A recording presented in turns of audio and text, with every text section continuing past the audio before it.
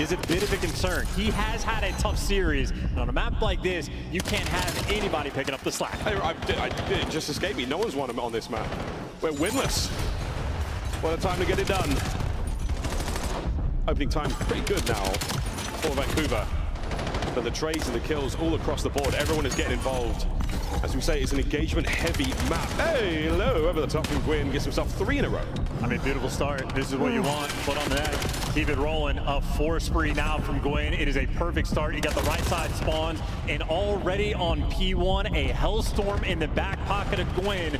Plenty of time to make an impact. Yeah, very, very nice to have for a few of the hills on this map. A great tower in the middle of Colossus. It does obscure quite a lot of the play there, but for good pilots, you can make something happen. And TJ, he's flying right now. Wall jumps once again on this map. Some amazing verticality able to be found. Teej, oh, he's got the pressure on. 1 man left alive there for the Ravens on time. Huge kills. Lurks, still going. Reinforcements arrive. Oh, Vancouver making this mixy too. They had nobody actually rotate over towards P2 or pick up the statue side of the map, so it turns into a very chaotic start to the time. And they came out on top. They thrive.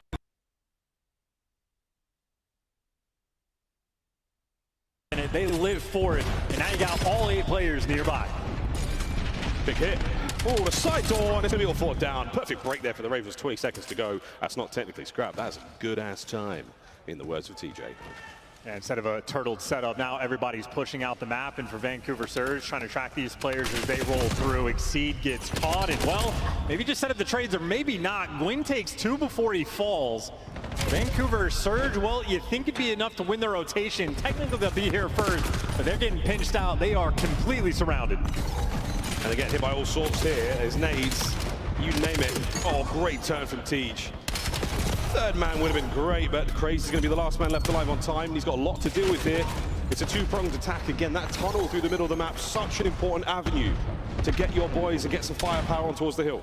And I tell you, if you like organized Call of Duty, this is not the series for you. We are living in the chaos. We are leaving up open lanes. Everybody's surrounded. Crazy's about to shoot 3 players in the back. 1, 2, can't get the 3rd, but that's good enough for Abe. Plenty of damage on away, but he's actually staying alive. This is a problem because Gwyn's now on the other flank. He's finding damage as well. 20 seconds to go, and what has been an electric P3. All right, turn the brain off, get cracks, get turned, get into it. Here we go.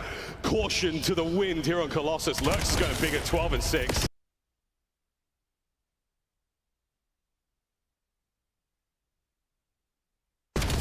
Nero now cuts down the back line. 1 more hit from Teej. Back and forth we go on the back spawns control. And so far, it's Surge. As the vet plays I'm looking for out of Teej. Set up over towards this new time. They should have trophies nearby as well. All 4 players from Surge posted up on defense. Ravens working the break. Here we go through the front. We're going to watch out for that 1 super sneaky spawn. Lunas with a pistol for the 3rd. Last man on time. And he's down as well. Perfect hold. You got the spawns blocked as well. You spawn up towards new. And now a delicate moment because you could dagger them and get these next 440. And they get the first 2 kills. Gwyn able to set the tone. The trades rolling through, and they're still making sure you're leaving those P2 spawns open. This has been a beautifully orchestrated P4. Surge putting on the pressure. Hey, holding it. Kills are good still. Luna's cut down finally. Gwyn, he's winning what he can on this side of the map still. Don't worry about the Hellstorm. In the back pocket. Teej on time. These nades are great over the top as well. Going to slow these players right down. We're going to get across 100 points right now. Vancouver Surge. Big stuff so far. 3 of them there on the hard point. They're going to get the scrap and set up for the next set. And listen, the Caron Miners were looking great initially, but now it's Nero and Exceed struggling once again. Nero is one of the most consistent players we had in the online portion. Now double negative in his team, down by 60. They have statue control, which is fantastic news for P1. One of the gunfights on the bottom side as well, so it's a good spot. Nades rolling through. They got the trophies. Carolina are here. Oh, nice 3 dead. Abe finally traded out. Lurks on a bit of a spree here. Get aggressive, real aggressive. Beautiful. Nearly got himself a Hellstorm as well to play with. Shots in from Lunas there to take care of Lurks on the outside. So the streaks are down. And that heavy breathing is kind of how we all feel now going into the next hard point. And Lurks 19 kills as well right now, leading the charge in the lobby.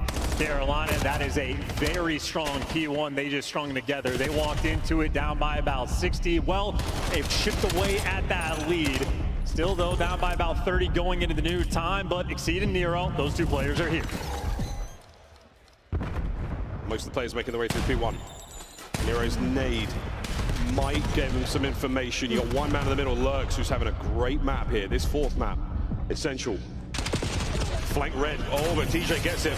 Gwyn's calling in some special stuff now to try and get the break on the other side of Colossus, so he's got a little bit of flying to do. Well, Hellstorms are very difficult to break time with, at least this year. This time, successful initially. Craze, though, holding on to those back spawns desperately. He's got 2 players spawning in, and now Vancouver Surge. Well, the onslaught, it is an immediate pinch for the retake. Nero, maybe some cleanup kills, or maybe Abe's going to read him. Surge in the mixing is, they always battle. Well, Ravens, they're still battling to try to get this hard point back, and it is back and forth, but they're in a bit of trouble. Let's go for a listen in with the Royal Ravens. One more time, stun. One shot, close shot. We gotta hit this. Yep, he's back. Nice, Go. They're beating you, guys. 30-point game, we're good. Yep. Only one here. It might be a this kid. You guys should go tunnel. I'm going for a tunnel. Winners top, left side top, please. On hill, on one shot, on the hill. One right, right of me. Pitching tunnel, Gwen. Heard you. Tunnel lane. Nice. Time. He's outside tunnel on you, losers. Black guy, the other side. Good. TJ, Amy. He's in tunnel, he's on time, tease. On their heady. Take They're gonna be close tunnel, yeah. Go top end. Is he close left? I'm going. Left side, one top. Close on time, team, guys. Nated time. I need tunnel.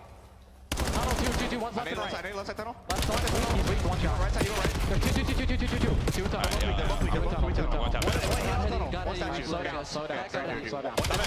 One's in statue now. One statue again. That was statue. One statue, heard you. I'm going tunnel. I'm hitting yellow. Heard you. I'm hitting tunnel again.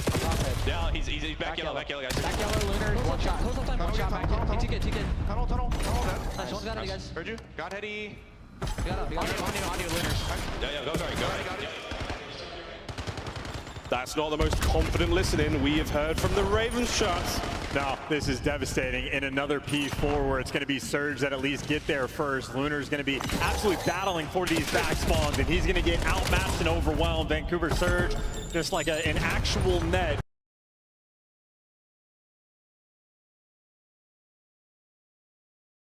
On time, last man left alive upstairs, and he's cut down. Abe started to roar in the comms. Abe looking at the 2-piece, and that was a big dead. The third was unbelievable. Gwyn goes down, but the damage is done. Surge, they are rocking on Colossus. Hey, look, I'll tip it to Lurks. He has been battling, but the supporting cast just not there. You are getting outmatched, overwhelmed, gunned down left and right. Abe starting to roar in the comms, and a P4 that is a dagger. Carolina are lifeless, hopeless, devastated so far in this map. It is a victory lap now for Surge. Abe is popping off, and he's still only 18 and 21. Crazy stuff. TJ tries to silence a few moments now. Buys boys a bit of space. And Gwyn's taking a piss with 5 kills like that. He just named his teammate. It's absolute pandemonium. He's found another one. It's chaos here on Colossus. As Gwyn and TJ get in theirs, and these boys are just sending it in every possible situation. There are bullets and bombs everywhere. 208 to 123. It's not over yet. Yeah, we're watching Surge's confidence grow, gunfight by gunfight, hill by hill. 100-point lead that they have been able to build up in Carolina. Whoa. Finally, 4 down in the kill feed. It is a clean 4-man wipe. You get pushed up to the right side spawns. If anything is going well, this is their moment. Boys got a little bit too hot. The brain left their head. The blood left their brains and it went elsewhere, folks. You know how it goes. And now they're in a little bit of trouble. What a turn from Nero's to get the kill there. And now you got Lurk staying alive.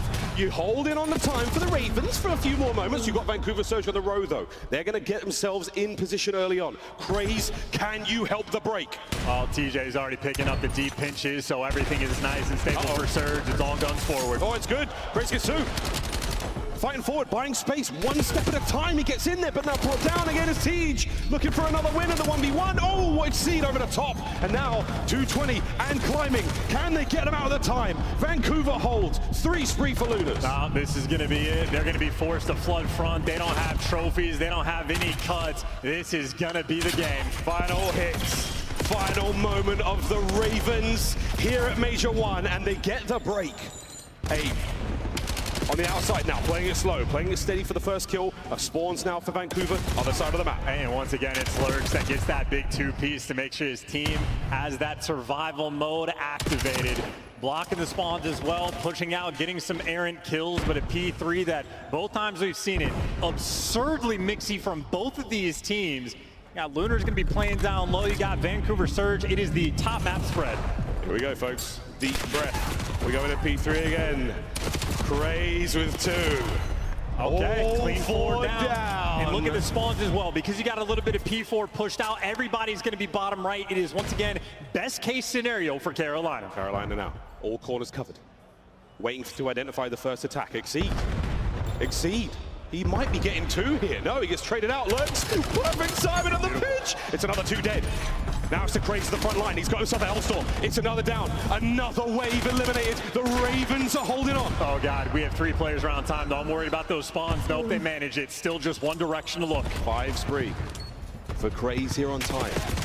We've oscillated to the other side of Colossus on the attack, and Lurks doing what he can. It's 2 now dead. Last man left alive is going to be Exceed on time. Gets himself 1. Can he stay alive? A moment longer, can't do it. Holding now on to the edge of your seat, Ravens. Oh, look at that timing. They have no idea that Abe is here, but you also have no idea that Nero's just made it through. So Abe looks like he doesn't even get traded out. He's able to get you 2, and now Nero forced to make the hero play. He makes the hero play for now. He gets himself 1. The front line now is Abe. He's down. Nero, the hero is dead. And Lurks is gone as well. Craze on the pinch. Eliminated. Finished. Ravens shut down in flames. Vancouver Surge. The Lanimals get their win. Starting their tournament off right, and frankly, if they didn't start just a little bit slow in the map 1, they could have just delivered a hot 3-0. Vancouver Surge leveling up on land, and that is devastation on the flip side for Carolina. 5-2 record online, looking perfect after the roster change, but inevitable, that top 12. The curse of the Ravens just looked this way before, and it looks good.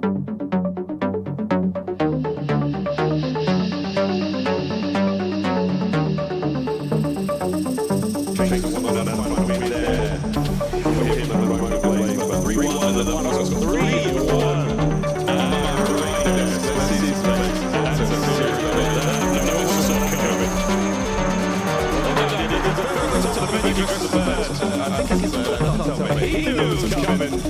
Wow, Vancouver Surge, good stuff. Lurks again. With the pressures as well.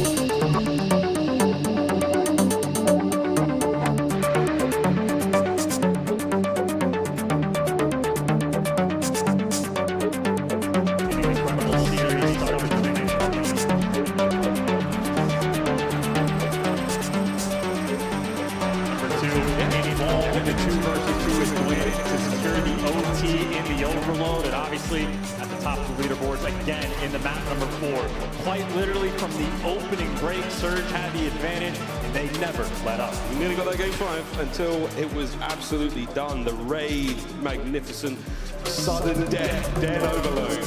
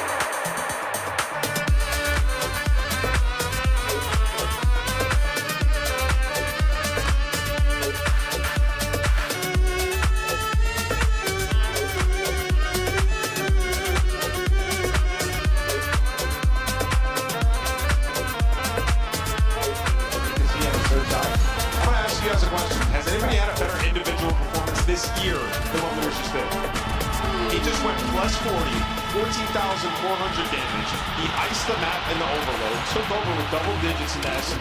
The guy took over, like literally every map, even in the one that they lost, he was not missing. To me, this was his like welcome to the league moment. He's gonna stay here and he deserves a spot going forward. The kid was a monster. Excellent call out there from Nameless. Congratulations to Vancouver Surge and to two players in particular, Glenn and TJ. Got to be by and say Carolina drops up. Oh yeah, for sure. And for Carolina, I mean, what a stark difference from online to play. And look at this, guys. I'm telling you, you'd be hard-pressed to find a better individual performance this entire year. Welcome to the CEO, my guy. 14,337 damage, and he did it in just 4 matches out of 2.2 and Search and Destroy. Brewers with a takeover performance. This is the any at your first major. You just gained 15 points. That is now 25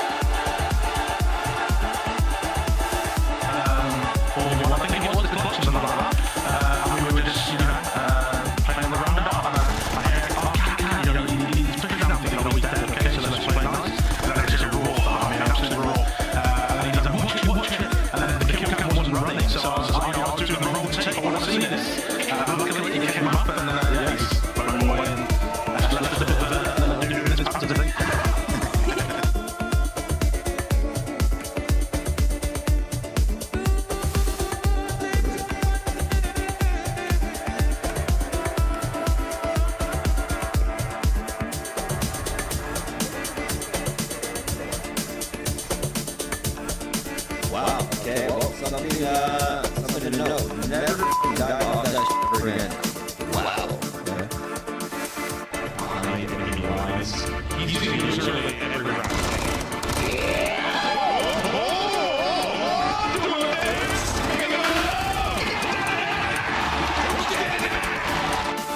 There's the chat.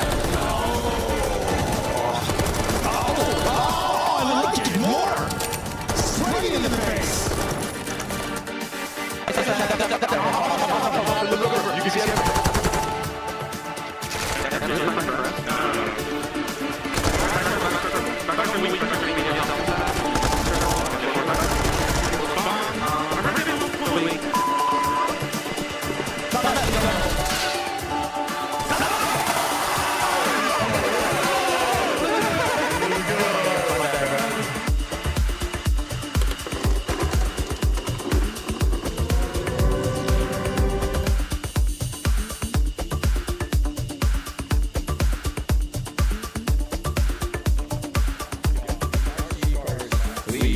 I don't care if you get a RC card, you do not call that, bro. Ignore the thing. Do not call that guy card.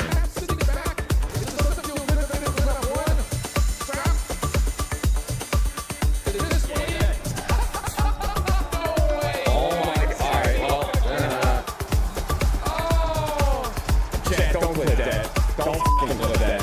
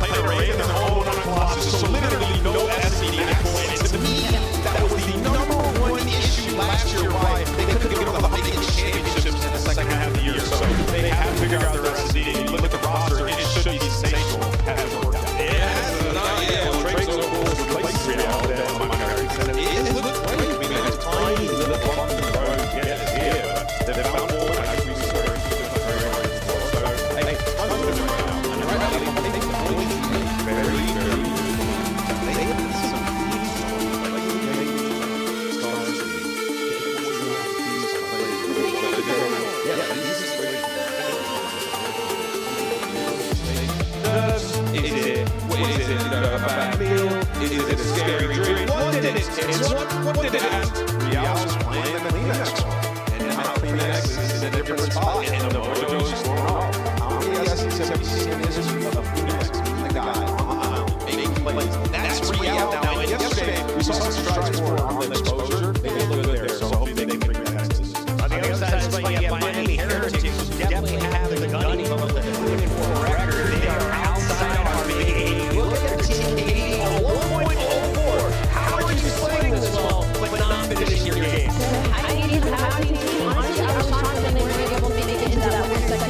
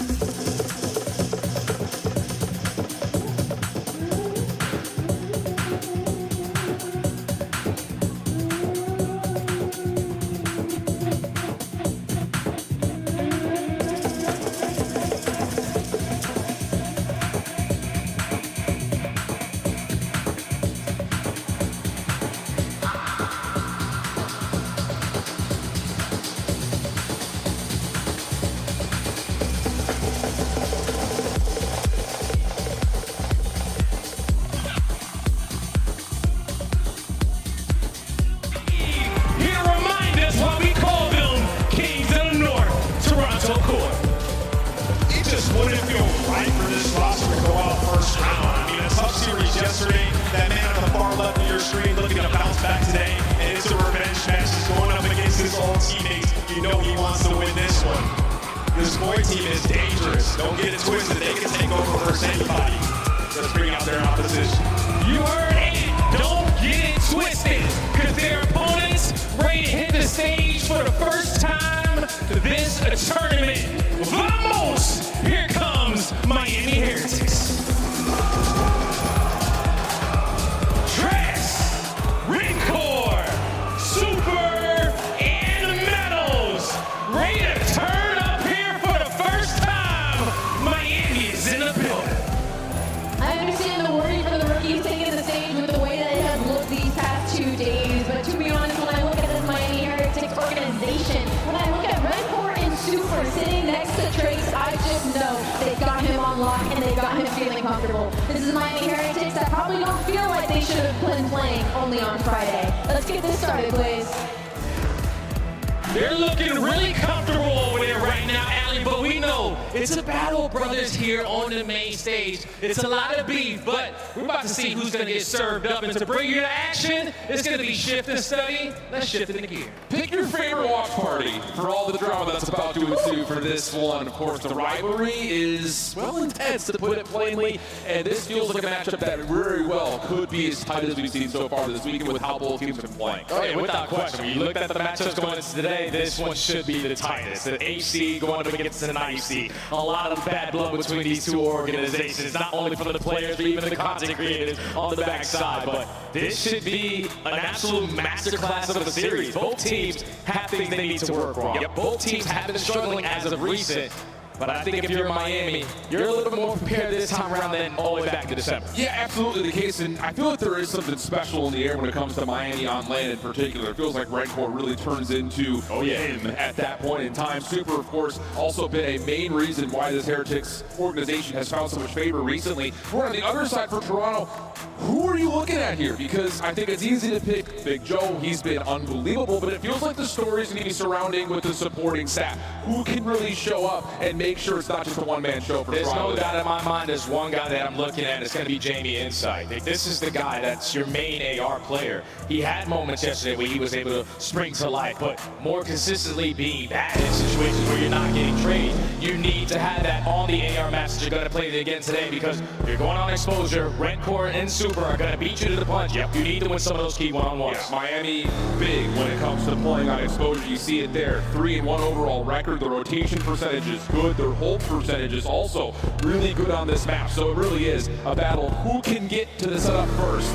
About to find out. As we've got Raid Search and Destroy afterwards, that's going to be pretty much a square up. Not a lot of results for either of the two teams there before we head back to exposure again for map number 3, where, of course, most recently, I think we all remember Super was able to come up clutch versus Vancouver on that map mode combination. But get the blood flowing. We got Miami Heretics taking on Toronto Koi. Let's get it on. And it's going to be a battle of the fundamentals. Both teams need to have that in the back of their mind. Beat you to the punch. We're going to set up and get some good time. But already into the mix here at P1. Metals finds the first kill. Neither team want to hop into the objective until they have the map control. Miami says, screw, we're in. Yeah, Miami have been great in hardpoint as of recently. 3-1 in January. They have looked really clean on the mode. And already getting a lot of space here to soak up some significant time over P1. Redcore goes unexpected in the corner. And that's good for 2, and Toronto now gets spawned all the way out. Our reigning rookie of the year in Redcore already having a pop-off moment. Lines up a double in close battle.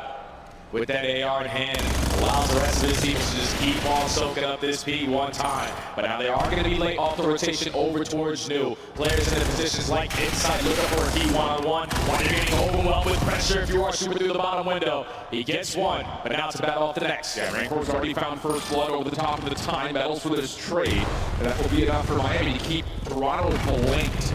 Not a single point yet. 30 plays up against nothing. Toronto already getting pushed back with a Semtex that connects. Kleenex looking for some action over the middle of the map. Trace with the response, and this has been perfected for Miami. Yeah, it doesn't get better than this. You're allowing Miami to set up off the rotation, and this is what it looks like.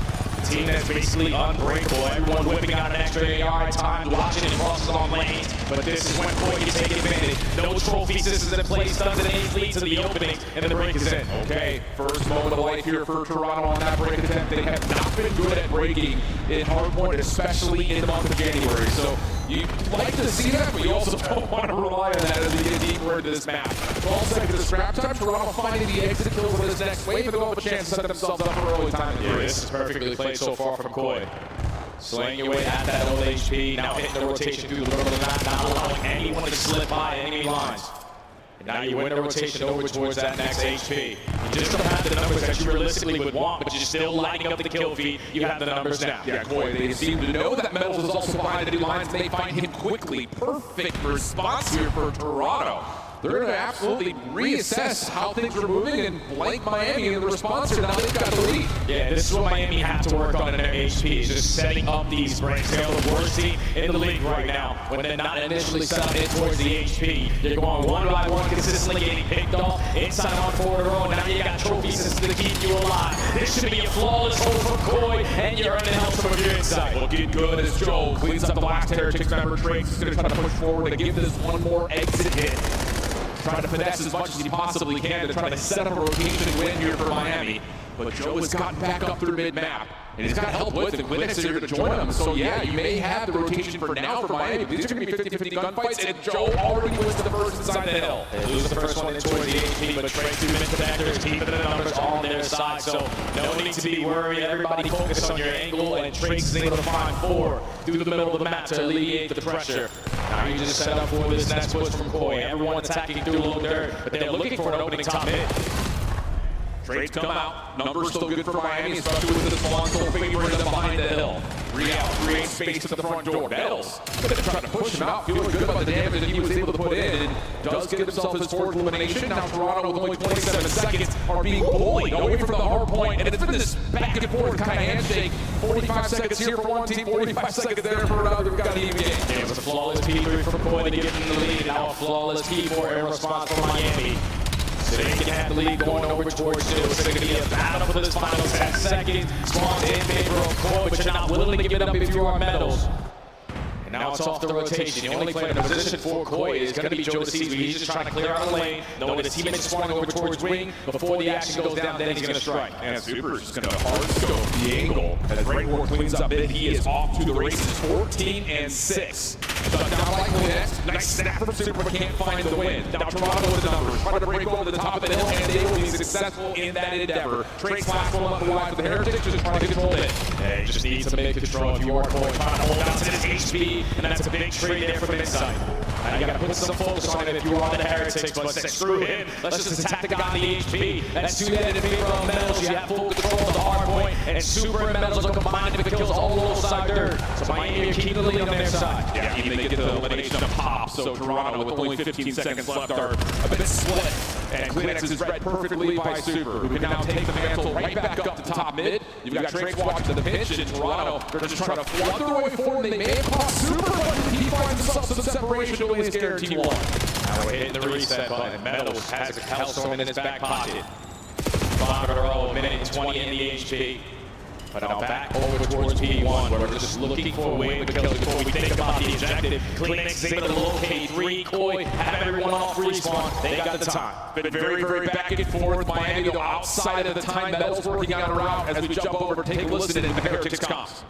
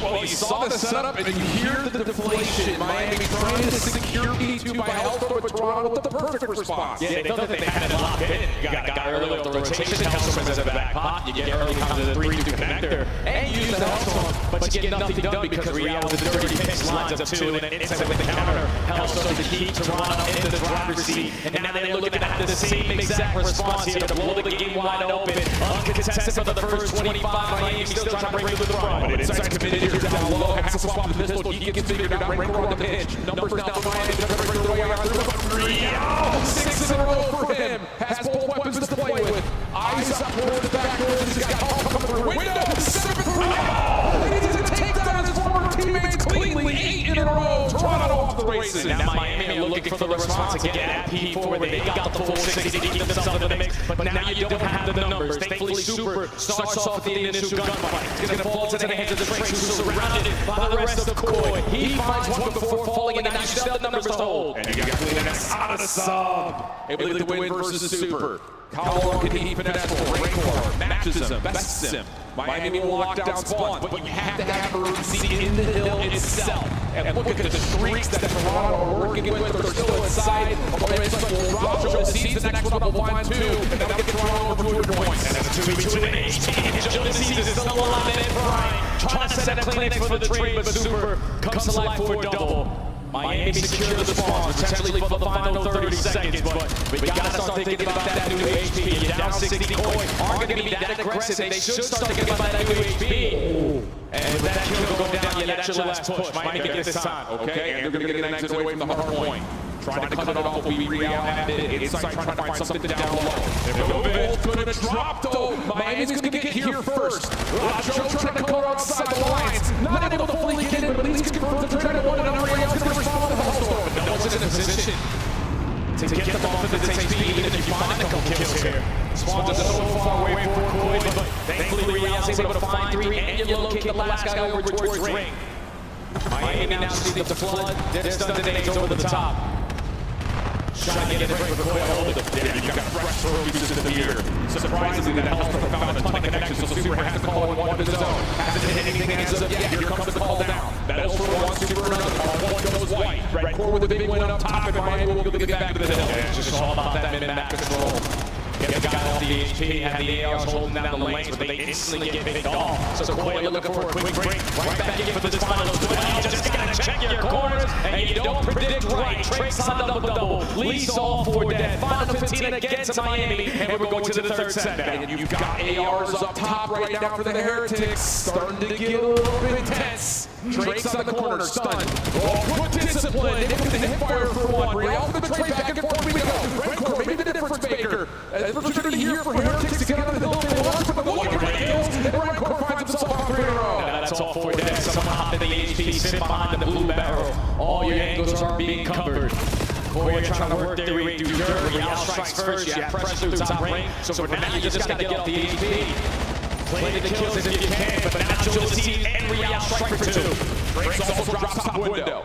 Rancor, can he show up when Miami needs him most? Up and over the top of the final 1. Response from Joe Sees, 223 points, 195. Shots for medals are good. Hold on a second. You've got Drake's working on a bit of a route over the mid, but Toronto's in the hill, and they can't quite win here, but boy, they're pretty darn close. Yeah, Drake knows that, so now you have to be aggressive to mid-cut. You cannot force your teammates to be in the man-down situation trying to get a break, but everything needs to be cut down. Kleenex lines up 3 into the feed. On forward, roll sets it Real for the trade, and they're early off the rotation, so Miami got to go, and they got to go back. Insight's already in the hard point. Drake trying to cut over big steps, able to find the damage in. 247, 195, Miami need to cut it, they need to contest. Drake's finally able to get over, but did he find any kills? No, he did not, and it's Toronto who strikes first.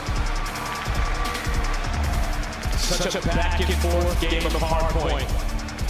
But this is the difference for Miami. I know they are technically 3rd or 2nd best so far this season in this mode.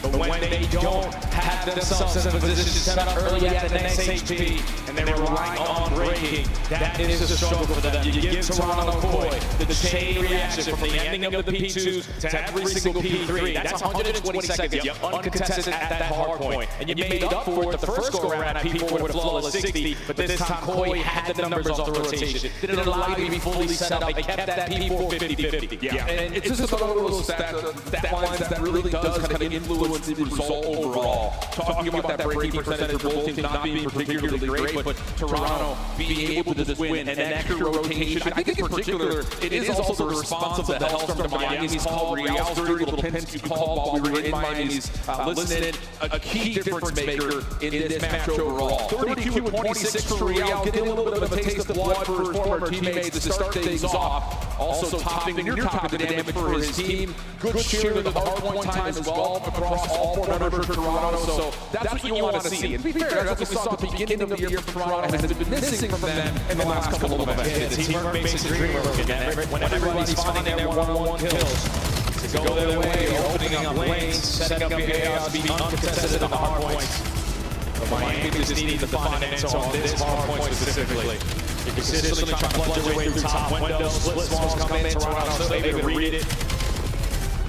Like you said, with that Hellstorm, it truly was the turning point of the game because that's how you change that second P3 for a flawless 120 uncontested. I think this is another good moment as well. Like the double semtex off the Hellstorm, both of it landing, maybe unexpectedly so, also completely quells out everything Miami was trying to do over the top of the crane. So small differences, but major impacts. A lot of it coming from Real in map number 1. And you're going to see it in the game flow if we get the chart. It is going to be very significant. Oh, yeah, I need to see it again. Let's look at the double helix, especially the first rotation and a half. It was a sharing of 40 seconds, 40 seconds for us. Could not have been tighter. Just that one opportunity in Miami. Wish they could have changed it a little bit. Been a little slower on that pitch with the guy flanking P3. Or just somebody reading the positioning of Real. You get all the information for Real. Just no one reacts to him flanking on P4. So once he opens up with that double, you win the gun on the backside for 3 dead, and then inside you use his Hellstorm 4 counter. That's where you see 144, 132. That was that turning point of the game. Yep. Could not agree more with you, my friend. Brilliant call. And what a redemption story it is for Real, who had a very poor performance yesterday. You even heard it. He was sitting like, that was not good for me. Not how I should be playing. It was really, really poor. He steps up and made way. But now we get into a really interesting conversation. The Great Search and Destroy has not really been a staple for either of these two teams. You saw the numbers regarding Toronto Search and Destroy. It really has been a one-map affair for them. That's not in the picture for them here, though. Playing a map they've not really seen from them at all. And for Miami, they played it once. So this is kind of a guessing game, maybe a bit of a roll of the dice, putting this one into the series. Yeah, I just feel like it's going to be a battle of first blood between these two teams. On one side for Koi, you're second overall in that category, the 8th conversion rate. That's not ideal. You're always in a man-up advantage and throwing away these rounds. And the same thing can be said for Miami on the opposite side. 5th overall in that category, 10th in conversion rate. And on a map like Raid, it's very quickly to lose some of these rounds by giving up that early man advantage. But I think on the opposite side for Koi, though, maps that you don't really play a lot. We saw it yesterday in Exposure. They looked fantastic on there. They just kept a couple things underneath their belt for the event. Yeah, and I mean, let's be candid. Like, Raid is not new to any of the players. No, they all played in Cold War. So there's going to be some figuring out in terms of what do they prefer, in terms of things like timings, things like tempo, and just generally what their setups are going to look like. Whereas Miami, I feel like when they do catch tempo and they catch their flow, they like to hit you hard. It just comes down to do they feel that confidence early to allow that part of the playbook to open up. Yeah, these are two guys got to put a lot of focus on. Joe sees an ST 1.22, 63% chance at finding that opening door, and Super on the opposite side with 70%. A lot of that is due to what he does with the boomstick in hand. He also has 3 icy moments to close out some of these rounds. Playmakers for both teams. And on a map like Raid, they both need to have their impact be felt. Here we go, round 1. Oh, we got a really unique look here for Toronto. Just diving in for Zig and into rocks. Real's going to get forward, Miami taking away space over towards poolside, and you also see Redcourt taking shots. He's got a read, that's the play through the middle, and Miami will try to convert on that. Good response from Joe, exposed himself to Zane, and insight from my cover. And you got info now on both players. On the side of Miami with an inside right back to keep his teammate alive, so Joe's not going to waste any time. Get the objective planted, and most likely flips out towards Laundry. Looks like that's going to be the case. Super and Rencor opting to play this together. Rencor will have the first look. Did he see the slide across? Sure seems that way. Right now confirms that. So when Axe comes through, you can't drop here for your inside. He at least able to stay alive, but look at the space that Super's taken. Time is still ticking though. So inside, all you're looking for is information. Now you spot both. Joe DeCease is going to turn around and make sure he tries to assist his teammate. With only 15 seconds, you got to get on the defuse. Yeah, Joe just playing a clutch up spot. Yep, able to find the transition over the course of that little 1v2 that Insight was dancing with. So good safety from Joe. Perfect post-plant setup. Heretics can't get back to the bomb. Yeah, and realistically, even though Toronto haven't played this map all season long, this should be a good map for them with the pressure that they have through their players. Kleenex, Real, and Joe are not afraid to be the aggressors. So you take mid-map away, get an early read of what their setup looks like, and then into 2v2. Post-plant over towards Black Laundry. Miami just let too much time to get away from them for them to have any chance at that round. How about the opening call, though, from Toronto? 3-man hit into rocks. Tone setting. Yeah. I will say Miami, decent response to it. They get a read on it, take away a couple of angles, but obviously evenly exchanged. Now I'm going to Miami's first offer for their attack. Insight just holding a tight corner to see if anyone crosses through rocks, and he may have seen a little bit. Yeah, sure seems that way, but Joe falls on the island. That is not good news for Toronto, as Miami have full map control. They're not going to play off of Joe DeCease contact. No, we're all stacked over towards the guy. A-side still, but Metals is in a position to keep the numbers on the side of Miami 4v2. Yeah, and Metals just locks down top Laundry. So deadly, losing that kind of island player. Kleenex now stuck with just a pistol, nowhere to go. And honestly, that is just the extremity battle won by Miami. Full flood to the other side. You get Metals up close and personal, and he doesn't lose the battle. Yeah, that's just one of those situations where you got to use that information you gain very quickly and still try to put yourself in a position where you can clutch on up. Because Rencor is all the way across the map. If they work this bomb planet A, and you stand a chance in a 3v3 scenario, it's just once that kill goes down, they're thinking we can push to this side of the map. Then play has to be on the opposite side. But Metals was just in the position at bottom window to turn it into a 4v2, and you don't stand a chance there. So quick round for Miami to decide the game. Yeah, and that's Insight getting pushed off that angle on its close staircase as well. Can't stop that window push. Toronto, next offense, looking more traditional, but super off angle outside of Laundry, takes on Kleenex at art. Bomb collective and an early first blood for Miami in the 4v3. And Koi, you don't really have a decision to make here. How much time do you want to waste to work your way back over towards rank, or we're just going to walk into a blind spot at that B site? 30 seconds already gone away. And a lot of angles here for Super. Gets the information and lines up 3 on the round. Looking for the A's, just giving it out of dodge. And it's a 1v4 for Joe. Nowhere to go. Hey, yeah. Say that again. Just like when those first bloods go down in the first 5 to 10 seconds, you saw instantly when it happens to Koi. Just like we were forced to play in our spawn. Yep, we didn't take any space over towards B, so we don't want to potentially get caught in that position. So you go through the middle of the map, but the repositioning there from Super, so impactful with the sniper. Takes the round into his own hands, and Miami not have the lead. So tough in these early rounds when scopes are up like that. And especially when you drop to Super's opening first blood, you can't go rain anymore. You've got to force something, and Super just happens to be in the perfect spot. So first blood battle has been dominated so far by Miami. 3 to their name. Next offense, over towards Pool. Different setup here for Toronto. They've got a 2-2 split, plus an aggressor in Real off the middle of the map. Super not going to connect down towards Tiki. Metals has committed forward, though, so if you're Miami, you got to make a decision. Are we actually going for this, or are we trying to hold off and read how the defense is going to respond?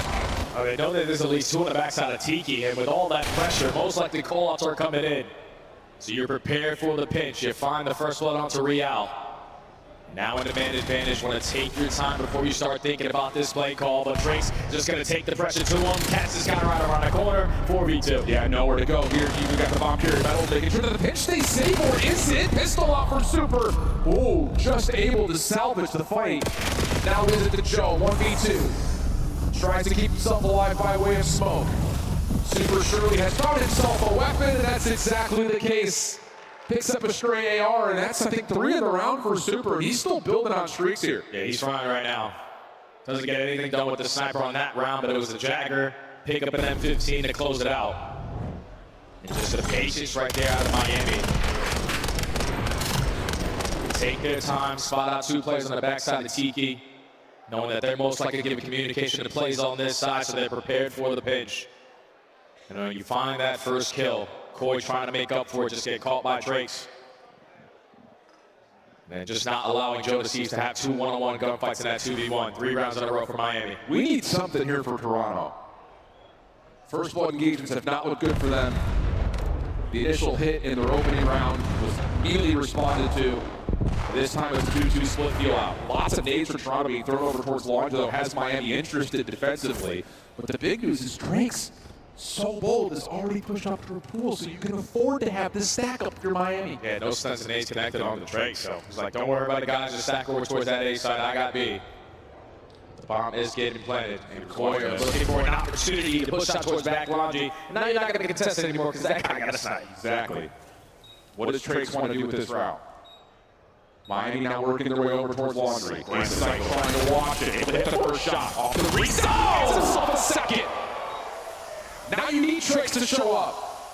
He doesn't know what to look at. Super looks at the one of his own, though. The hunt is on for Super, but he's on there. Meanwhile, Tricks is one of gunfight over towards Rocks. Gets a little bit of read on one more towards Van off the reset. Has to force the gunfight. Real low. This one underneath the Van works out. But time is an issue. You gotta go. Insight for the 1v2. Has to try to stop this, but Tricks finds the kill. Just not in time. Super already dropped. No time for the defuse. Toronto get their second. Oh, JD Insight just calls game on that round. A very aggressive angle with the snipe in through top Laundry. Crossing in the window for the first kill. The second one even better. But then just using the clock as his best friend. Just needs one kill. Thankfully, there's an F-15 at his feet. Clutches up the round there for Toronto. If only just barely. But here are the 2 shots from Insight. Cleaning out this retake through Laundry. Insane. I wonder if with Super hopping that defuse right there on 6 in a row, did he earn himself that Hellstorm? Because I'd probably chalk up that round if I'm really close. But you still have the advantage. Back on the offense. Showpieces down big cut. It's an instant fight through mid. Yeah. Through mid and down through water stairs for a quick approach. On towards the B side of the Trace. Gets a read that there is a defensive player playing up towards Tiki. That's Joe with Smoke down. And he's going to hop this nice pop up, able to find Kleenex. Still holding the angle. Joe trying to give it a bit of a workout, but Trace wants blood and finds it. 4v1 situation now is it's just down to Insight. Yeah, he has a sniper. Positioning already known. Finds the kill on the Trace. How many more bodies you want to throw at this if you are Miami? 2 plays on the pitch. Insight says no chance, but still hits that shot. Yeah, the sniper's a pretty good weapon, man. Yeah, that'll make you think about it again. Yeah. Regardless of it, clean round. And a lot of it has just been the hand that's been directed. This is what I'm talking about. Miami starts to feel like they are dominating and controlling that at their pace. They can start to really run at you. And this is what we saw a lot of last season from Miami. Early into these rounds, fill out rounds. Once we start to get a read on them, then we are the aggressors. And right out of the tempo, Koi is just not able to keep up with it. Trace is Mr. Tiki. Stop going on that side of the rack because he keeps on picking you apart. Now up by 2 is the Heretics. Back on the defensive side, Koi found 2 successful rounds on the attack, no defense. They go right back to the H trap. Same look here for Miami with Super playing outside Laundry to watch over towards Art. Smoke down. That's Miami's smoke, I believe. So you've got Toronto trying to navigate around this. Not sure where the contact's going to come through, but Trace is found and dealt with. Super not able to supply any sort of a trade, and Toronto will back off and play the 4v3. Yeah, they're thinking that Real got pretty far pushed up over towards this B side, so the rotation should be open. But Rencor potentially has a chance to break them. He's giving the communication. You can hear it in the comp. The plays on this side of the map, he just has to choose which kill he wants. Can he find the one planting? Sure. Locked down. Nice snap over to Real, who's low, but inside able to find another kill for Koi, and just no exit there for Rencor at all. So now it's on the Super. Decision to be made here with the scope in hand. And he's going to try to back away. Has Insight close. Oh, mercy. Okay, 1v2 is still doable. Keep giving him chances. He's not going to miss these shots. Now the 1v2 though. Koi get the bomb planted at B. Played the bedroom setup. M15 in the hand of Super. But 15 seconds are already gone away. He's going to have to snap on somebody right here. There's a little bit of intel. You're throwing the smallest shoulders in the world right now if you're Toronto. And Super just has not found good timing. Maybe here. Oh. Real wants to give him a workout. Are you kidding? Won't be time to play for the defuse, but Super's 10-2 as Toronto gets back with an all-around affair. I think he's trying to locate him, man. He doesn't want to have Super have that sniper anymore, but now Super is on 5 in a row. Kills all 3 players. Didn't earn himself that early Hellstorm, but already on the path to another one. Koi get the round. 3 attacking rounds here on Raid. None on the defensive side, and that's just because every time they go over towards B, they have not had an answer. Might have to go 3-1 stack on the opposite side of the map. I think so. The only issue is Super's still going to be able to bring the scope out if he wants to. Yep. And we've already seen what he can do with that.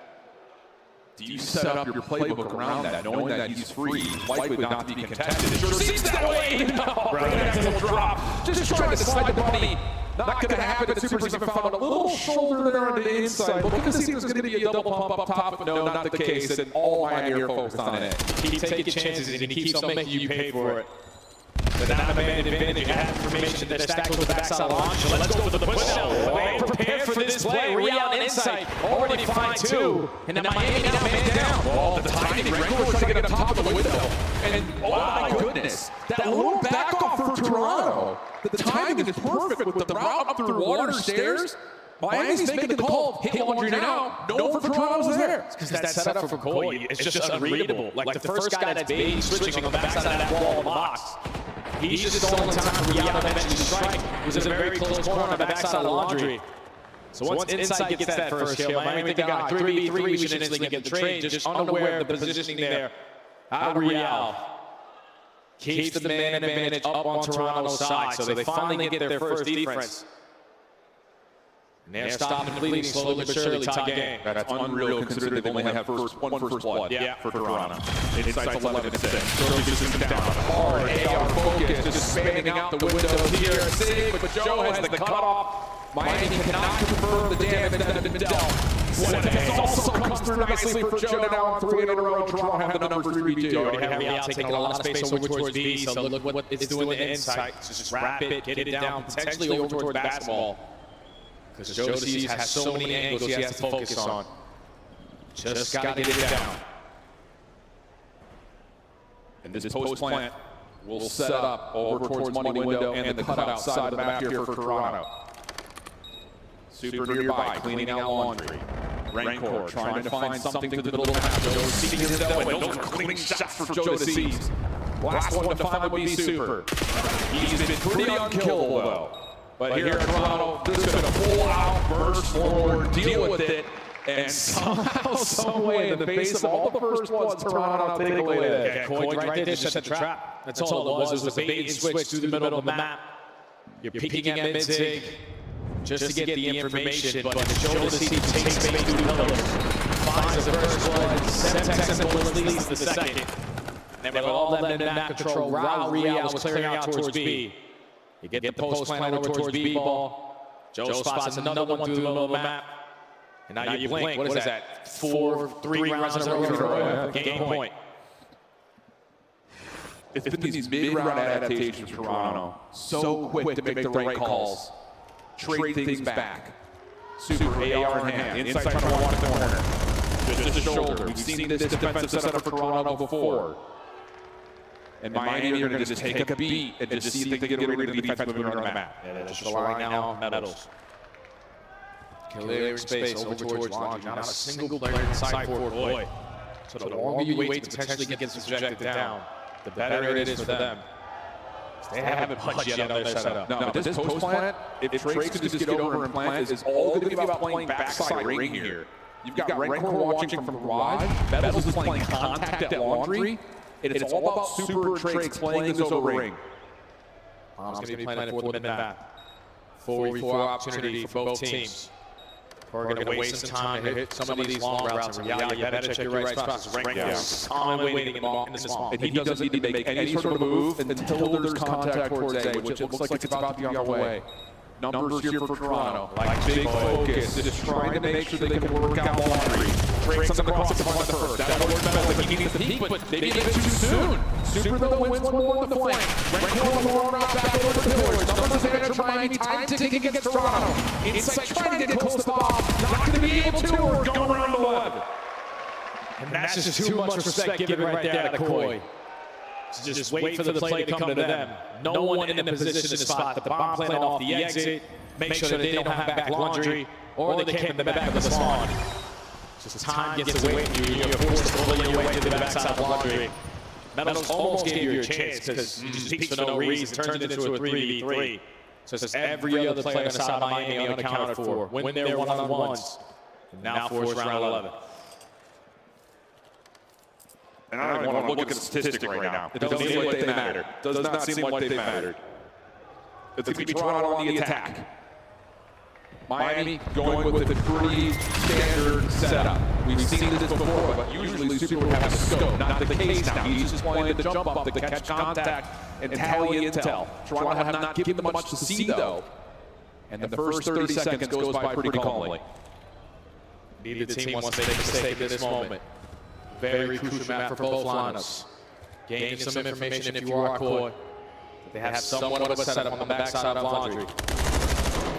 And on the outside of the map, Real still hasn't spotted anyone towards B, so gotta use what you got. Yeah, Super's taking shots towards Real, but they don't know where Red Core's positioned. So a lot of question marks here for Toronto. Sense of urgency now in play with 40 seconds, and they're going to try to win the middle of the map and make a decision.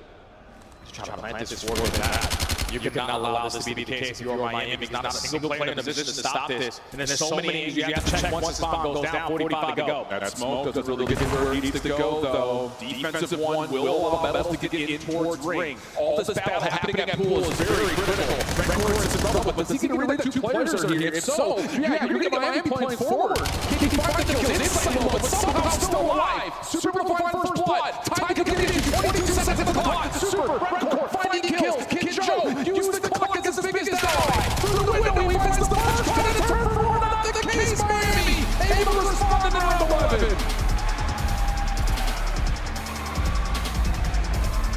That's an extremely icy round out of Miami. Because no one in a position, the bomb planted in the spot that Koi wants to watch it from so many different angles. They just didn't initiate the play there. Like once you get the bomb down, you know it's on the outside of the map. We have 3 players around World Steps. And Red Core shooting, we need to isolate that gunfight. Just you play patient. Red Core is gaining all this information. There's multiple players on this side of the map while his teammates already taking space over towards ring. Just Koi not in the best post-plan setup at all. And Miami capitalized on it to tie the series up. The whole idea of that post-plan is to win against the sole defender on B and then re-wrap back up to mid to watch from pillar side. They just don't end up getting that isolation like you say. So a bit of a split decision right there for Toronto. Doesn't allow them to come into the map 16-4 out of Super in a map where Frakes is able to find 11. Meanwhile, on the other side, it was the Joe and Insight show. Just not quite able to get things done and drag Kleenex through the mud. So that gets us to a split series, 1-1 to count, 2 thrilling maps. And an exposure overload where it just kind of feels like the gloves are off on it. Yes, Toronto's numbers are insane, but they've also won like an 8-0 and a 6-1 to start, so like the numbers are a little skewed for that. Any thoughts as kind of how the series has gone so far from the desk? Oh, it's a banger. Banger like we expected. In this map right here, without question, whoever wins it, wins the series. Oh, that's a bold statement by my duo over here. Go to the desk, see what they think after the first 2 matches.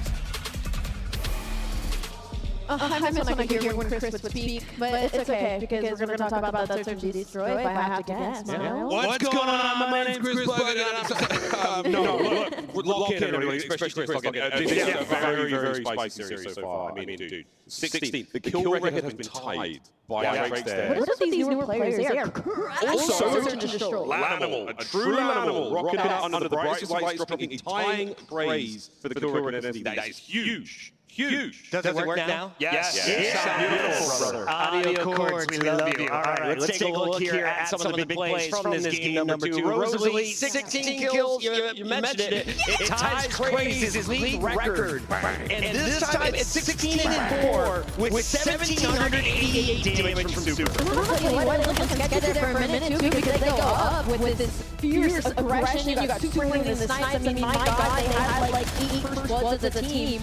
But then all of a sudden, Tron players start playing back, right? They start playing for that aggression. You start making some mistakes. Inside starts hitting some shots. You know, you're trying to get aggressive towards the A site. Toronto's playing the trade game, getting those kills to go their way. But then in that round 11, that is, I think, one of the best retakes I have ever seen over on that A site. I mean, granted, the post point wasn't great. There was 2 players from Tron for some reason on the other side of the freaking map. But Miami Heretics get that information, push those players down in time, and are able to collapse onto that final 9 window. Really good adjustments out of them. And I tell you what, that was banging.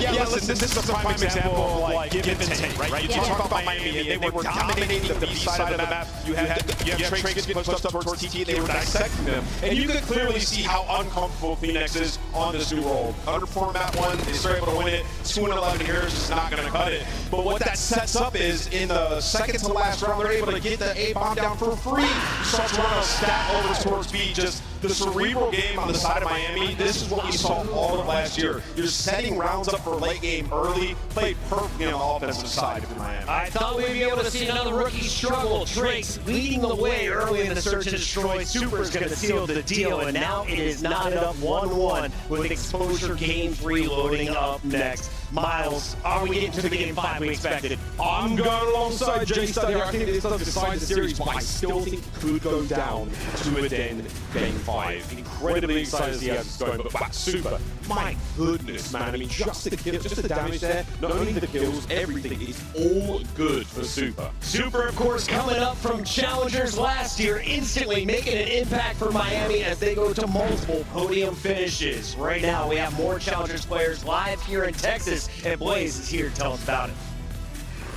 What's up, everybody? Blaze here, and I'm in the Passion Pit where we got the best Call of Duty players in the world and Challengers about to battle it out, and it's going down all weekend long. If you want to tune into the action, head on over to youtube.com COD Challengers. We got about 4 streams up. You can already hear it's getting crazy right now behind me. I know somewhere out there is our next Call of Duty League champion. We got teams out there like Notorious, Bush Gaming, Omen, and Huntsman, and these boys are not playing around. I can promise you that. So tune in and let me know what you see.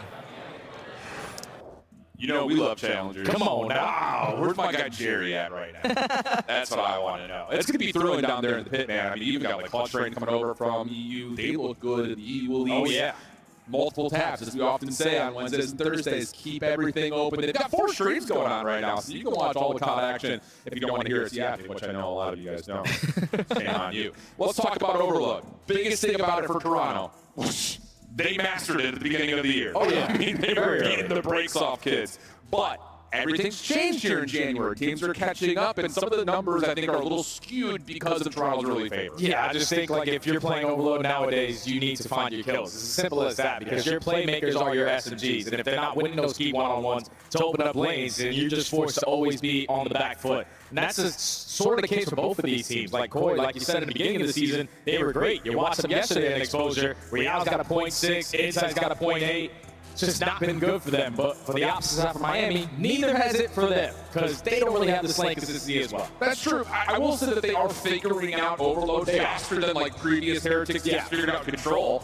That's great news. I feel like it was just a little bit of like, who do we want to be our forward guy? Is it going to be someone like Super who could do it with an AR and SMG, or do you want the rookie to kind of take that helm? It feels like Trix has really kind of found himself identity-wise, especially compared to what he's done in Hardpoint, especially in these last couple of weeks. Like, it just feels like Miami's really starting to lock things in and get stuff into gear. I think it's just down to, like, I also am thinking on this map back to that Vancouver match, where it was like the biggest pillow fight in the world. Neither team looked particularly great. Neither team can make decisions. So maybe it is more about that, who's going to quarterback the play when we have an opportunity in front of us. Yeah, need to figure that out and figure it out quickly, because when you take a look at this bracket, obviously the top side is already solidified going into the tomorrow. But you need to get through this elimination side, through the gauntlet. And if you win this series, you win the final one of the day. Vancouver already with an insane upset versus the Ravens, a team that only won, what, 1 series? Yeah, like 6 Take down 5 in a row, and the Ravens, those are the off, and then FaZe, Breeze, that's a banger. C9 and Falcons, I talked to a bunch of C9 players yesterday. They are locked in for that matchup. So A lot of good games still remaining. Yeah, and I think just looking at the status of what FaZe brought to the table didn't look particularly great yesterday. I don't know if it was them or G2 just being them. Hard to say, but here's a look back at the series when these two teams had played before. And again, this is what we're talking about. Like, Toronto's not 8-0ing teams anymore in Overload. To be fair, they still look good when they're starting to get things going. That's the biggest thing. It's behind eliminations. That's when they get things moving. Otherwise, it really has just been teams figuring it out, catching up. So, yes, this is a look back over to the first time they played, but honestly, that was so long ago, and teams have changed so much that it really doesn't feel like it matters in terms of this particular matchup on this particular stage. Yeah, that was Trace's first match as a pro versus the old organization that Real was hoping, to get his hands on. So a little bit of revenge there for Real to start off the season. Happy to represent Toronto Koi now. Instead of Miami, but tied series we still have in our hands. Said it before the break, this map, whoever wins it will walk away with the series. So SMGs need to be on point and ARs need to hold down lanes, but I think if you're Miami, we need to be a lot faster on this map. That pillow talk that versus Vancouver was atrocious. That pillow talk is crazy. But it really was. It was sweet whispers at one another. And I feel like a lot of teams that struggle on this map have a hard time getting the spawn manipulation going. They're looking for the perfect set of circumstances before they make a play. Miami has fallen victim to that. Can they step up here and possibly take an edge in this series? We expect this battle over mid to last for a while, so buckle up. We'll be here for a minute. Hey, just taking your time. Needing the kill feed to go in your favor. And so far, it's been split down the middle. 2-2. Whoa. Now Super taking space through mid. Doesn't finish the gunfight there versus Joe. We're still having a mid-map standoff. Yikes. We've seen some insane turn-ons.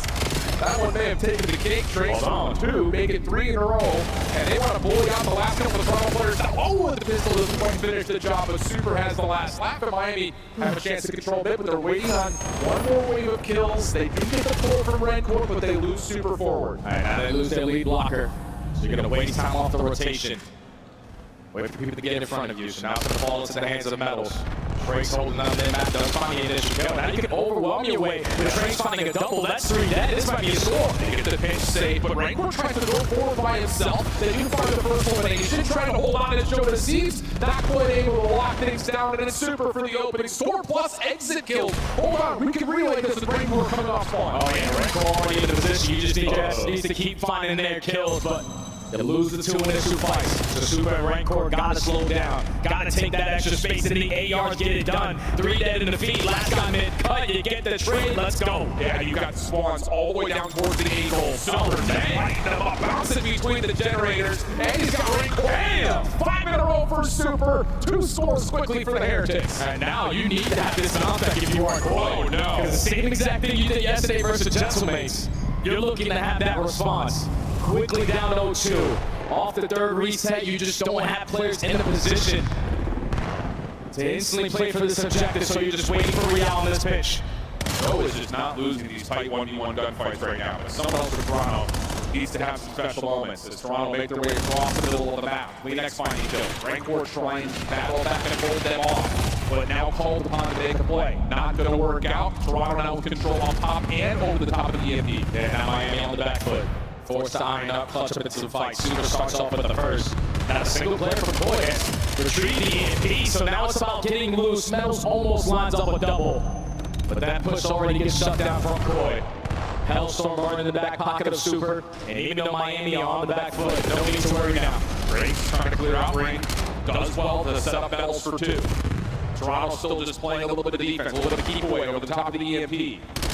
Joe seen up top. Wow, dude, Joe is just not losing gunfights. Stun will land. Joe eventually falls to Miami's numbers, not looking to make the possession play. You got 2 dead in your favor. You also find the 3rd player potentially, but the bullets still connect on the Kleenex. Now potentially a bad time or a good time to keep the EMP safe. As 3 go down, Koi cannot recover it with their numbers.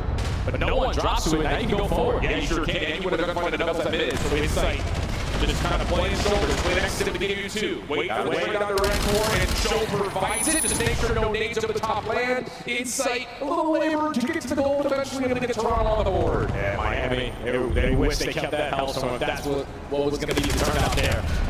You're still up by 1. Your lead blocking out in super. Trying to work on this deep pace. You just need your teammates to clutch up on fights that they are finding. And now an opportunity for a retake as they take the win over today. And just go straight forward. Right into the...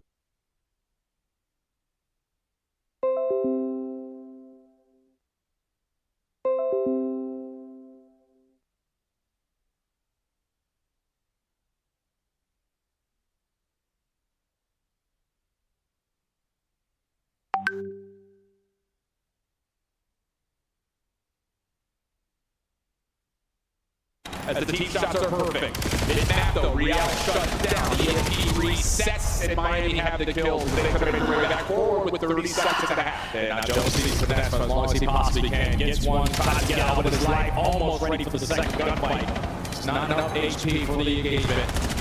Now with only 20 seconds to go, Croy looking at the top of the game up. Real whips on an extra yard, and that's 2 dead, but the key fight was mid-connector. Inside, the guy who's going to recover the EMP, he loses that metal spine too. All play pushed away. 7 seconds. No one really close to picking up the EMP for overtime unless Kleenex can get there first. And just as he picks it up, he's taken down one last dash. No one gets there. We'll exit the half 2-1. Yeah, it was a quick 2 scores for Miami. And a lot of that was just due to the openings they were able to find. Trace was popping multi-kill after multi-kill. But once he starts slowing down, Koi starts taking the map control away from him. And then their SG start get going. At least put 1 on the board.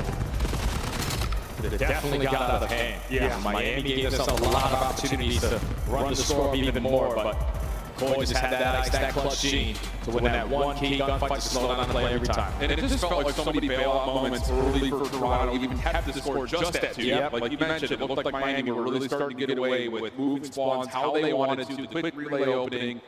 But yeah, Joe had a couple of great moments to battle back, keep mid-map in favor of Toronto, and mitigate some of the early damage that had been dealt. So 2-1, we swap the sides. Real will carry a 3-3 into the second half.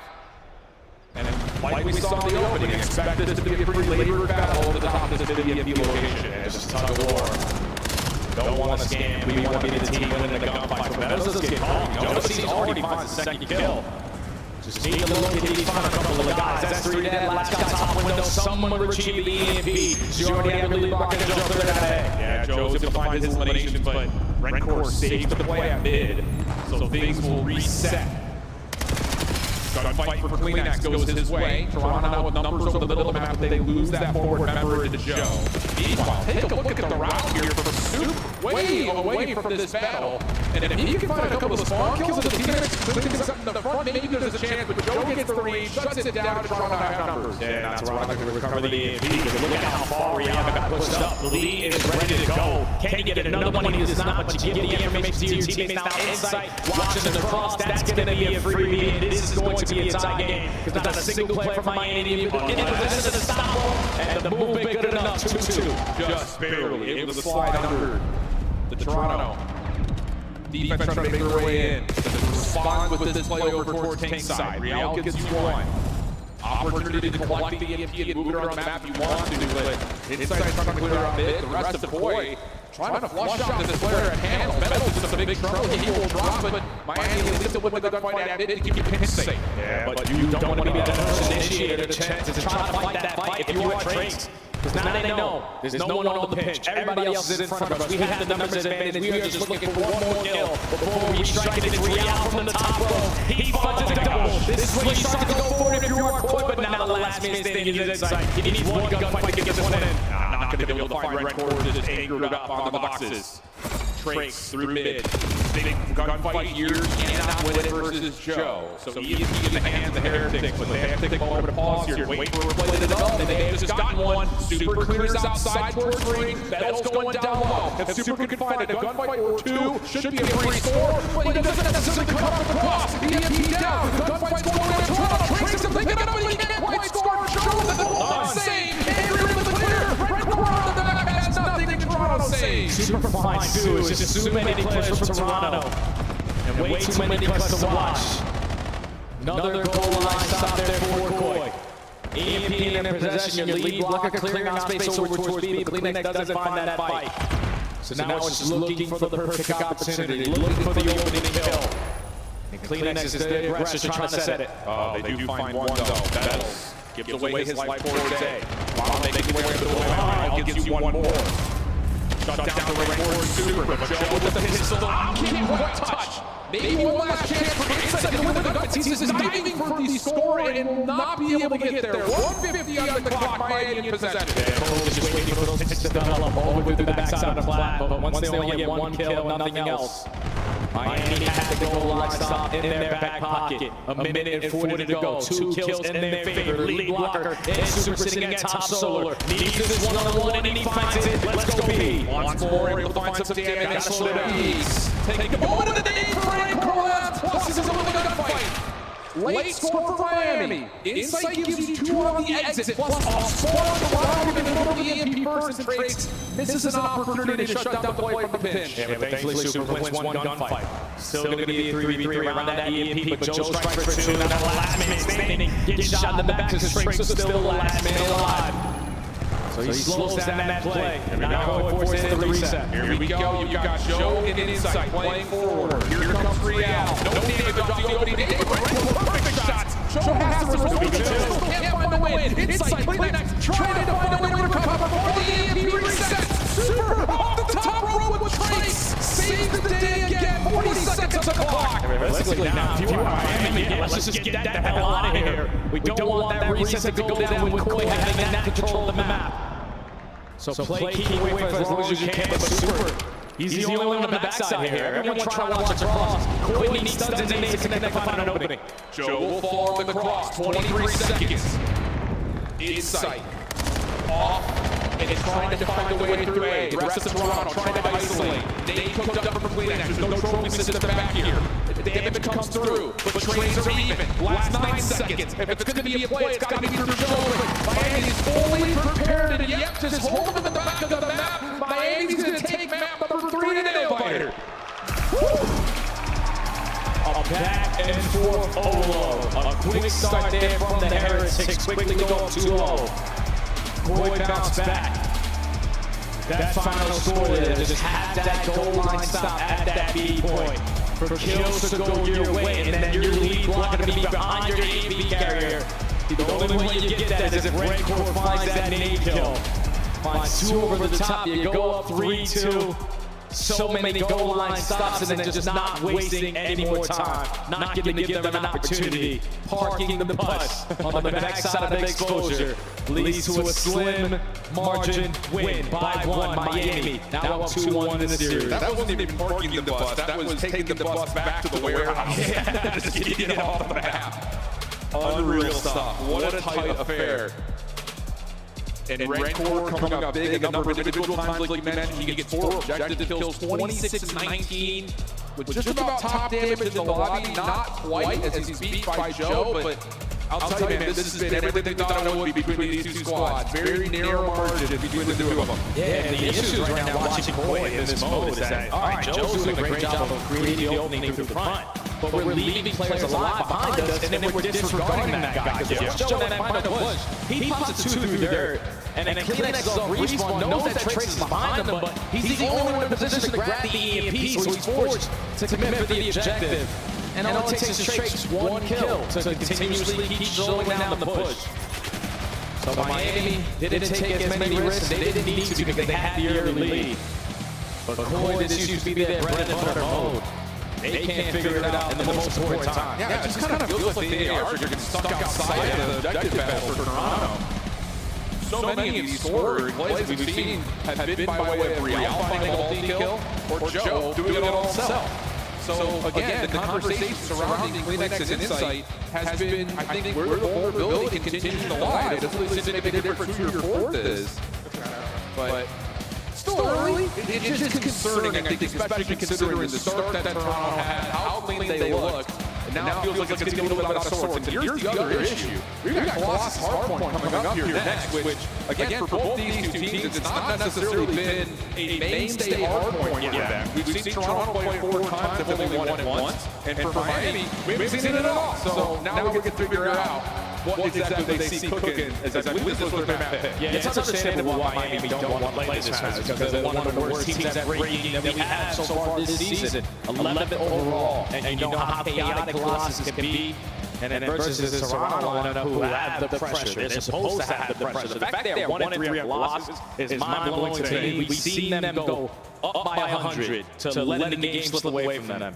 But with all the pressure that you have between Real, Jodeci, and Kleenex to whip out that third SMG, this needs to be a lockup because if you beat Miami to the punch, which has been the story all season, they haven't figured out yet how to be a team off of these breaks. So that's where you have to capitalize, try to force game 5. Yeah, I mean, just looking at the losses that they've had on this map, the tight margins may still exist, but the rotation percentages are poor. Their hold percentages have been fine. It's been the rotation percentage on this map that's been really, really bad. So, again, like you kind of are making mention to, you've got 3 fast-paced players on this Toronto team. It feels like this map should set up for you. Maybe a little bit of stubbornness in terms of, are we going to allow Kleenex to bust out that SMG if he needs it, run 3 subs if you feel like you have to, on breaks in particular. Like, there's a lot of question there maybe in terms of the compositional identity of this toy team. Yeah, but they should have that. Like, that should be a question. You pick up Real because he was one of the top SMGs that we had last season. And when you saw he was able to do it in map number 1, single-handedly drops 32 kills, 1.23 KD. That's way better than the 0.6 yesterday. But the impactful play is just go for that dirty pitch, line up a double, allow inside tells them to be more felt. That guy's a difference maker, especially on small maps, but same can be said for Red Core. It doesn't matter what weapon he has. It's usually going to be an AR, but the fact that he's putting up numbers like that, yeah, he's probably going to do it here for long. I'm telling you, Red Core on land, he just turns it into him. Rookie of the year, man. Yep, for good reason. Fist bumps are out. I got a feeling we're in for like a 225 to 250 coming up here. Just based on the fact that both these two teams are heavily relying on rotation success. Not a stranger to that storyline, though, as that's Black Ops 7 in a nutshell so far. So what are we going to get here? Who's going to have that early edge? We saw map number 1. It was purely based off of who won rotation, won the majority of time at the hill, and like we saw, ended up winning that largely because of it. For Koi, like we mentioned, this has not been a great map for them. 1-3, bad average loss margin, a lot of it because they were put the 100-point club by FaZe Vegas. Can they find a way to extend this series and get this to map 5? Here we go with Colossus. Yeah, Koi starting off on the better side. Just see some sons and nades and early stats to throw to go your way. You find trades already if you are Miami. 2-2 down the middle. Now it's a 1v1 for the statue of control, and Jodeci is able to win it.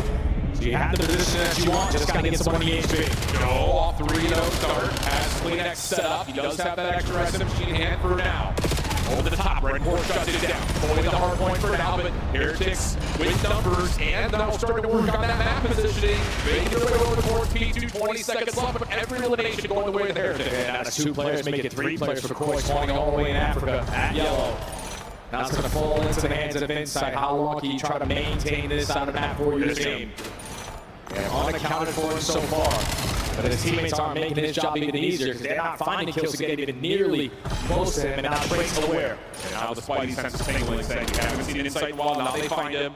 Couple of tags out of Real, has breaks turned back, ready for the fight. Over the top of where the spawns are located. Super surprise from Sidor. Toronto just burst their way in. 3 kills will come through. The Rainbow by himself. On the reload. Ability's going to come with tags in, but Toronto gets the flip. Yeah, the setup wasn't the best right there from Miami. There's no way Koi should just walk right through Sidor uncontested.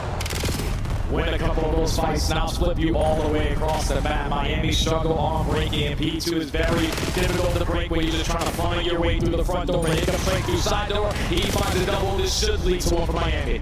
Next up, trying to give himself some space. Native to the hard point inside on the cross. Nice shot, damage will account for another elimination. Still spawning close. We're Joe and Kleenex, but Insight might just do it all himself. Back into the hill, 10 seconds to the pre-fire, works out for another kill. He's on 4. Looking for potentially early streaks, but shut down as Miami will have rotation over to 3. Yeah, they got rotation, and they're finding every single kill off the rotation, so uncontested for the first 10 seconds here at P3. You can allow now Metals to get aggressive up through crate. Hard blocking backside yellow. You're forcing Toronto to either funnel through blue side or bottom tunnel. That opening nade from Jodeci now gives them the number and the pressure. Little flub there from Trades, trying to get the motion down towards tunnel. Still able to find one that's not enough to stop Toronto from getting to the hill. Miami with numbers from the front, also getting some connections with their nades. Trying to battle back the Metals. He gets the opening to Insight left alone, and he takes the gunfight. He will drop in Miami with a quick flip. Yep. quickly go through that again. Miami, a successful break here on Colossus for a good chunk of time at that. Just no one aware of their pitch. As soon as 3 spawns up, you get the combo. At that point, it is too late. Koi clean up house at that old HP and now have rotation in their back pocket for next. This is going to be a bang out Nixie battle. I'll tell you that. Super Trace from the front, able to make up for it.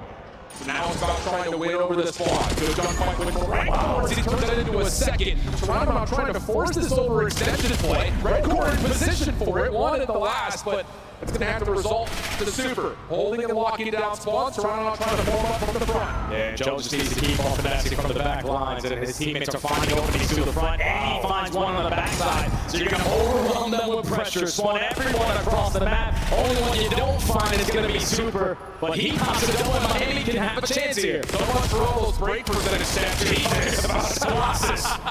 10 and 7 from Trace. He gets 2 as Miami somehow find themselves back in the hard point with 20 to fight for. Toronto trying to battle back in with one last hit from the front. Rancor down and safe, pops up. Insight too far away to really contest it, and we'll be a lead for Miami as we go to new. Yeah, 30-point lead as we end our first sets of our points for the Heretics. More efficient off the rotations, better on their holes. Now Koi spawning on the back foot of that old HP, but they're finding the kills off of the exit. Window rotation technically over towards P1, and now the aggressors trying to flip the behind.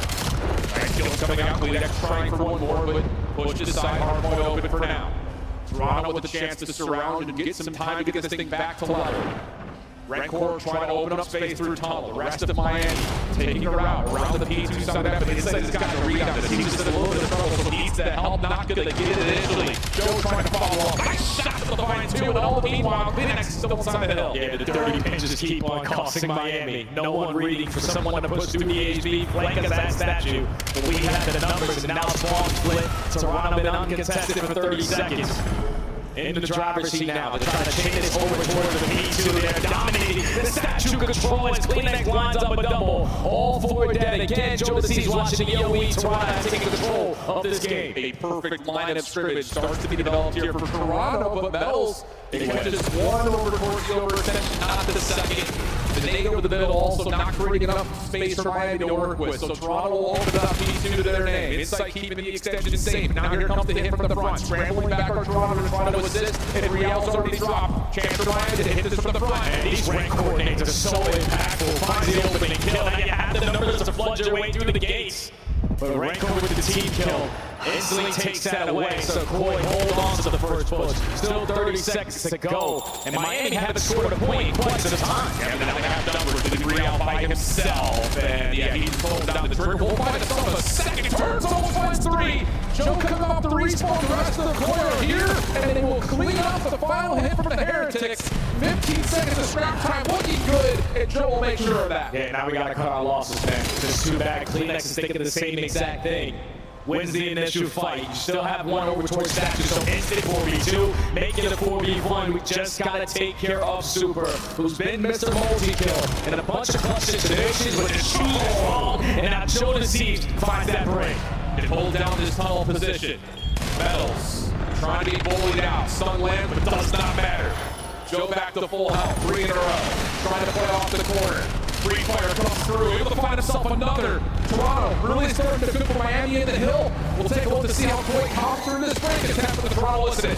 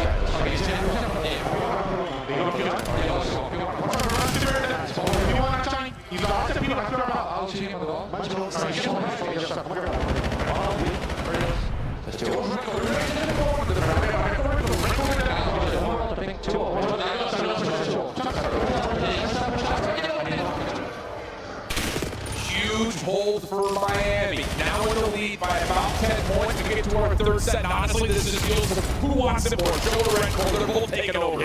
Back and forth game, man. An 11-point difference. Koi, though, have lit up the kill feed at the right time. Looking for another lead change. Joe picking up the OE. Wins his one-on-one. You find the second in towards the HP. Now you know Miami. The only way you get a break on this hard point is through statue. So Kleenex needs to buy his life, but this way at the teammate trying to alleviate that pressure. But super line with a double. Here come Miami. A little pop up the whack-a-mole situation on the jumper statue. And Miami cleaned out the hard point. One more contest. Train super dancing with one another. They're able to clean things up and get themselves into a dead tie game. Last opportunity here in 15 seconds. Looks like Toronto going to give it away. The set up red corner. A key opener. And now Super's got some clearance, but it's all shut down by Koi. It's 2v4 hold so far. Kleenex and Inside able to locate all four. So a massive moment there for Koi to keep the map in their favor. Win the rotation over towards P2. Miami could find a break last go-around. But they try to flood the front. Not everyone working the OE. Falls off the map, makes life a little bit easier for Kleenex. Insight able to find his trade. You've got Joe creating space from the front while Insight locks the spawns in. Miami, a mile away, trying to hit this for multiple points of interest, but this is taking time. They're looking for the perfect setup, but they at least find the opening kill. Now it's all about these trade store statues. You're going to be outnumbered if you are Kleenex, but you're still making something out of nothing. Weak players all around, spawns now flipping. And Miami got one man standing, Koi right back in. 20 seconds on the clock to fight for here. Toronto getting a little bit of space to work with his breaks, trying to find something at mid, but he's shut down by Kleenex. 13 seconds to scrap. Spawns expected from behind to save this rotation. He finds the first, but not the second. It's going to come down to a 1v1 over top of P3, but Inside has to wait. Yeah, Miami have a ton of control. He's not going to be able to read that spawn on the metals. Now you should instantly be aware if you are the heretics, they're going to be all over yellow. So choose your corners correctly. You get past this guy at statue, and this might be the break that wins Toronto this map. Very well made. Drake's playing inside tunnel. Super trying to join him. Dave's coming on the way. Super takes down his teammate, but Kleenex is low. Here come the rest of Miami. 233 to 203. Heretics with the numbers. They find themselves back into the time. So far holding, finding every kill that they need to. 30 seconds still counting here at the P3. Now you got pitches developing from the rookie. He doesn't find the kill though, so now Toronto has the numbers. Gotta go. From the front of the Kleenex. Don't quit the final three. Red Court they save. Man of the deal with Joe receives. 235, 214. Good day from Joe. Gives us some space and time to work with. Opportunity here for Toronto just to see this thing over the finish line by heading to new, and they're finding the kills with the old time. You have to get tested if you are Miami, and the contest doesn't come in, so do you get this final pick? And Koi do just that.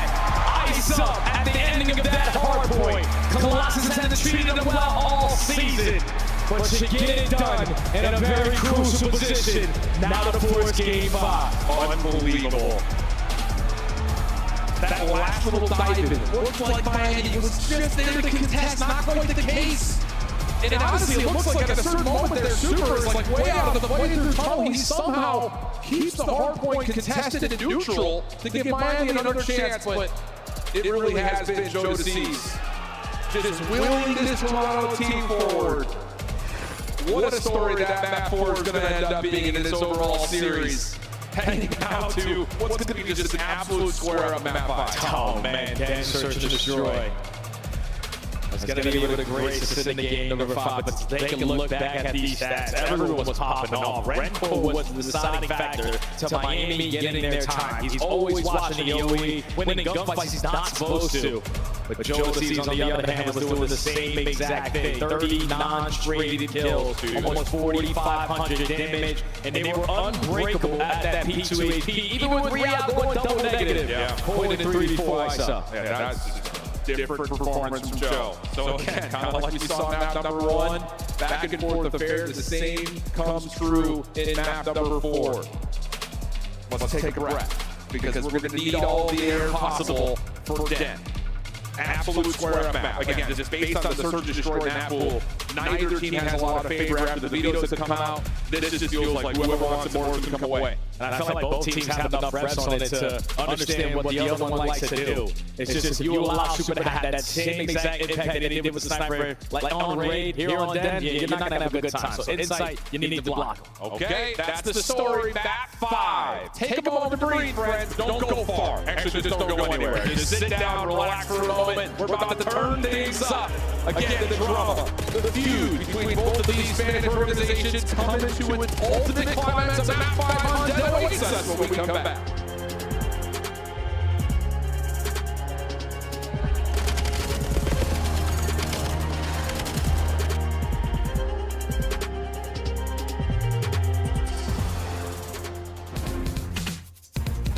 Black Ops 7 returns to the Esports World Cup in Riyadh this summer. Scan the QR code to be notified when tickets go live later this month. Look like the pros to play like the pros. The CDL team skins are available now. Scan the QR code or check out the in-game store now. Monster Energy, the official energy drink of CDL.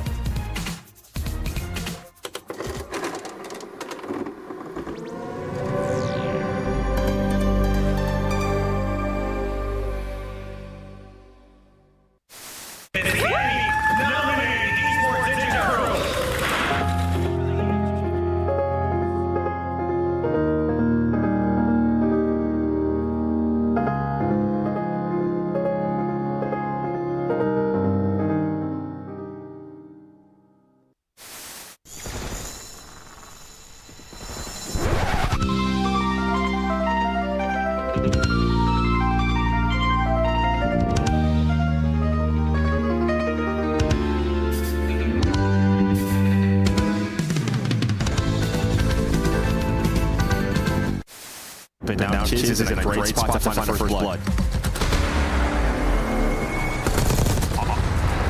That was insane. My God, why did he just do that? Just face comedy in here. Listen, be careful with this one, everybody. You guys shouldn't have. It's not double wrapped, you know. It should be able to get anyone to go. This is more for Christmas for people at home. Here we go. Young Christopher Plunkett. 8-year-old relic. Can I draw some conclusions for you all? I know some of you are about to take your senior pictures. I highly suggest the gamer stance. The elbows right there on the power thigh. Yeah. Distant 90-degree angles. Girls drive wild. We have one more favor. Thank you all for tuning in. It's week 2, day 1. We'll be back tomorrow for another round.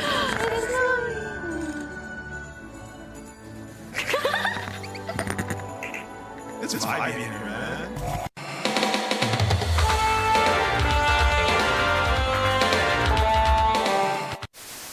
Big pull down. Last one up. He's got a trophy. Do it. He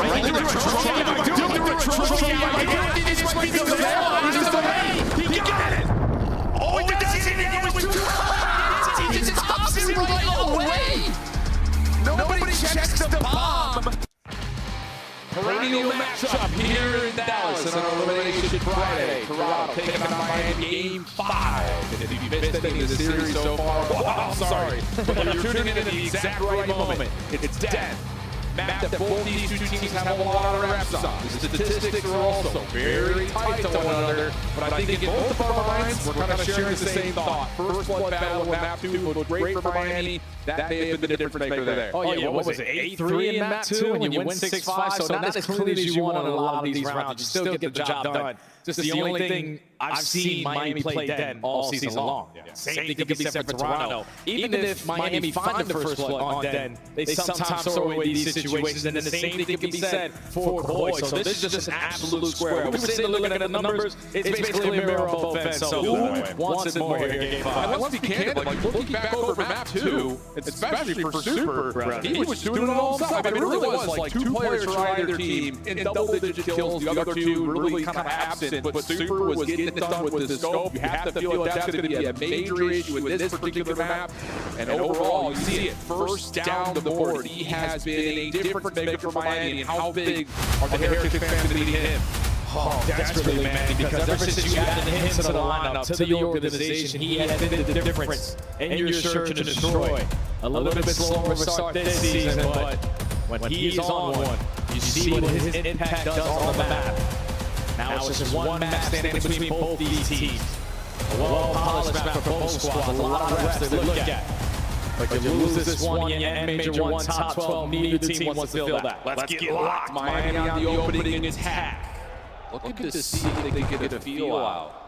Mad Trace is trying to create a ton of noise at B, but this has been red. Real's able to see a couple of rushers through the rooftops. The defense is scrambling really good. Counter nades coming to slow it down. Miami should know. Real, those stuns and nades, means no one's in a position to stop us. So how do we want to play this? You draw the defense for Koi. On this side of the map, look what it does to Joe. He's thinking he's going to cut a lot of space away from the connector, but he's not aggressive, so Joe in a very good spot. You can trust this position as a pivot point for Toronto. Trying to make his way back over to read B's inside. He's so far away that Dojo is now a threat. Nade's coming out.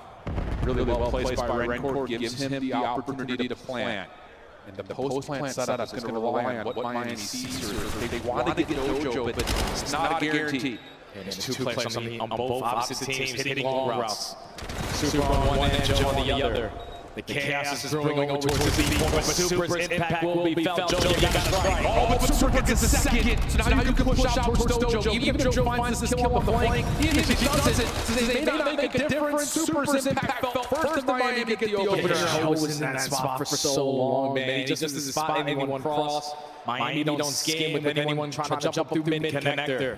So Joe's still unaware of where the play is going down, and by the time the play goes down, an inside spots him over towards Jojo. Bomb is already planted. He's taking his time on the flank because there's a lot of spots you got to clear on out. And Super just went and was the deciding factor to that round. Up 1-0 is Miami. I love that little look, too, of, okay, we know that Toronto's going to spread the map. Let's put pressure on one side, pull the defense, then make a hit to the other. What does Toronto have in store of us? Seems like they want to try to do something similar, just on opposite sides of the map. Scope up for insight of the C1, but can't pull the trigger onto Trace, who's able to stay alive and just call off the sniper plant. And Super, he was aggressive in towards 10 with his sniper, so you have no idea that he's still on this side of the map. Smoke, stuns, and nades, just in case Miami try to push through it.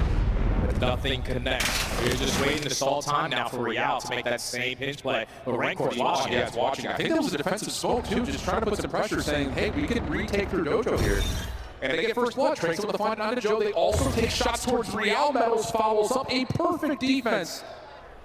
And so now for Clinics and Insight, you're going to make a decision here because you don't want to lose the scope early. And you may find yourself just trying to play for a pick and then deciding to be safe, especially now that Super is involved, but Insight does connect. Maybe a chance, but Miami are now looking for the full flood retake. To have the man advantage and time is ticking away. Koi just trying to disengage from this side of the map. Can they get to the A site in time? Before Miami gained that info, they were already gained it, and now Rencourt on the wrap back. Next can plant. Watching the small door crosses Insight. Miami gonna try to hit to the terror side, and they find the bomb planter. Now Insight trying to keep his light Miami on the hunt, and that is a huge shutdown for Miami. 2-0 up, but taking care of Insight is massive. I think you called it to perfection, my friend. That defensive smoke right there for Miami forces Koi to be slower. You have to use stuns and nades. Make sure no one's aggressive on the site. Now more than that time keeps ticking. It's easier for Miami to get a read on what you're doing. Real didn't really have the best map number 2. As the island player, your impact needs to be felt on these long routes. So far, can't get anything going. Miami up 2-0. And so far, 2 first bloods perfectly converted on by Miami. Setting the tone early. And keep in mind, Insight feeling a little bit more restrictive of if he's going to be able to pull out the scope. Miami once again showing pressure. Different way, and Super lands on the inside, wide open A side, especially now that Trace gets a read that he's being hunted on the B side of the map. Oh, he gets so much information, is just now finessing his life. Corey thinking we had a chance to make it a 3v3. What a call. But now have to retreat. Trace has that info. And now you're just waiting. Wait for Trace to be the initiator. Yeah, crossfire set up on the post plant on A. Trace behind the play, finding freeze. Oh, it's absolutely beautiful from Trace. What a call. Wants to try to clean up the round himself, but CleanX responds. Still, though, would have to be a 1v4. Even though he pushes Super off his angle, this next step is the most difficult one, and there's nowhere to go. Way too clean around there for Miami. So far flawless here in the search to destroy. Up 3-0. You found 3 first bloods. Only one person has fallen in this map, and that's Trace with 2 deaths. Remember back in the day, that's me back sort of like this. We gave up the kills in the final round for a clean 6-0, but Miami are playing flawless here on Game 5. Every single read has been perfect. Every single response, talking about the defensive smoke, it could cause some concern for Toronto, perfect. And again, I find myself here, we find ourselves in round 4 saying Toronto have to put something together for us to start turning the narrative around, because right now it's all in control Miami. It's crazy, man, because Toronto before the break were one of the top teams that we had in the game. Just been lackluster every single ball, but Josh still not done. You're up 3-0, you get a hit marker, not ideal for Super. But now you force Corey to hit the rotation and waste time. You have to respect it, you just do. Miami going to voluntarily give away space at A. Trying to come back to the play to see if they can get any information. They're going to leave Trace on the other side of the map, and it's a quick plant with no contact for Toronto. They're going to set up this post plant 4v4 on their terms. So that was instantly here. At least find the exit kill. Shoulder. First blood already down. Now Trace trying to work this late pinch. Trace go down 3v2. And now Trace is in the mix. You have the numbers. Yep, just going to clear out the side door. Keep all these battles over the rooftop. Off the map. Just body block you off the map. Last player, rooftop side is CleanX. He's stuck with really nowhere to go. And yep, another flawless round for Miami. It's like Koya just rotating into an open bomb site, but with no control of the actual site. Because when you plant it, you're forced to back out of the room. You can only watch an angle sort of from the side door, but you don't have any plat control. So that's what allows Metals to be like, okay, this is free. I spot the guy on the bomb. I'll get the first kill and be the initiator. And as long as we keep the numbers on our side, it's very easy of a retake for Miami. Again, adding another one to the tally in the first bloods and on the round count, 4 on both categories. It just feels a little nervy from Toronto. Like a no-contact plant onto A off that light ramp. Like, why not try to get some info first and try to get a little bit of contact before you commit? It is are working with no information. I feel like they have 3 players who like to play with a similar play style. Now Joe is trying to single-handedly take it into his own hands, gets picked off. Hellstorm now reigning supreme for Miami. All information gains, a 2-1 split. Bomb should try to get himself down, but it does it. And now you set the numbers at big. Just cross your T's, dot your I's. Let the Hellstorm fall, hit the smoke, it goes metal plant, and Metals is behind the play. Plus Rancor hits another nade, dude. Oh. Yep, that will work. And I get it, if you're Toronto, you know you're going up against the Hellstorm, you have to try something, but Miami are prepared for it, and now it's 5-0 up. Yeah, you can stay alive and told you if you want to, but you need to try to initiate the play. You have yet to find the first one on the map. You have yet to find any success on the map. Now you're 1 round away if you are Koi from potentially having your worst placing in CDL history. And Miami, a team that struggled in search of the show before they got here, they have been on point in the chemistry and teamwork. Yeah. 5 first bloods. It's been perfect. Oh, Miami's going to hit him with a curveball. Oh, mercy. What a call this is. Super will watch your outer, and we're also going to go on the inside. Finally, Toronto come away with the gunfight win. So it's a curveball that gets out of the park here for Toronto. 1v3 for Super. Just don't give him a freebie.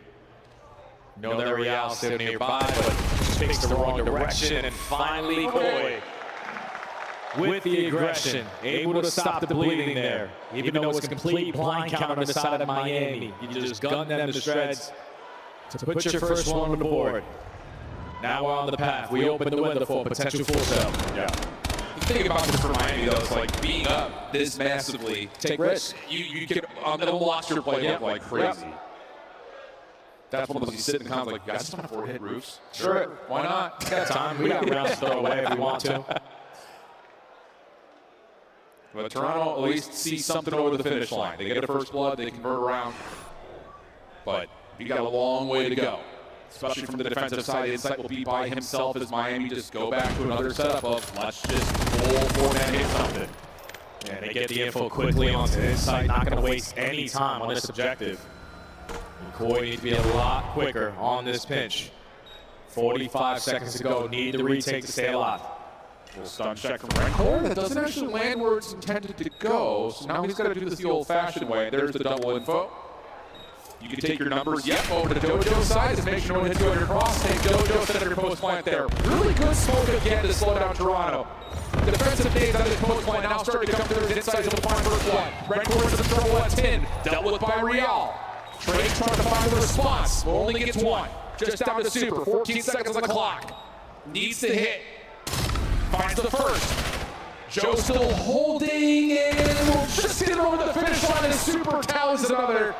2 in a row for Toronto. Ooh, you lucky to have an angle there. Say, Shout out to that white box because Super potentially could have lined up a collat and close out the game in Super fashion in the clutch.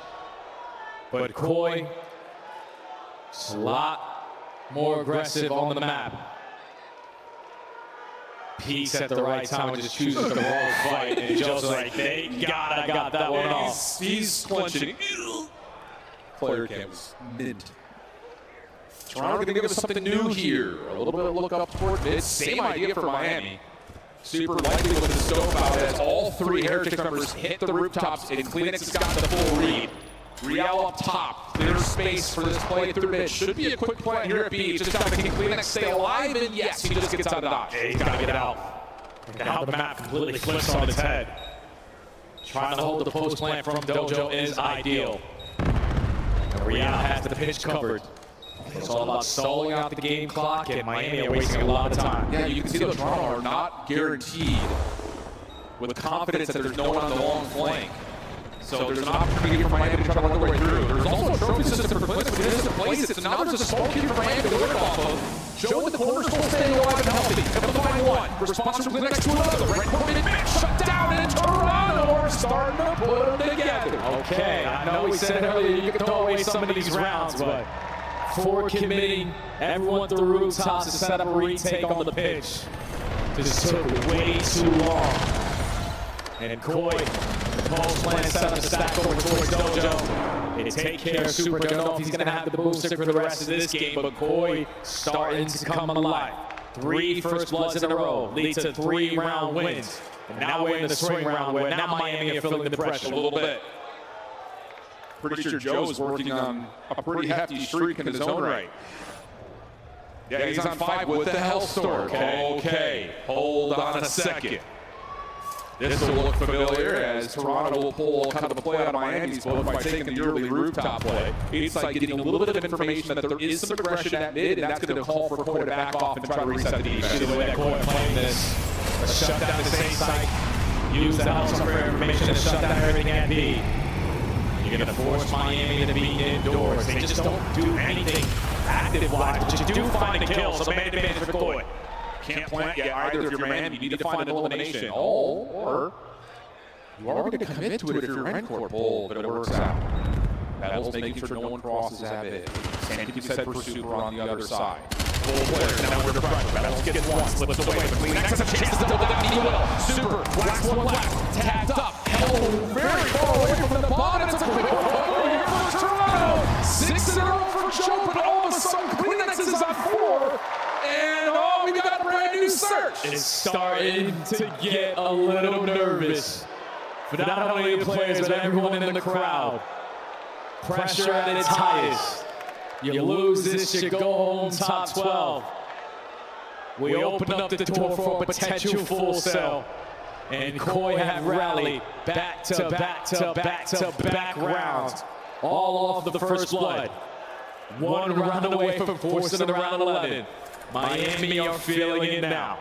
No extra tools for now, but Kleenex is on 4. Toronto, their next offensive look. Continue to keep the middle map. Red Court taking shots at the top window. A little bit of a response coming through.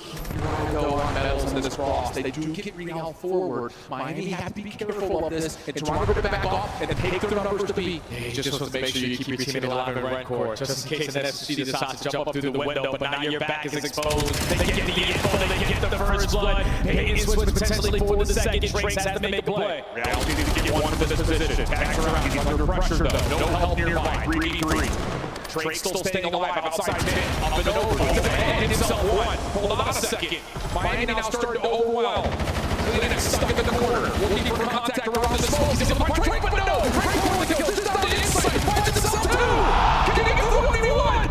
Get out of the corner. He can't get away.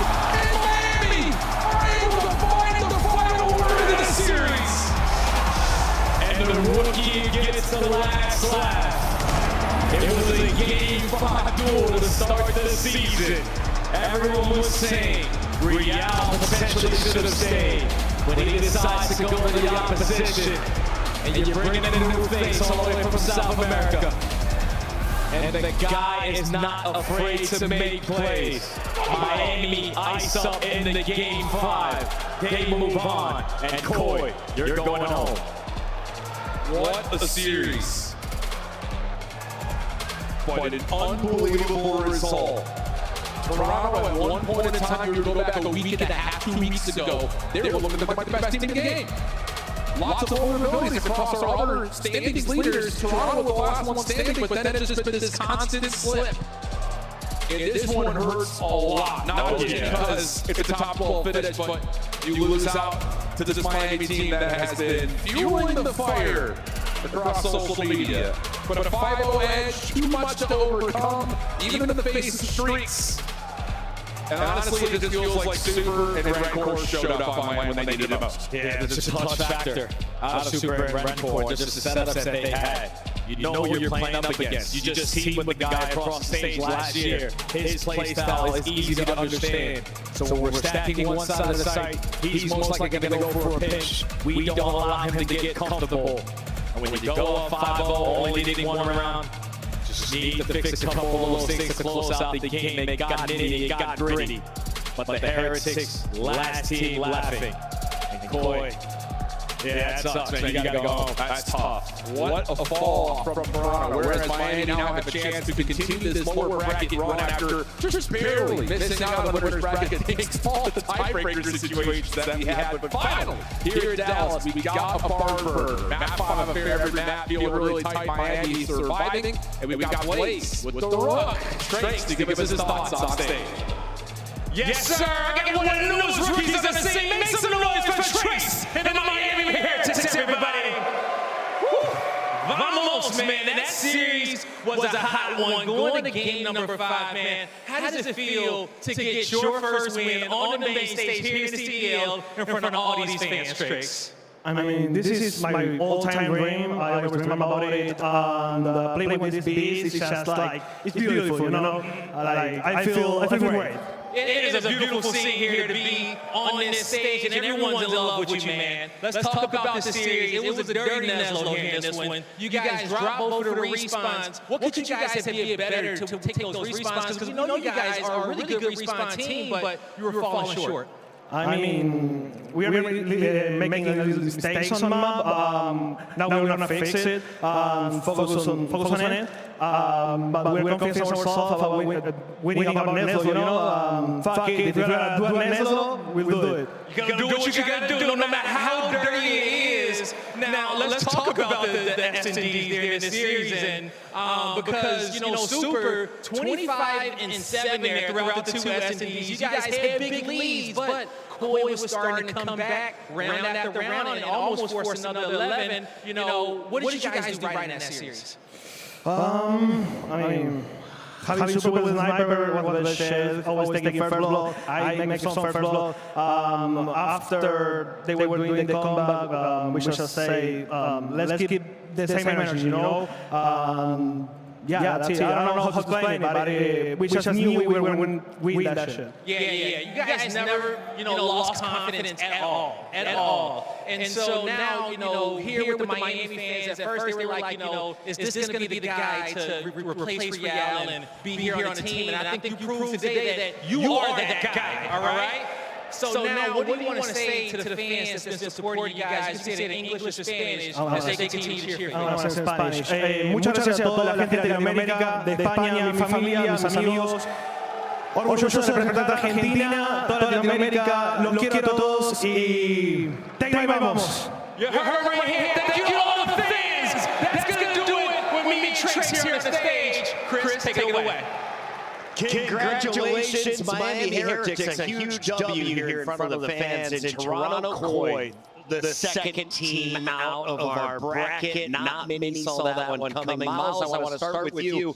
You and I predicted the Miami win. Did you see the Dirty Neslo? I did. That was a filthy Neslo. That was one of the all-time dirtiest comebacks. Parking the bus 15 seconds to go in the game of overload. And then that last one, we nearly had a full snap. We were close enough. Hey, when they're dirty, sometimes they're even more tasty. Nicholas, we were 2 rounds of S&D away from being correct. Let's take a look back at Game 5, though, because this could have been a 6-0. Toronto allowed back in, but it looked like this game was already over. What do you see in the final search? Yeah, in the final search, what I saw was, first of all, again, Miami strategically way better than Toronto. First couple rounds, the way they set up their offenses, like, we're going to go A, wrap B. The comeback really came in with Toronto. It looked like they gave up. We're just going to start paying stuff all together, and it was working. We had 3 go mid, get Real set up bottom, and you saw they actually executed well in the final round they lost. But Real gets slammed. He had the positioning to find a couple of kills, ends up taking a shot prematurely and dies. But yeah, Toronto came back into this by just kind of dropping strategy and pushing things out together. Not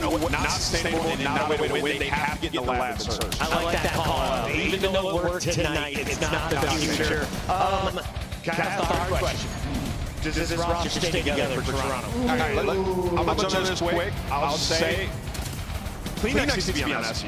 And I don't know if Real's the answer, just because you look at this roster, they play way too similar. And in the search where it really shines through, just hasn't worked. I'm not saying they can't get there, but it's going to be a long work in progress, not overnight. What's better, evolving play styles or trading your pieces? That depends on the player, I feel like. I mean, that's all on the player being able to adjust their lifestyle. I mean, I just recently started understanding what and was staying up and ball playing really similar to Down. You boil it down to into an SG. They all would slot, if you were a GM, they would all slot in the same role. Like, you wouldn't typically put them all together on the same team. You'd be like, okay, here's Joe and here's a Melos player, you know? Or here is your simp to a BZ. But all 3 of these players are like a simp, and unfortunately, it's just not working out. I want to turn the conversation back to the positive because Rancor had a hell of a series. Rookie of the year. He also got off 3 plants. They put down 6 plants as a team across the wins. Miami Heretics. Where are they standing up with the other top S&D squads? Are they a threat in the elimination bracket? Oh, just watch both those games. The way they're setting up the late game, yeah, they're right up there with the best search teams in the game. They look officially back in that game, without question. Miles Ross, did you have an MVP from your Heretics tonight? Man, honestly, big fan of Trace. Super is obviously one of the most exciting search and story players to watch. He has been since he made it into the league. That's a great transition into our scuff play of the game. Talk to me about Super and what he did in search. Where do I start with this young man? The co-recipient of Rookie of the Year. I think Ringo tried to give it to him as well, but hey, the boomstick. Some people make it look very easy. This is one of them. He's just incredible. He might be one of the best snipers in the game. It's like, what, maybe him, Civ, maybe a Blues in that conversation, but this was unbelievable out of him. And he just consistently does it, too. Like, putting up numbers like this, like, it doesn't even shock me to see him at 15 kills in the search and destroy. I feel like every time we come to this guy in an SD, he's putting up double digits. And then he's so flexible. You see, we get into the search and destroy in Game 5, and he's all the way in their base flanking them with an AR. So he can do it all. Yeah. He understands search and destroy. I believe he calls shots for them at times as well in the game mode. Like, the kid's a monster. And of course, with his performance tonight. 23 kills across the 2 search and destroys. Now leads the league with 23 for a best of 5. He takes over Mercury's old record of 22. What a monster. That's a very, very impressive stat to have. I mean, look, Super's the kind of player that he takes over with society. He really has an incredible effect on games. And, you know, it's difficult to do that in a league with this much caliber and this much skill. He was already nasty last year. Yep. Now we give him a boomstick. They didn't have boomsticks last year. Super reaching all new levels. Ali, final thoughts here on Miami Heretics as we take a look at the bracket. We now know the fight for the end of the night. It's going to be Vancouver versus Miami for top 4. Just a very entertaining series on Miami Heretics. Great search and destroy. And honestly, with the way Vancouver Surge is looking and how fast they were playing earlier, this might be a bang out later. All right, the elimination bracket continues on after the break. Ladies and gentlemen, match number 3 is loading up here in Texas. Make some noise, fans. You guys are awesome here at day 2 of CDL.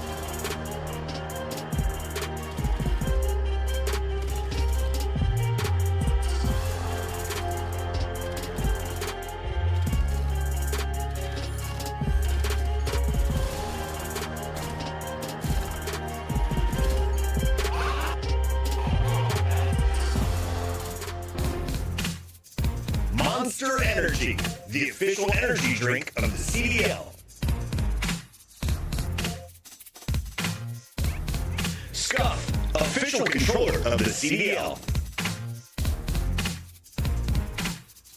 Start the season strong with the 2026 Call of Duty League Pack. Grab yourself the CDL operator by scanning the QR code on screen or check it out in the Call of Duty store in-game now.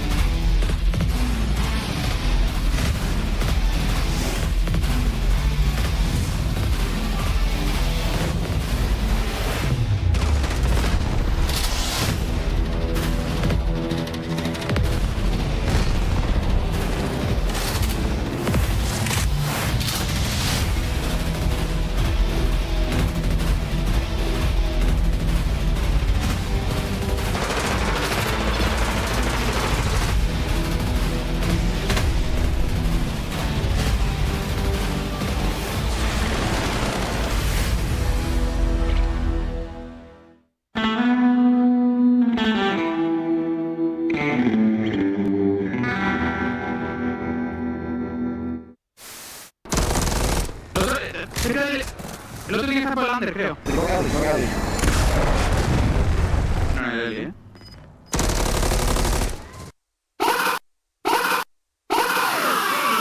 Eso es, joder. Bueno, Javi, coño. Madre. Nice try, man. Oh. I commented I said, like, wait for the cracked. Don't play with this guy, Wait, that's me! Chat, I'm in the bottom right, that's me! Pretty sure I'm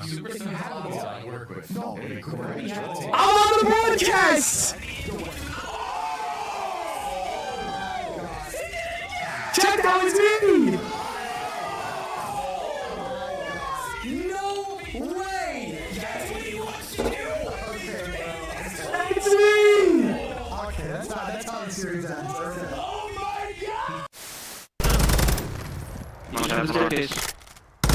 You're gonna be getting finished. I don't know, push up. Yeah, you just push her on dead. Abilities. And just don't wind up with me. And just don't wind up with me. I know ammo, bro. Dude, that's so tough, bro. I know ammo, bro.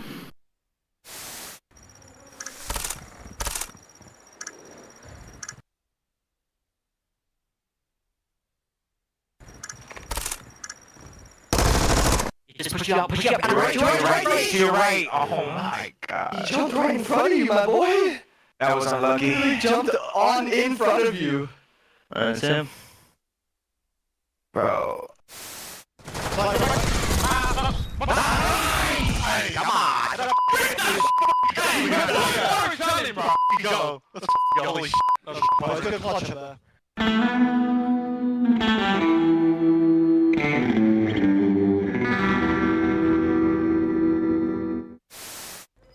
This guy don't play for the win.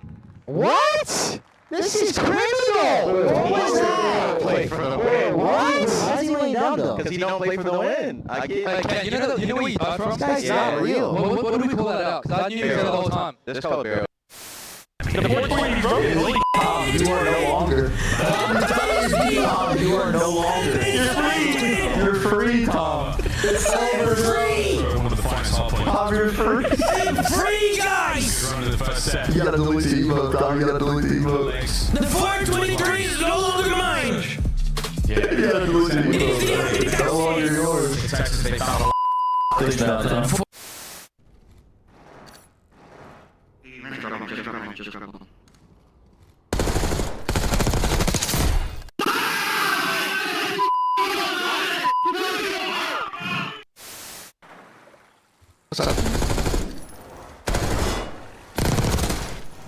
Oh my god.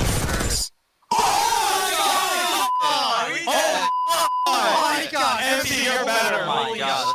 You are so fucking good. Don't tell that, bro. You fucking suck. Oh my. With another nice shot to Dashi, that's some bad timing. He is gonna find him. It's just Kleenex scrambling, trying to get around, drops in between. Dashi with all four and the fuse. Talk about the ice. Did he? It was very close. I doesn't hit it. I thought he had it. There's a miscomm there. There's a miscomm.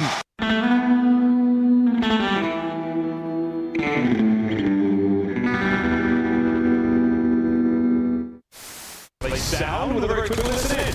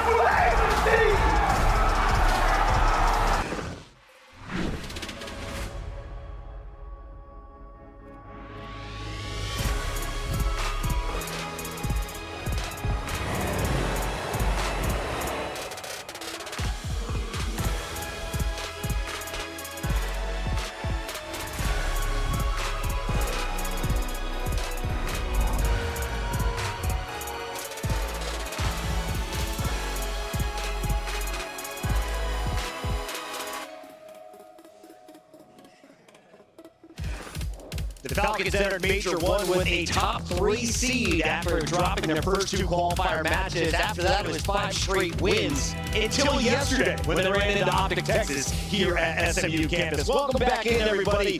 We are live for the 3rd match of the day as Riyadh Falcons take on New York's Cloud9. We welcome the New Yorkers Study to the desk, and I want to start with you, Stud.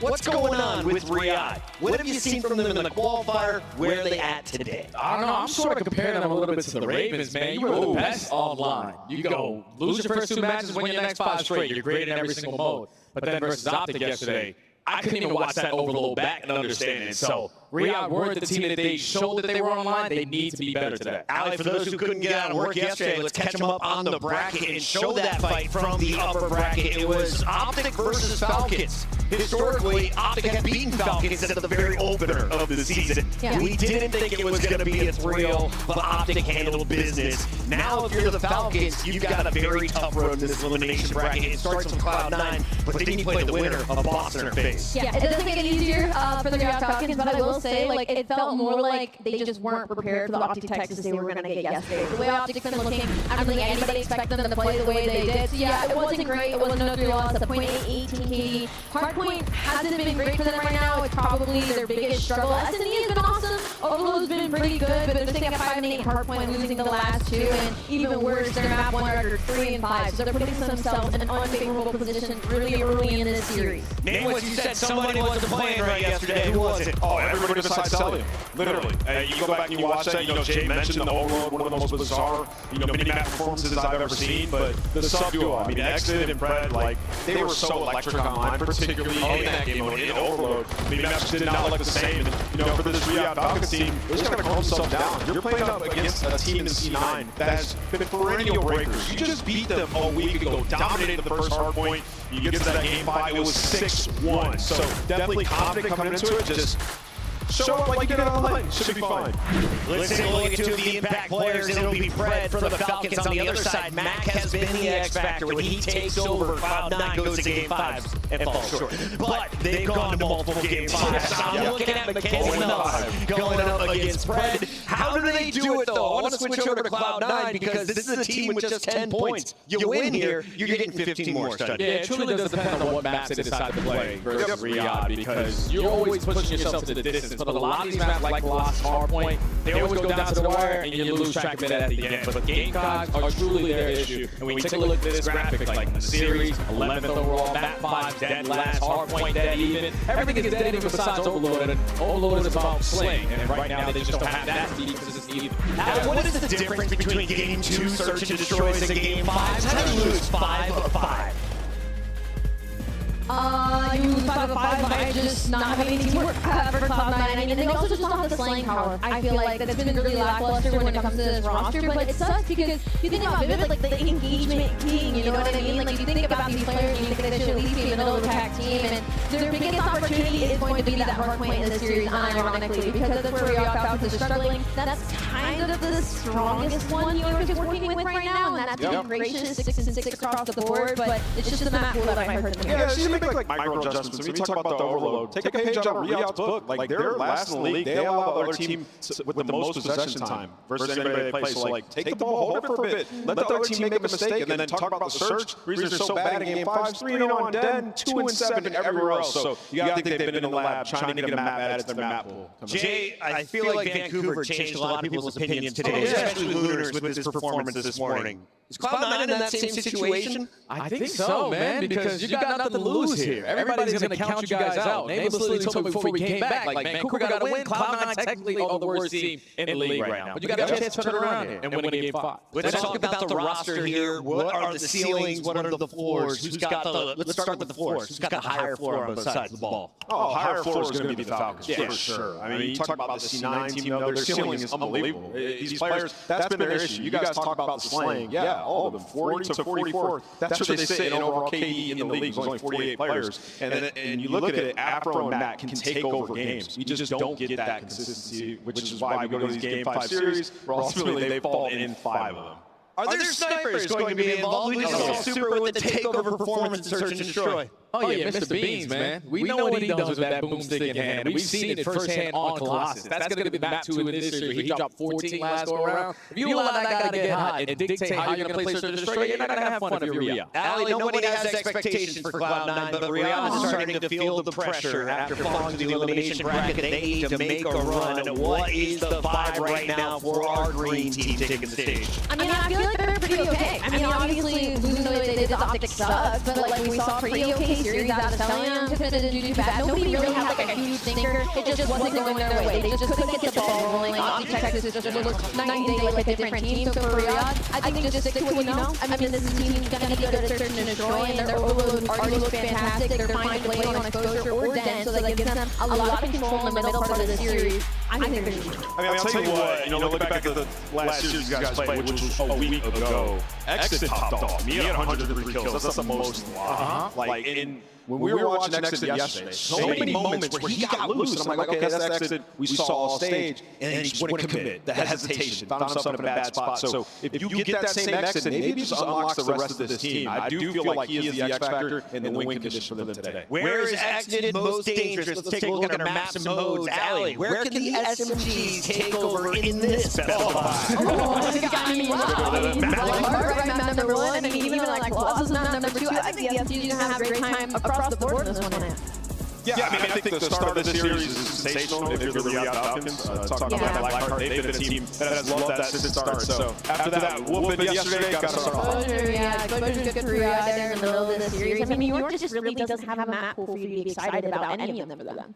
So did we see another Game 5 today? I think so. I think so, man. The underdog story, I'm with it. Let's go to this. I want to go Game 5 just to see if C9 breaks. I know that sounds so negative, but it's been such a stark difference. If they come to land, go 5 and win it, the first one of the year, that'd be incredible. And you've played 7 matches. 5 of them have gone to a Game 5, and you have not walked away with that SNDW. If you could do it over Riyadh Falcons, this is a season-changing moment for Cloud9. So to be honest, they're on blown-up watch. A lot of people in chat are saying this team needs to go. I think we've seen potential of all 4 of these players. They haven't clicked yet. Is there a solution you've seen from the mini-map that Cloud9 could bring into the game to change their pace? Yeah, we talk about Game 2 to Game 5. We talk about this so much. Like, Game 2s, and specifically they played a lot of 10 there, which is why it looked better. But they're setting up plays, baiting people out. Like the Streamer game, it's all there. Beans is finding snipes. We get to Game 5, that's out the window. So it really is a map pool problem, but it's also slightly mental as you start to lose those. Our players are ready, which means it's time for our Scuff Pick'ems, and I'm going to kick this one off with the Riyadh Falcons. I've got faith in an Exit Pred bounce back today. It's been the day of the underdogs, man. I'm going C9 Game 5. They get one under the belt. Right with New York? Yeah. I'm going to go Riyadh for sure. Dang, man, I want to pick Riyadh. No way you're going to go I'm going to go with C9, man. It's time. Game 5. They're going to win their first one. All right, either I take second place or Nameless does right here. Study is running with the Cloud9 guys. Stage, we ready to rock? Let's set it down to Guy Blaze. We're most definitely ready to rock, Puckheads. We are halfway throughout the day, and this matchup is going to be a great one. The first squad coming to the stage has had a gloomy start to the season, but now we're going to see if they can strike lightning here on the stage for the first time. Everybody show some love to Cloud9 New York! Afro, Beans, Mac, and Vivid. They know they got to give it everything they got, and it's going to be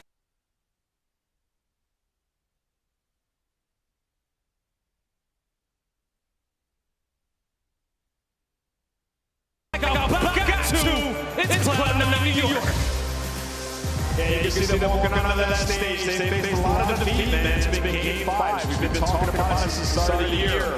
But these guys have a high ceiling. Any of them can pop off at any moment. And Beans looks happy. There's something up his sleeve. I can't wait to get to that Game 2 with Snipe. I can't wait to get to it either, because you know I love some good snipes here, and we've seen a bunch today already. Now, the next team coming out has had a turbulent start to the tournament, but we'll see if they can stay steadfast going into Saturday. Everybody make some noise for the Riyadh Falcons! Stellium, Pred, Exnid, and Kismet. This squad right here, they don't care about no rain. They've been in difficult situations before, and they're ready to show everybody what they're really made of. One more time, the Riyadh Falcons.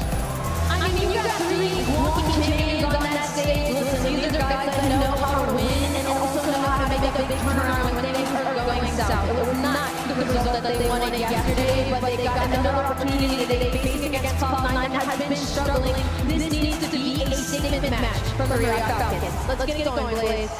They got to make a huge statement here, Allie. But as you know, it's been Freaky Friday, and anything can happen. And I can't think of 2 other better catches to cast this crazy series, but Merc and Mate. I'm hoping for a crazy one, but what's crazy to me is that the Falcons were so ass yesterday that some of our guests actually picked Cloud9. That surprised me. That is, yeah, no, you are wrong.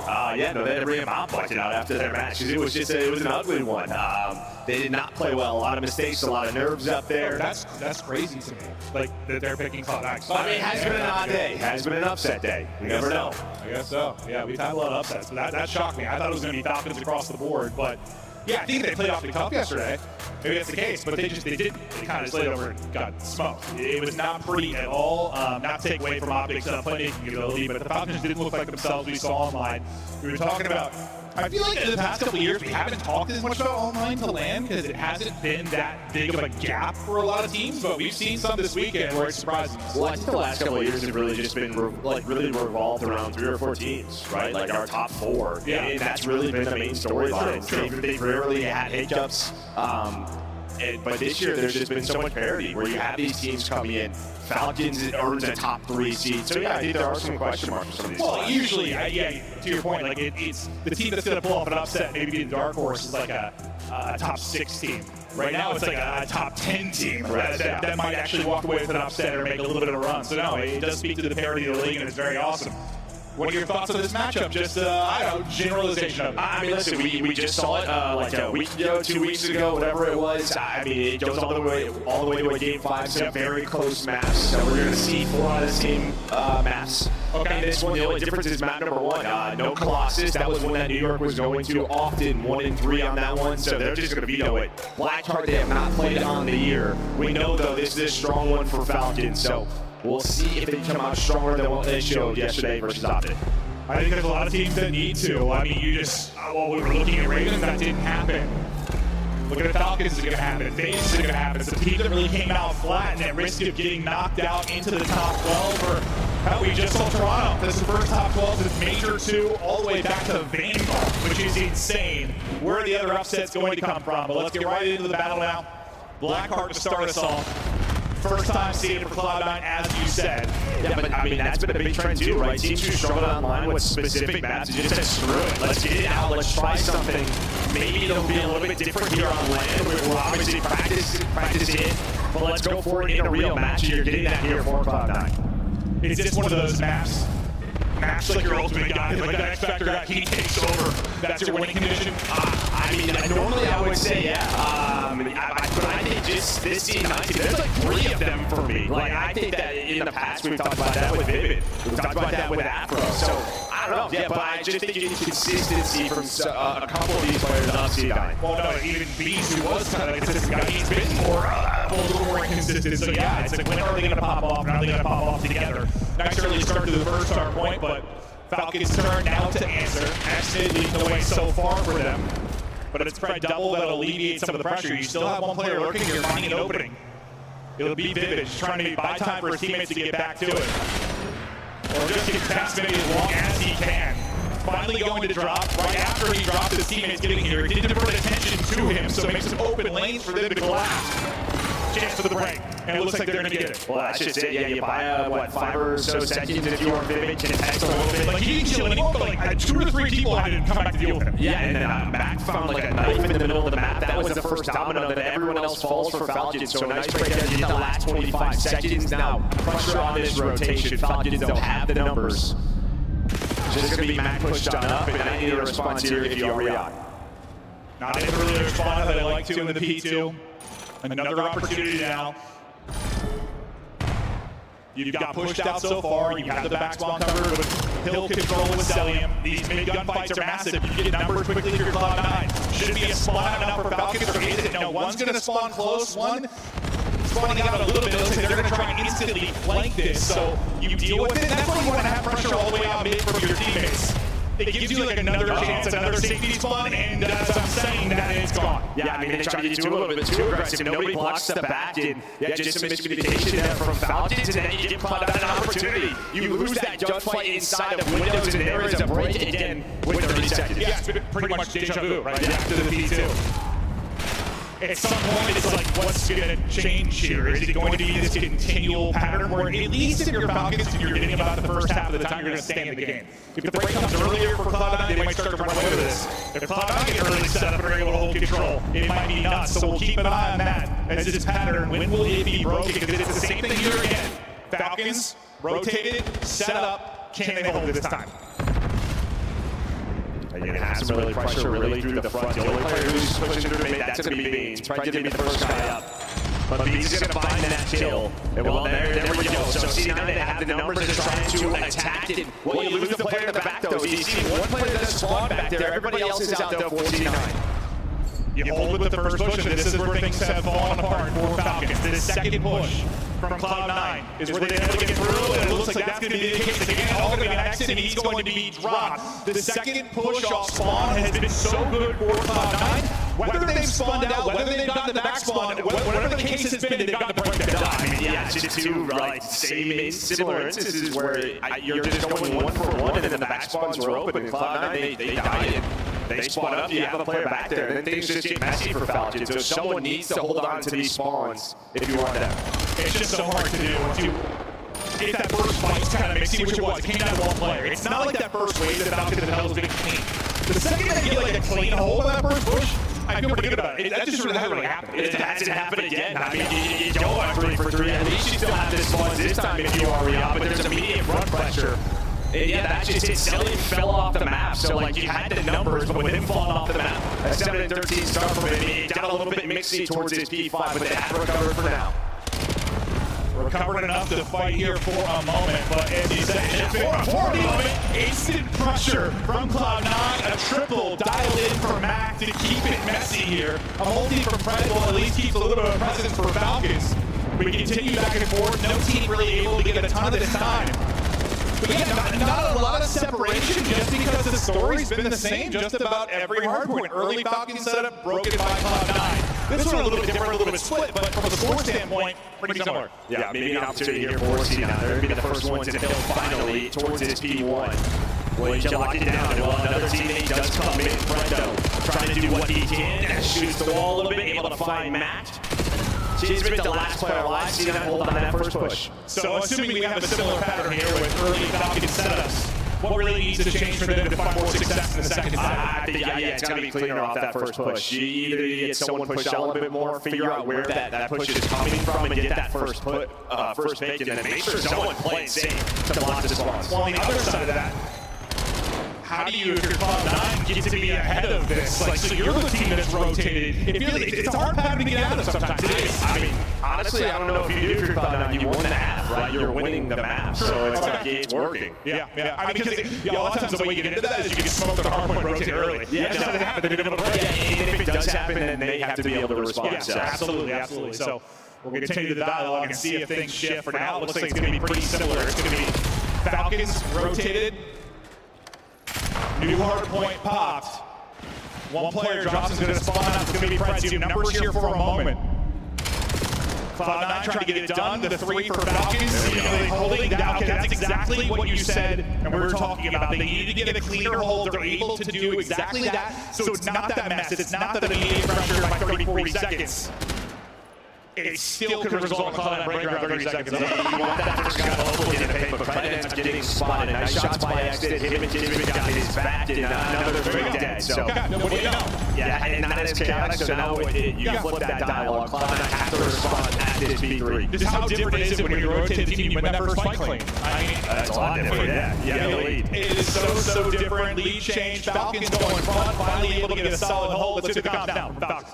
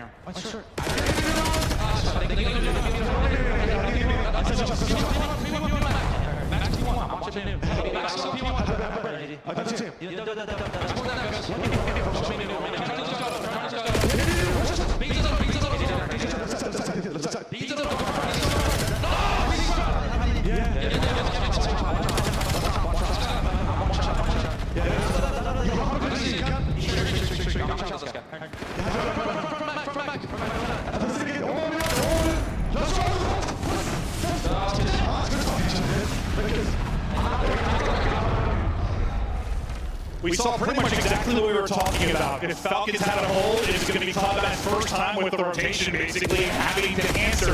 They did exactly that. They went out in front, but Kismet going on a bit of a streak before he drops. Comms seem pretty solid. We still got ourselves a tight game. Yeah, I mean, you're having some big multi-kills here if you are Cloud9 to break this up. We did invest into that Hellstorm. Hellstorm, yeah, Kismet with a 3, so we are just battling right now. This is just a blow for blow. You are going at it as we head to this B5. B5, ready to pop. Maybe that's a bit wild. You got Cloud9 members on both sides. What can Mac get out of his life? He can be the playmaker, the X factor. He's doing that by shutting down on one side by himself. He ends up getting 3. Huge sequence from Mac. Afro, then from the point, you've got the back spot. With the P5, it's not the hardest thing to get pressure from the front, especially if it's a little bit chaotic. But Cloud9 so far dealing with it, Kismet's doubled them. That's the disruption around the point that the Falcons needed. That's really all it is. It's been all about the multi-kills these last couple of hills that we have seen. Maybe it's Afro starting to get right back into the mix. The last player's going to be Celium, and then we go. Knight can watch this wall run from that heavy. Well, he's going to get pushed down here to a bit of an off angle. So nice time here for Cloud9. This puts them within 15 if they get the rest to win map 1. And that's something we haven't really seen off from either team, where you kind of get broken there for a moment, it gets crazy, but you answer back instantly and get the time. Incredible for Cloud9, and the reason they're getting close to the dub, but they're at least going to be one more hard play. We get into our third set here in a moment. Back to the mid-map, it looks like Kismet and Exit going to be trying to lock that down early for Falcons, but every single second here, the Cloud9 are going to be huge. Exit's going to go off the map, and that could be costly. And it should absolutely be. You would think so, but Brennan Kismet able to find 3. You had the numbers. You had a player inside a window. I thought that pitch was coming through, but you're able to hold on for Falcons. Texas is like, thank you, boys. Appreciate that. Keep us in the game. They are still fighting, still locking it down. The fact that you have it on Cloud9 to get any time at this central hard point is huge. You know how often the P1s can be split? That has not been the case, and you spawn Cloud9 out so far, they had to take their time, try and set up routes. One of the routes is going to get shut down, that's going to be Vivid, it's going to lose the fight to Xnet. But each seconds, anytime, so big for Cloud9. And that spawns more P2, so this is even bigger, so you have to go, you have to hit the front, but Max locking it down. Fred and Tiz flying in, and while we look at this, Celium actually spawns at P2, so a lifeline for Riyadh. They still can do it, they're going to need 30 here for the win. They've got the map control, now what can they do with it? Cloud9 has been so good at breaking. Throughout this map 1, they got to break one more time. Or does the defense finally hold? For now, Falcons getting it done. All the pressure's now going to be to the front. Exit is able to find it. Oh, look at that. You take your time if you're Afro and Beans. Now all down to Brett. He's got the help, but Kismet locked it down. Max the last player. Doge, but Kismet has his back. 10 now for the win. The spawn very close for Cloud9. They're going to reinforce this immediately and try to contest. 243. Kismet just tucked up top in a pocket. They're basically back-to-back inside. This is absolutely chaotic. 1-for-1 so far. Who will be standing at the end of the battle? It's a multi for Extended, and that just might seal it. Time for the teammates to push out. Falcons clutch up and hold. And take the map 1. So that's how the quick spawns come in. I was like, we're going to get right back into this, but what a moment for that young man on your screen. Did not have a good series yesterday. Some mental blunders, and we know when the pressure is on, these guys start yelling, that is when they are at their best. And the multi kills everything. I mean, you literally, we watched it. You basically, with that close spawn, it was a straight up 4-on-4 towards the point. It's been awkward with that doorway, like you saw from Kismet POV how it looked, but it goes 1-for-1, like the first 6. And it's like, who's going to be the difference maker in Pop 2? It's Xnet that's able to make the multi-kill happen. And throughout, multi-kills were so important. But the story for me is, like, Cloud9 were able to break repeatedly. repeatedly throughout that map, but the time where they needed to break the most to close out the game, they weren't able to do it. Yeah, and then even before that, I didn't see how Cellium spawned at P2. I mean, because Cloud9, they were going to win on P1, so I don't know if the players that spawned up P2 ended up reinforcing and trying to get into P1 instead of holding for next. Well, it was one player that was like kind of between P1 and P2. I think there was one person left and South spawned behind him. Yeah, so they must have pushed forward to P1. Yeah, pushed forward enough that he got the spawn, yeah. I don't remember who it was, but yeah, I think they just backed the whole way up here probably good. Yeah, I think he blocked, but it doesn't happen. We've had a lot of that. We've had a lot of that. So right here, yeah, they just give it up. All the players went forward. They had P2 spawns. I thought there was one player, little deep. Nobody being spawned there, but like it was sort of like the parallels, but it was right before that moment. So I think it was Mac and Vivid. They pushed into P1 to help out. Maybe they were going to win right here, and instead of just holding for P2, and that gives Real Falcons the opportunity to close it out. Map 1, Surge. This morning, right? That was where I can't remember if it was TJ or somebody could have backed up. Not TJ. No, it was TJ, right? Like somebody could have backed up another one series, but like could reposition. It's one of those things where like in the moment, chaotic comms, you think you can win it at one hard point, and then you can't, you didn't rotate. Suddenly you're spawning out, you lose the map. Yeah, you just we didn't win here, we didn't win here. You've been a player, what's it like in those like 240 games? I mean, it's chaos, right? Especially, I mean, this entire map was, but yeah, you just sort of, you need someone to say, like, hey, I spawn P2, like, someone's got to make that heads-up decision to realize it, but they don't. Well, why did they think they're going to block? One thing I did like, we need to get the comms at the end of the game, but the one lesson that we did do with Falcons, it was Kingsman at one point really clear about, like, hey, we need 2 blocker, we're going to flip. Like, somebody get back there and block. We kind of thought he'd be that guy for this team, but it was nice to actually hear it. And did he do that in the final moments? I don't know, but you got to hear how important he is. You see him roaring there. Got to feel good for Exton. The passion is flowing, and yeah, that's one of those maps that you get them boys fired up. They're going to be tough to beat. Yeah, I think just after yesterday probably did this, right? Not the strongest hardpoint team, but I don't know, just sort of get the momentum going on land. Yeah, 100%. Momentum might be flowing now. A nail biter, a banger of a map 1. Had a couple of those this weekend and a couple of those today. We look forward now to the Search and Destroy, and that's going to be somewhere where Falcons had been really strong. You talk about the online qualifier. They have been great in Search and Destroy. Yesterday came out flat just about everything. Maybe this map 1 propels them forward. Yeah, last time we were here was around 11-5 and were able to win it. You know, you heard the Dex talk about it. Yeah, I mean, Beans has been unreal with this sniper. Yeah, this night certainly going to be a focal point. We'll see what he is able to hit. Excited for this one to continue, but and this was like I think Cloud9 started like 4-0 on this, or so that was the one that I think Riyadh ended up ripping 5 in a row. It was like a 5-4. It's funny because every time we've cast Falcons, they've done that. I swear to God, like they did it against Paris on Raid. I think they did it here. Yeah, no, they just get hot in Search and win round after round after round. So many times this year so far. So these 2 teams, I mean, you just play it. You know how you like to play it, what strategies work, and gonna make adjustments off of that, just right away into this map. Adjustments gonna be crucial. You know, you've talked about the fact that a lot of times that major 1 winner is being ahead in Search and Destroy. We'll keep an eye on who's the top Search and Destroy team so far this weekend, but none of the teams we're casting right now are looking because we're in the losers bracket. So these are the teams that have struggled through the qualifier or struggled yesterday, but Falcons did the upper hand for like Cloud9. I mean, you played really tough. You had some really impressive breaks, some really impressive moments, just not able to get it done one last time at the tail end of that, or maybe a little bit of a blunder on the rotation, as you said. And it's just tough, just like if you're C9, in a way you're almost sort of like used to it. Like, it just feels like these close games, close series matches just aren't going your way. And you're trying to find something, whatever it is, to propel you forward. It just feels like, I don't know, you gotta get it off your bat. We have a team like that every year. Every year. It's like, how different that year could have been. It's just a couple moments went differently. I mean, 5 map, 5 losses. Yeah. There's one every year, bro. Beans may have been a couple of those, I swear. Colossus, Search and Destroy, loading up. We'll continue on those hanging out. Thank you. Ramp up weekend. Get through the losers bracket, back to winners tomorrow. Bunch of Call of Duty comes to you before we crown the Major 1 champ here in Dallas. But map 2 now. Offense for Cloud9 off the rip. They played slow here for an opening. A looks like they're looking to execute over towards A. Low man will be kind of beans. I'm not sure if he'll be a snipe out or not over towards B. No trophies here early, so everyone trying to avoid nades. Kismet hits the knockball in the back. Both teams are just trying to get down. That's really what you're trying to do with C9 able to find Bull. Matt continues to push on forward. Nobody really follows him up, but you're waiting for B to top middle. For a second, I was like, maybe.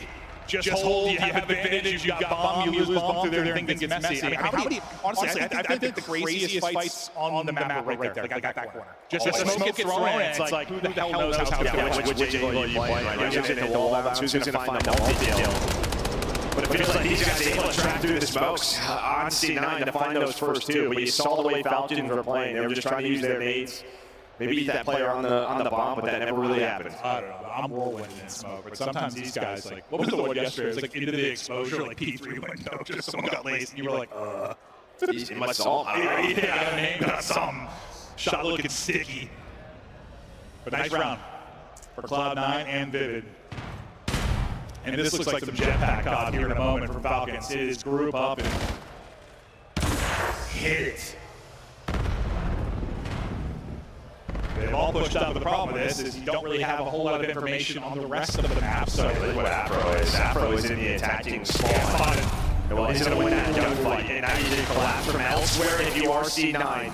Another round where you have a two-man advantage. And they just need to chill here. Wait for Afro to maybe get involved. But it's a route really from Kismet where he wraps all the way, I think, through tunnel and back around, maybe trying to catch Afro, but that's not going to end up being the case. I think he was thinking that's my one-on-one versus the other two on the other side. Afro tucks in the corner and perfectly played. Poor Kismet. It's like I tried to hunt him down, just couldn't quite find him. He was looking for him everywhere, and that was the play. Yeah, you had to isolate him so you could turn this into a 2 versus 2. Timing just did not go his way.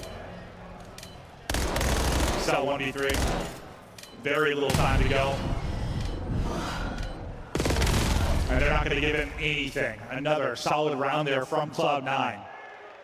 But yeah, I think you saw, like, listen, you can play sort of deathball COD, jetpack COD in this game on certain maps, or well, on all of them at times. We talk about Search just kind of hitting stuff, but like they sort of hit it and then didn't really get anything done with it. Didn't get bomb planted. Then as 15 seconds go by, you're like, oh god, someone could be on the flank. And like, Pred, that was a winnable gunfight. It was, but once he lost that, it just sort of things unravel. Yeah, I mean, you don't have trophies, right? So it's tough to get that quick play down, and then it's just a question mark of do we push on forward? And then as soon as Pred dies, I think the other three is just like we're stuck. Where do we want to go from here? 100%. They had no map presence whatsoever outside of they knew what the statue looked like. That's about it. Kismet. Snipe out, he's going to hit. We've talked about Beans' ability with it, but so far, it's put it away. A nice snipe, though. Not going to matter anymore. Is Afro able to even up the numbers? Yeah, where did he even get that kill on Exit? I mean, into the lobby. Exit's taking that peek, and instead, ends up dying, but it doesn't matter. Kismet has his back. Another great snipe on the Beans. Kismet bailing him out with the big stick. We'll see if he can hit some more. Afro played equalizer a moment ago, wants to do it again. The timing cannot be worse. He maybe gets one, but he continued to hold the angle he had on Vivid. 1 versus 3. 2 left. Double chow. Beautifully done there from Falcons. Don't give him a chance. Almost lined up there. Right, you saw the slide through, but yeah, Sullivan still had his full HP. Yeah, if he kills both on that double shot, that would be insane. But starts with that Kismet first blood. Pulls out the sniper and able to catch Cloud9, starting to work B. Great stuff there from Kismet. Yeah, I think it's just a round you surely needed / wanted if you are Falcons, because first 2 weren't pretty. I mean, Exnid has not been able to get involved at all. He's done 40 damage. He's 0-3. He got picked in that round. He would have been the liability had they lost it, because he's the one that kind of gave up his life in the 4 versus 3. Yeah, and this is the mode you saw yesterday versus Opti, where there were just some nerves that really showed. On some specific rounds, plays should have been easy, like quick follow-ups from Exnid. It's nerves or like too amped up, maybe. That's what I was wondering, though. Like, we don't want to make the mistake. That's always tough. I guess I was wondering if like that map won't kind of clutch for him and get hype is like a good thing or a bad thing for him in Search right now. Like, would it give him confidence, or is he going to be like too twisted? You know what I mean? Like kind of tweaking and making mistakes versus like maybe being nervous. Someone that's not nervous probably very much is Kismet. Steady as can be. this 3 so far. Very different type of offensive round for Valk to look for an opening. Fred thought he had it, but you have the numbers here. They have 3 players, so they're able to win that trade. Fitting myself away though. 1 versus 1. Sal. Vivid. A little panic melee. He's trying to reposition, and Cloud9 steal one. I think he panic melees. He doesn't expect him there. He thinks he's going to be able to wrap around. Like he's going to start slide jumping across to the bomb with pistol out. Maybe he has time to reload, but Vivid was so quick. He was the one that got that first kill onto Tisbit towards Statue, and then he's all the way through their lobby. That is the exact example of like when I would panic melee. Yeah, you turn, you don't expect somebody to like, oh, and you just like tense up. He actually jump scared him. No, that's what it looked like. Just tensed up, meleeed. And then, I mean, it's like unwinnable at that point. Just caught and dropped. I think Cloud9 technically got the first blood, even though you get it with numbers after that skirmish backside tunnel.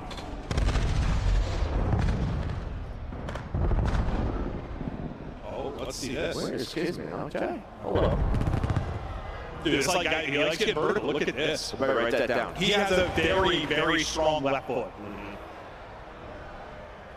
Well, you saw like he had what? You saw spots like a hard point too, just like finding little ledges he can get on.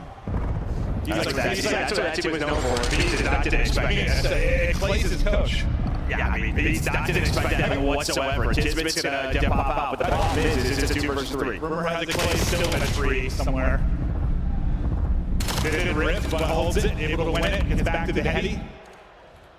Sell. I think in his second or third clutch opportunity. Didn't have much of a chance in the 1 versus 1. Didn't have much of a chance in his first 1 versus 3. Another one where it's not a great shot to do it. His shot, though, is disgusting. Afro gets absolutely peeled. Sell one of the more clutch players we have. Can he walk away with one here? He's able to spot that. I thought Mac was maybe a challenge, but just backs up to Vivid.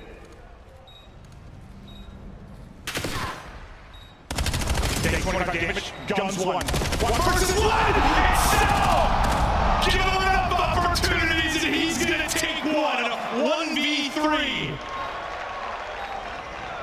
And I think you saw when the first, like that first player who puts damage in, you saw sort of Mac, like, all right, should we just go? Should we fly him? He's weak. We know where he is. And that's just a decision. What do you want to do? They decide to back down up and, well, just give him another chance. I knew he was winning that. I couldn't tell you why. I just knew he was winning that.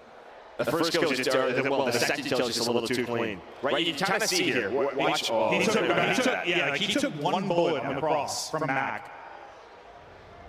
And Vivid just can't get caught sprinting there. Like, he's wanting to help, obviously. He wanted a double chow.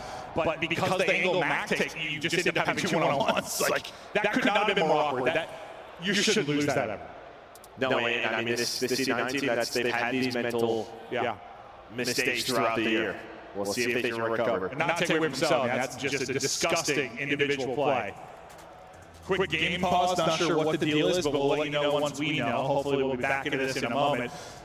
Selly maybe just fried them so hard we got a PC issue. Someone raged, kicked the PC, slammed their controller down. I'm not really sure exactly what the case is, but yeah, I mean, as much as you do credit it to MC, that is also absolutely a comms mistake, a mental blunder, whatever you want to call it for Cloud9. They had one late in the hard point, and it's becoming frustrating because you just see moments this team is very close to being like a top 6, top 8 team. Like, they have the potential with some of the players and some of the pieces they have. It's one of those teams that look at it, just kind of make sense of it just with the pieces they have together. But they're not good enough to survive those blunders, I guess is my point. Like, sometimes you'll have rosters just talented enough to get away with some of the blunders. They aren't that. No, they just continue to have them, right? That's why they have these game 5 losses, but you have 5 of them. It probably shouldn't be the record that they have, 1-6. Maybe you should have a couple more. Yeah, I feel like they're better than that. They're not going to be winning tournaments, but they get more than 1 win. And when you lose, what was it, 5 map 5s or whatever the hell it was, it's a whole lot. But as we wait for this one to get started again, just a reminder on how the bracket looks. We've got elimination matches all day today. And you'll see, we're into our third so far. Royal Ravens knocked out of that after winning 5 straight online to come into this. Koi, their first top 12 since Major 2 in Vanguard. I mean, that's insane. We're sitting in the green room, and I was like, looked at the rest of the town. I'm like, dude, when was the last time Toronto got a top 12? Because I was thinking they've been so consistent, and you instantly said probably Vanguard, because that's when like things fell apart. Vance was out, Cammy, and the whole change happened right from their great Cold War team. And then Chance looked it up. He's like, yeah, it's Major 2 Vanguard. And I was like, it's like part of me, it doesn't feel long ago. Part of me, it's like ancient history. It feels so long ago. Examples of the CDL for sure. Yeah, always a top 4, top 6 team, and not a great showing throughout these last couple of days. No, absolutely not. They've got a team change coming, or have some hard conversations coming. We'll see what the deal will be with them. And for these two squads, I mean, not that much pressure on Cloud9 in the sense the expectations could have been that high coming into the major. I mean, pressure on the players because none of them are safe, but more pressure certainly on the Falcons. You spent some money on this team versus last year. You have some pieces. Yeah, you spent some money on that guy right there. You have some beast pieces. You showed some of your capabilities. I wasn't convinced they were like a top team, but like after winning 5 matches in online qualifier, they showed some moments. They beat Paris. I became a little bit of a believer. Yeah, I mean, I'm trying to say, like, I think they probably have like a top 3 to top 4 ceiling. Yeah. It wouldn't surprise me if we have a like bottom 8, maybe top 12 floor throughout the year. We'll just have to see. But yeah, I don't know if this team's going to end up lifting a trophy quite yet, but compared to last year, they should be much more competitive. What do you think, though? Like, if you finish somehow the top 12 here, you stick with this a little longer, or you're making a change right away? They're probably making a change, yeah. I mean, they have like multiple academy rosters. I think that's what they would probably do. True. The whole farm system, maybe make changes, but they're not out of this yet, obviously. In control right now. Won the map 1 in a big clutch way. I think we should be good to go here in a second. I'm still not entirely sure what happened. Me neither.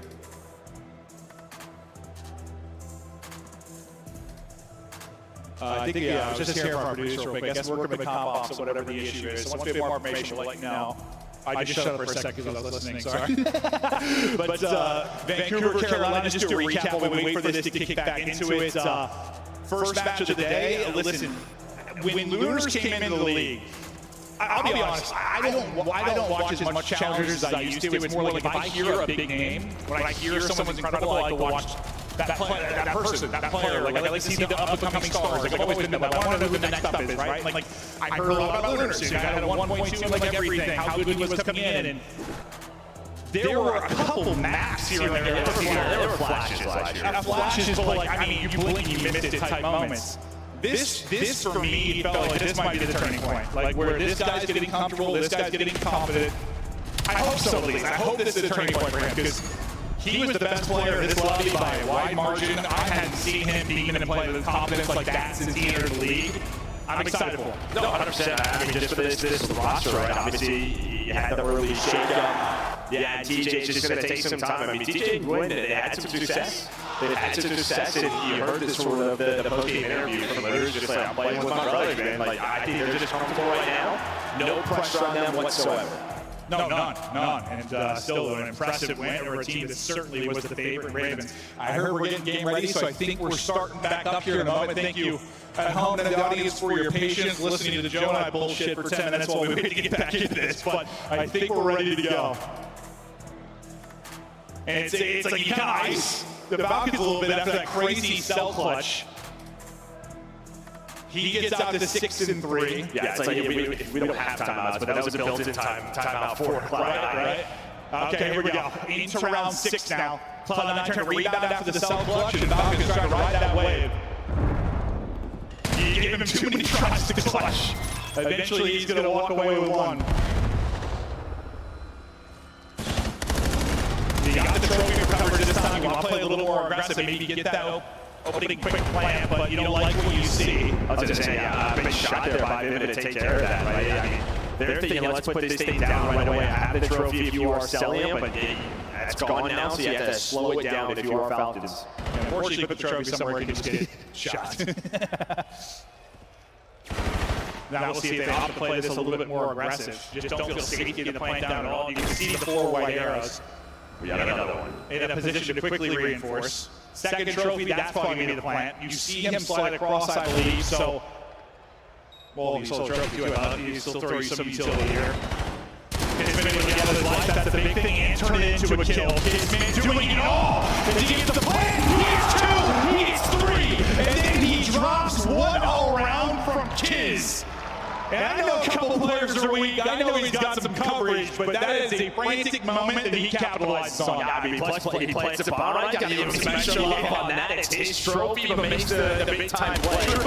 And as you said, yeah, I mean, did some help, but that was he was getting flown at, right? He had a player jump over him, jump under him, and somehow able to make something out of nothing. Well, Jay's able to find that third. Vivid was the last guy, but all right. We said maybe that was going to ice them. No, not for Kids. I mean, that was gross. That was like a LeBron round, bro. He literally had the trophy, the plant, the triple. Like, all right, Kids down the back, incredible play, now tied up 3-3. You got silly 1v3 and then that play out of Kids. I guess maybe you're fortunate to be tied 3-3. That wasn't miracles. We need some plays, right? This could very easily be like a 5-1 or at least a 4-2 for Cloud9. Thought I was looking for a very similar kind of play, a real difference maybe just the position from Afro. He was, I would say, far pushed up towards B. He is able to get a blood. Unfortunately, can't get away with his life, so now we're into a 3 versus 3. Place plant, pressured Falcons, retake. The problem is, though, you don't have a dunk here to help out Vivid for right now, because Matt's going on a route, right? He's just giving it up, and the other player's a sniper. So Vivid is just isolated, but it's still a 1 versus 1 Beans versus Fred. You're watching this. He's going to jump up, but he's able to find the M15. I don't know, but I mean, this is a sub-range battle. I can bet what Fred's got in his hands. It's a sub-range battle, but it ain't gonna matter. Gets fried, just couldn't lock in the tracking there. They could be awkward on the staircases, but like, maybe he doesn't expect Beans to fly at him, but that's the ideal situation you want if you're Fred. Well, that's just shots Treyarch, right? I mean, this is close range. Beans to be a little bit more still, a little bit more has the AR in that fight. But as you said, Fred just does not connect. No. It's like he didn't expect it, or just aim assist loss a little bit. He slides up in his own crap here. 100%. You're sliding up into the stairs sometimes. You just get off. Again. Nice 1v3 clutch from Cell. Now a little one-on-one win from Beans. His clutch moment. Hits a big snipe there, too, when you were kind of talking about the sub-advantage that Beans leads to the blood here. Everything in the world just blew up in this corner. So they read that. If the first 2 didn't hit, the 3, 4, 5, 6, and 7 might have. And that's a big blind draw, right? Because that's early age towards the B3. We rarely see that. So a nice little round there from Cloud9. Normally teams are saving it towards that A bomb site. Now you are grouping up. It just Beans on this side of the map. Well, no one is help him. It's tough because it's like he had him a bullet, but yeah, that's just one of those deaths. You can't have, you're the ISO guy. You gotta get a kill or you gotta get away with your life. Sometimes with a big kill, to either equalize numbers or give you numbers. Did it here for a moment. Cell's gone, Fred's left, Cloud9 come away with it. Afro, some clutch kills there. He gets 2 after you lose Beans and then massive ones.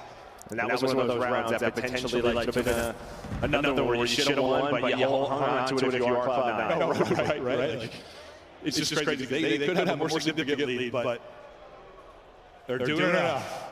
They're stressing me out basically every round, but they're doing enough.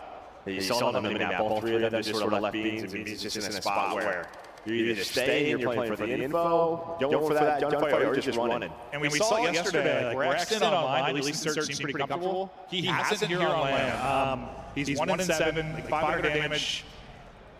He had a solid map 1, had some big plays at the end, but I don't know, something about search on land a little bit different. I guess so. It seems that way. It's 2 maps, but doesn't seem comfortable, right? No, not at all. I guess it's a wall bang. I thought that was his forehead.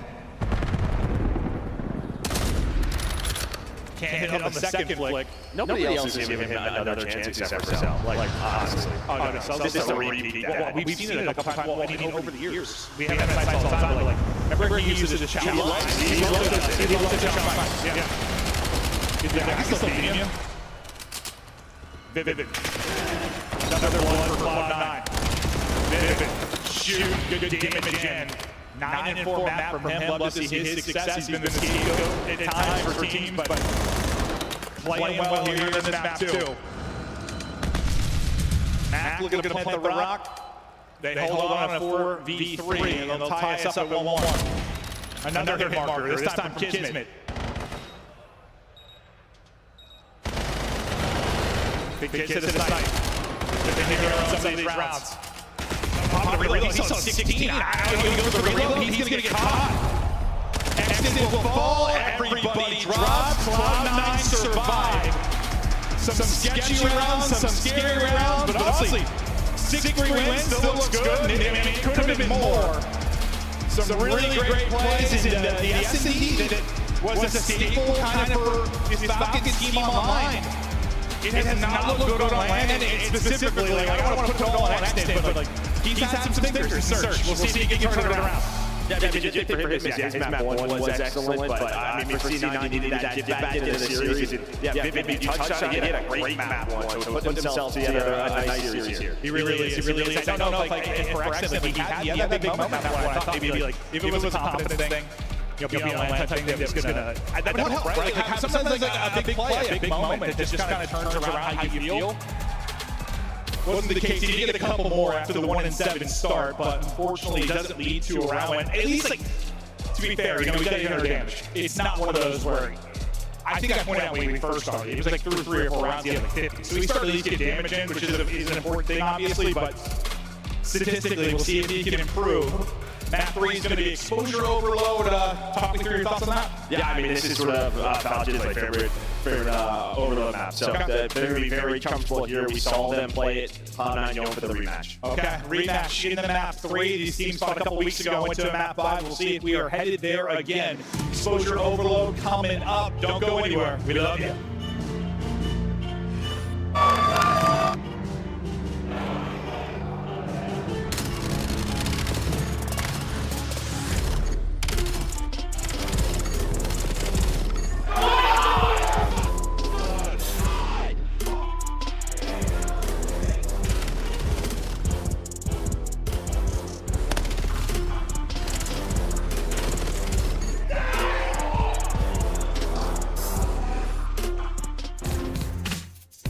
Monster Energy, the official energy drink of the CDL.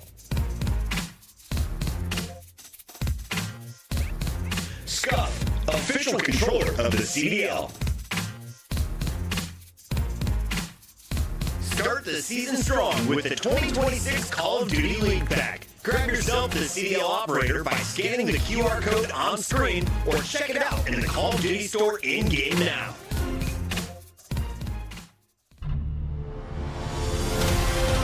Let's find out who's built for the big stage. Heretics ready to dive in. Nice tip. Forward sweeping. Once more. Behind with the switch of muscle. He's making his top run. So heavy. He swings. Down. Buddha. Dominance. On the grand stage.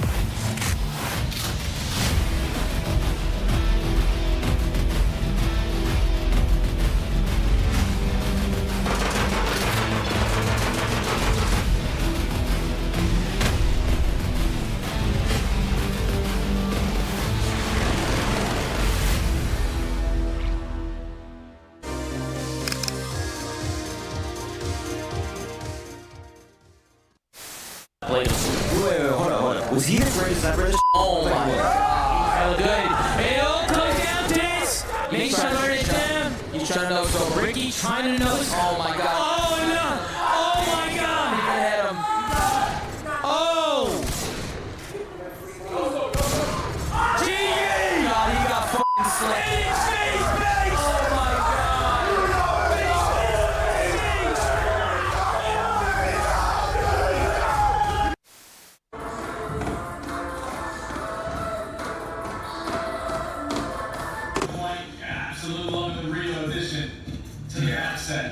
you get into the garage, yes, indeed, so. Well, hello there. We are back and ready to kick it into the map 3. A hot contest so far. Yeah, it's hot in the building. It's hot in the series. You got shorts on today. You're hot. Yeah, no, I knew it was going to be warm today. I had a feeling, so I had to pull out the quads. Look at these things. You think anyone's blinded? I've been see through them. I've been hitting the Peloton, though. There's some muscle there. I'm telling you, these things feel like a couple of rocks, man. Okay.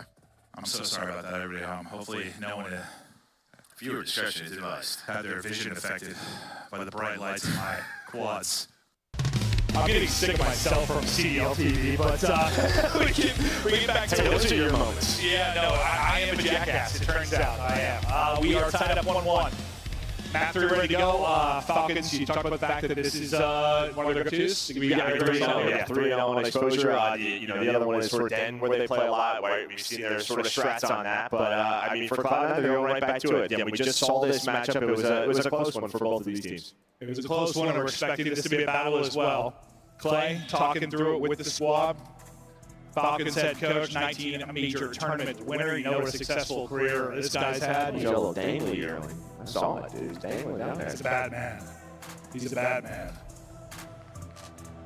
We'll see what kind of success they can find. I wonder what it's like. We talked Rambo a lot. What that convert, Looney, what it's like converting from a player. It's stressful, yeah. I think Cap told me, it's infinitely more stressful watching his team play than ever competing. It's just aggravating. Yeah, sure. So you just want to put your brain into them for a second. Let me take you down. Let me do it. Falcons 3-0 here. Look at Megan 4-0. Trying to brush off a rough start to the tournament yesterday on day 1. We're going to take the 2-1 edge through the response. We've had some wild moments in Overload. What a great addition it has been to our game modes. Exit, struggle in map 2, looking to get involved in big plays in the respawn, want to continue them going here. Yeah, I think their strength really on this map is probably the exit, right? When they get behind you, sort of in your window, they just seem so annoying to deal with. But being off of spawn, you're able to find that first kill. So nice job by C9 to track him, and don't let any plays really develop. No, that's going to be one of the simple biggest things. How loose, how freedom do people like Fred Exit have? Can you deal with it? And that just comes down to their team comms, calling games, making sure they're on point. You can't have little lapses in judgment, which unfortunately this Cloud9 team has been guilty of, as we talked about. They certainly have. Beach trying to make a play. He's all the way pushed up. He's going to cut down and now. EMP potentially moving. Matt's just like, I got to drop this thing. Get this thing out of my hands. Like, I want to play with my gun, but instead I have to do it with the pistol. Good damage in, but it's looking like Matt Control didn't go the way of Falcons and get to. It's just what we talked about. Exit inside the window. Nice stun, I thought, but Exit gets the kill. 7-1 start, 5 straight. Pre-fire a little too high there on the next challenge, but he's opened up the map for his team. And I mean, Matt gets a big kill there from top window. He finds Exit and they lead the shots and just... EMP involved. They were done. They were pushing that low side. You had someone all the way pushed up for Falcons. That was a scoring chance, but good job from Matt to shut that down. We've almost had 2 minutes played. There's been very little movement. The biggest opportunity we've had, Fred, point end, trying to get it done. He's got Exit through with the crossfire as well. His men going vertical, can't get across. EMP down, Exit coming up big with 1. Fred win his fight. You're still a threat here, but the more time that goes, the more opportunity for the spawns to come in for Cloud9, and they're going to hold. That's one where I don't know if your kids, you wait a second before you come across. I mean, they just spawn across. Unfortunately, stuns and mates connect. Yeah, a couple of shots deal, it is what it is, but yeah, you just have to send it. Well, I guess that's one let Exit and Fred shall, so they're taking shots so kids can get through and not get... Kids can jump on every push. Well, I think they spawn them like topside B, so they're just hoping the timing is on their side. You can just go. Well, stop. He got massacred. He made it like a centimeter topside gap. Like, usually once you hit the jump, like, you're kind of okay. That was not the case. Well, it's more the case, I guess, on opposite side B, but still can't get through. Still trying to be a threat, though, with the ball. And you're getting what you want. I mean, Fred and Exit are flying, right? Like, this has been the formula of success for success if you are Falcons. Will the formula pay off? Nice clutch kills from Cloud9 to get defensively, getting behind them. Here's Fred. This is what we keep talking about. What kind of plays can he make? He's only able to get one. If you let Exit or Fred get one and then deal with it, job done, in my opinion. Can't let them come away with more. Now, really the first opportunity for Cloud9 to put through a score. Kid's mid, slow start, but getting kills when he needs to here on defense.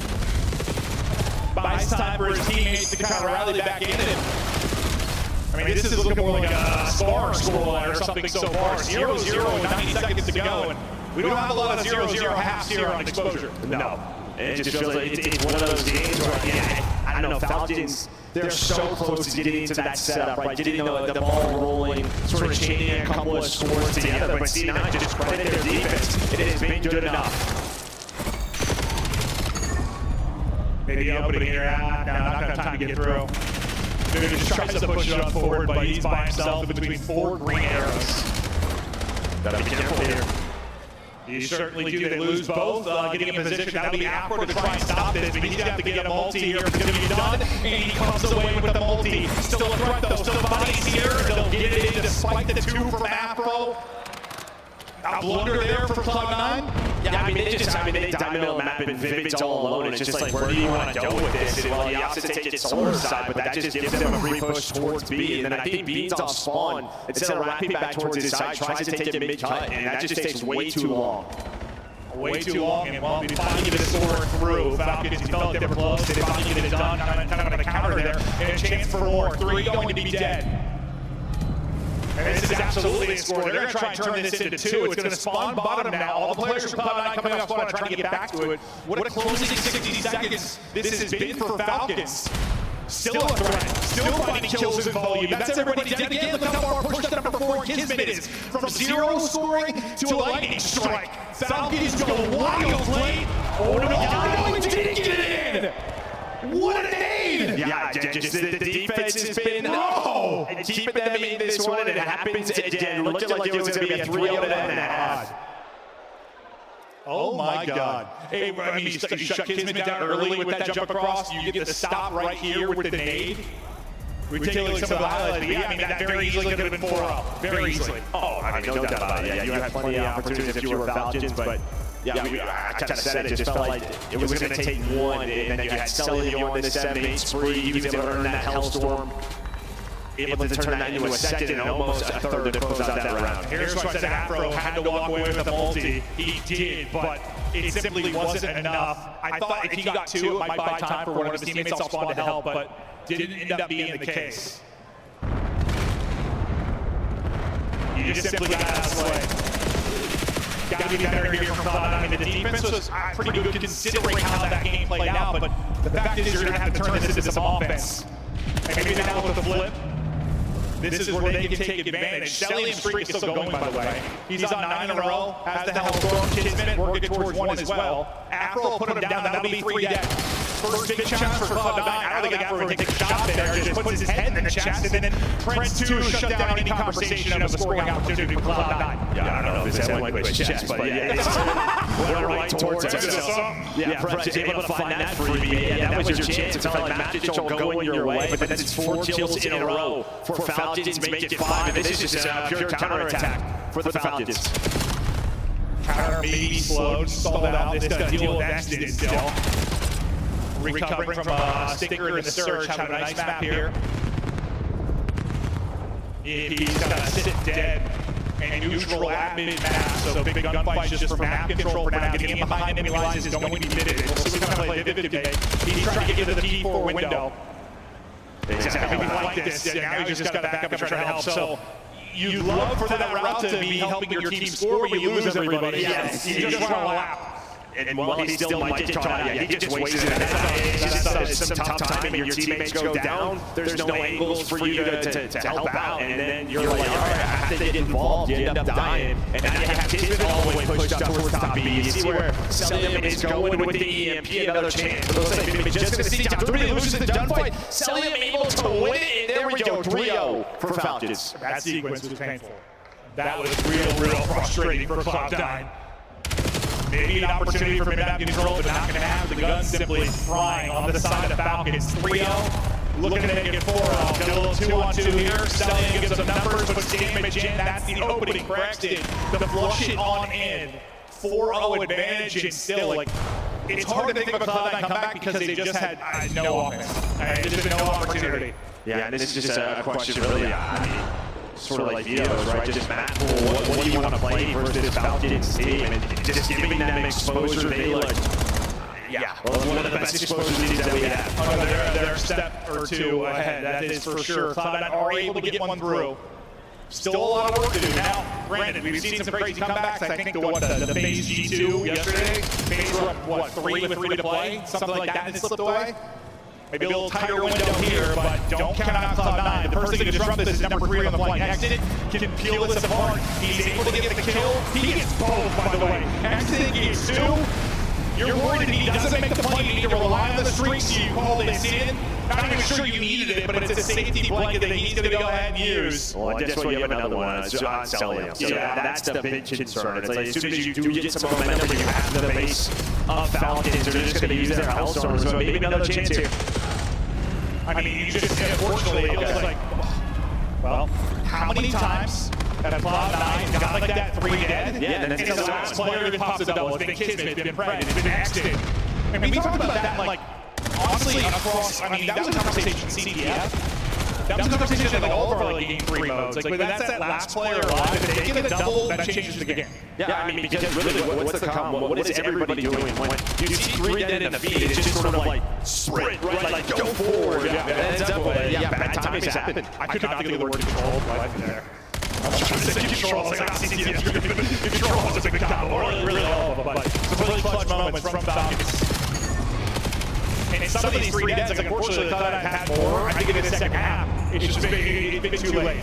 And you have a good moment, and then the streak gets called out. It happened last time they had a good position. It's going to happen again here.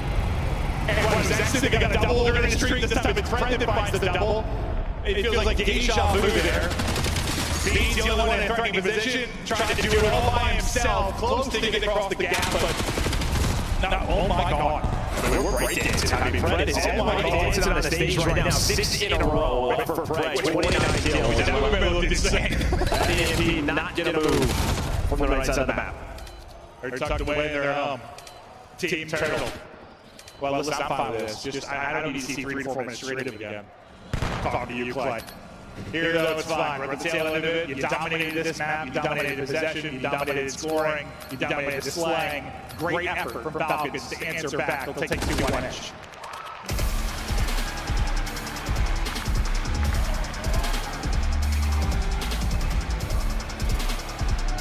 And as crazy as that map was, you know, that comes down to a thrilling ending.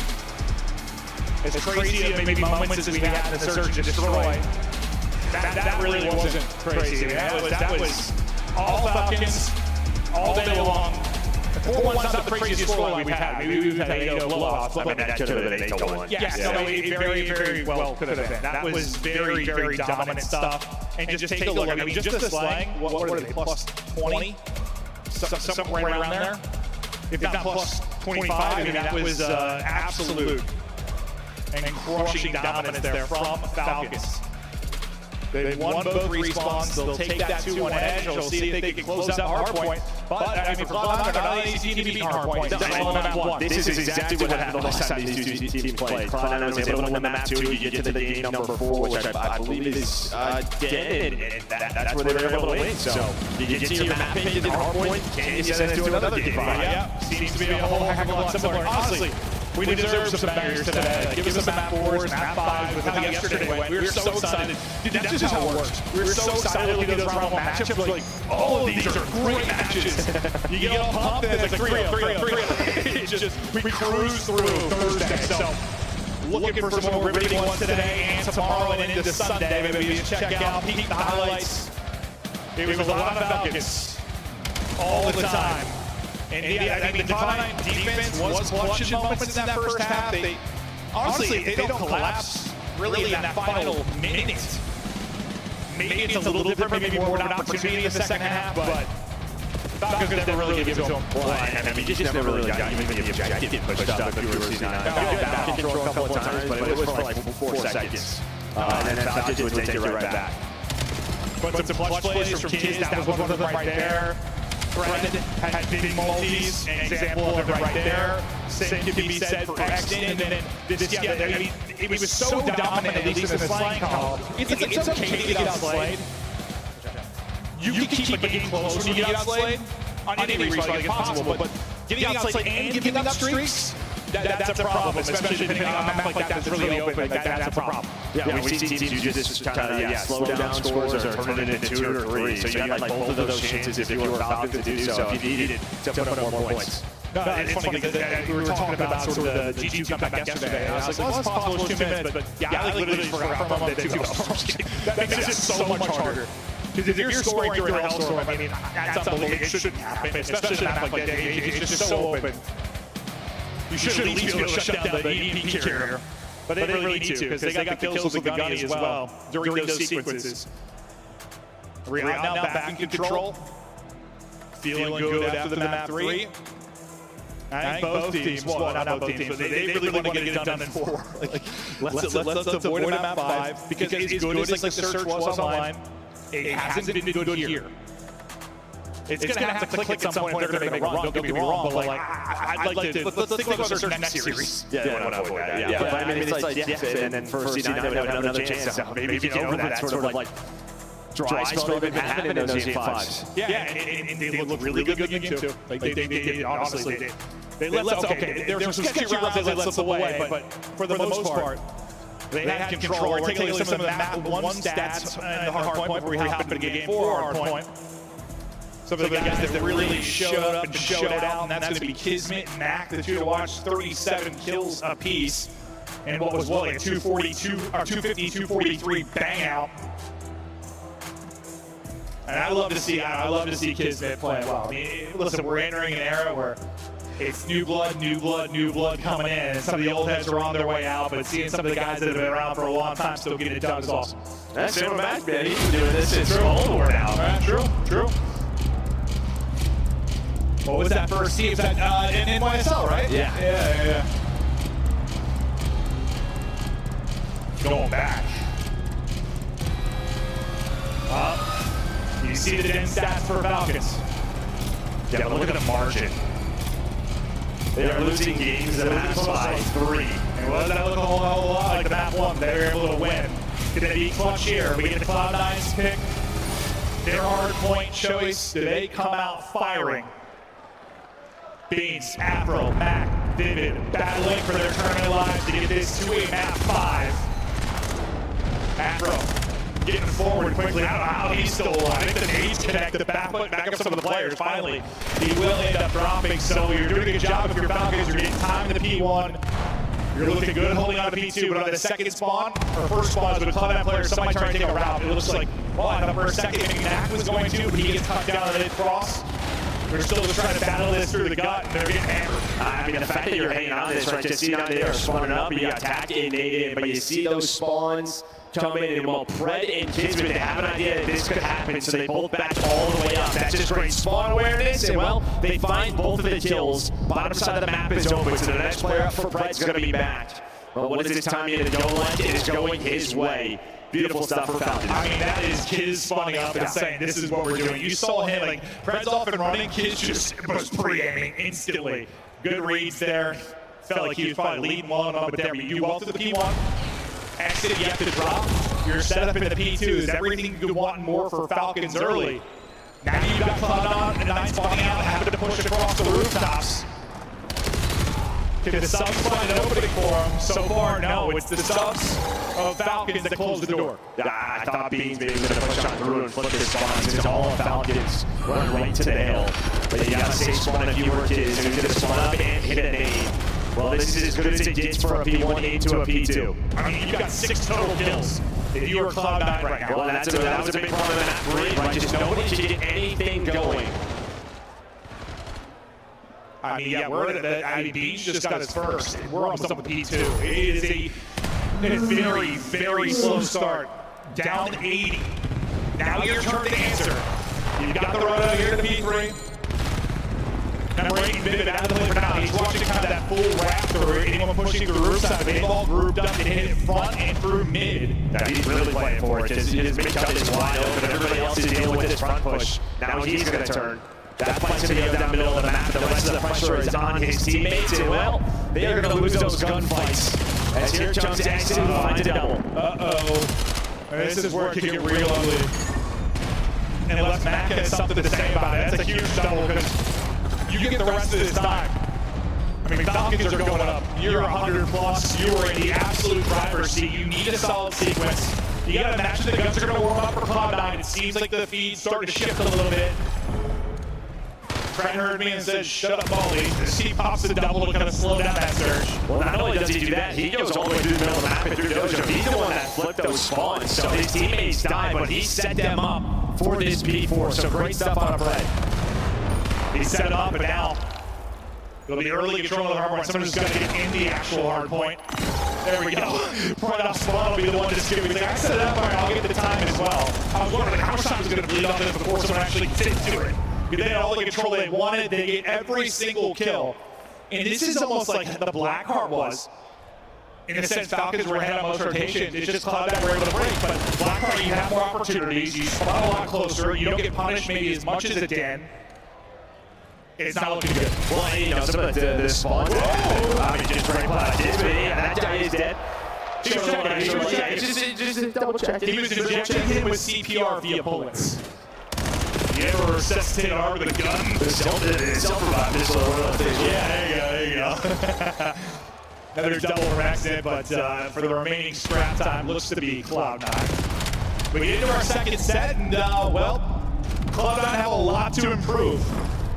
Xsin has been so good in the respawns, though. 16-8 out of him continues to slide. That's one way to put a lot to improve. Everything. I'm trying to think of one thing. But this has been so clean from Falcons. Like, what I was saying before is like, you've had a chance where things could get messy with those P2 spawns, but they're able to read it. They found that it just feels like the Toms, nobody's really panicking. They're staying calm. They know what's available. And, well, they're just controlling the map. This is not the team we saw yesterday. No, not at all. And not that I don't think I played them, don't get me wrong, but like, they were discombobulated. They were not playing well whatsoever. Far improved team today, the team we're going to see if they're going to make a run this weekend. That said, we're not out of the woods yet. You've got a foot or two out of the woods. You're 120, but we'll see. Maybe Cloud9 can come back. Not a lot of wood left. There's not. We're into the plays. So 5 straight. Guy's been getting streaks, clutching up, making plays. It's crazy to see him on a different roster. He's getting back to Cellium of old. The most consistent player maybe we've ever had at the AR position. And this is sort of the worry. It's like, yeah, you're holding from the hill, and guess what? I mean, with press position, you get those back spawns. If you are Falcons, so you're going to have to do it again. And here comes the push. And, well, it is a double. It is a triple for Beans. The problem is one is on his teammate. Oh, yeah. That was a triple, not on his teammate. That would have been a really great play. Probably keep it in the hard point, but instead it's trying to break. Struggle after struggle, and Vivid, who's had a pretty solid series, is not having a good map forward. And it's kind of hard to blame him. He's been trying to break every single hard point. Beans might be trying. He's trying to get him in. I'm just not sure it matters at this point. With this rotation, they spawn 2 out of old, so maybe a chance to chain 2 together. Yeah, you need like 3 together. You need a 60. Yes, you need 3 together as well, but you need a flawless hold to really start this. First team there will be Falcons. You have 2 in Dojo, though, able to apply pressure immediately. You can't win the first gunfight mid-map, but you're able to trade it out. You'll have numbers for a second here if you're Cloud9. As Afro drops, that conversation changes. Close spawn in for Falcons, and they'll reinforce more quickly.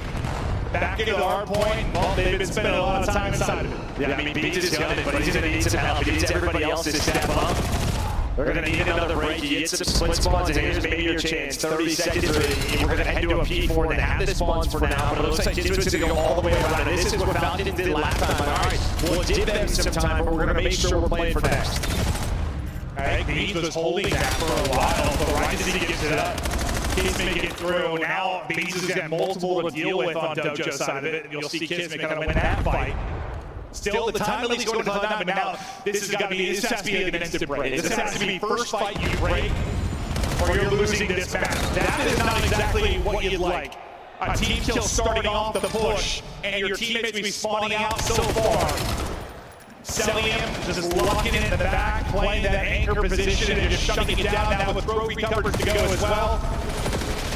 Maybe one more chance for a play, but it has to happen now. Vivid was able to find a kill, so it allows his teammates to really get a lot of pressure through the front, through the roof side, but Gibbs just playing his life in this corner. It feels like whoever's playing that tour is going to make you play, but here we go, C9 did it. They get in, but they need this to not be contested in time. Like, I mean, it's better than not getting the time, but they need time. They're still in a huge hole, still down 100.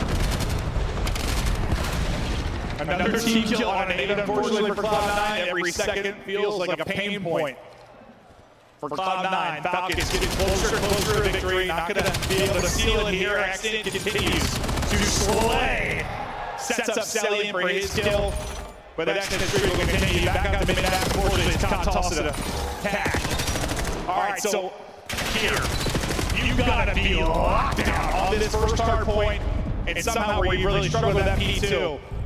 Bees has got to be as twisted as you've ever seen him. Yeah, I like that. You're still trying to sell it. I mean, why not? Yeah, let's see what Cloud9 can do. Afro finally is in the feed with the triple. Max really stepped it up. Always trying to sell it, yeah. I mean, you might as well. See what C9 can do. Well, they're going to have to deal with the points. They're going to deal with the rounds. It's Fred that is taking a low round. Little pop from Afro, able to win and shooting off the Pinky toe. Over early on the rotation, it's going to be Fred dealing with it. It's Vivid, but he's going to get gunned to sleep.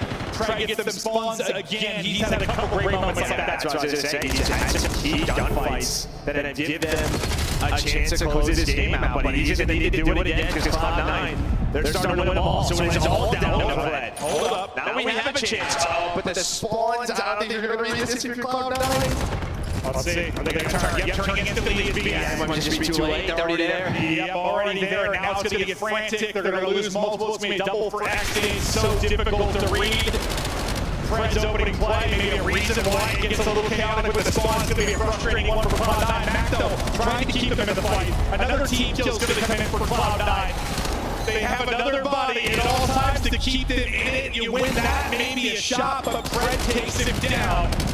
It's felt like it's been 30 for the win for Falcons for 2 minutes. I mean, if they can get you to the P3, you do have Afro with the Hellstorm, so there's a chance. You just got to get there. Continue to test. Cloud9 is fighting. Cellium, though, maybe it's going to be the difference maker. It's going to be all 3 dead. Can you get this there? No, they just still win. They can't. I think they maybe have it. Yeah, they have the tech. They do. They have the tech. That's everything, though. Because Cloud9 now, instead of rotating, you have to apply pressure here to try and get in. At least get that to this 4-8 moment. They're thinking test. Will they survive? We'll see. Look at the streak in immediately. Afro's got to use it right off the spawn. Maybe he doesn't. Maybe he doesn't. Yes. He's falling in now. He's falling in.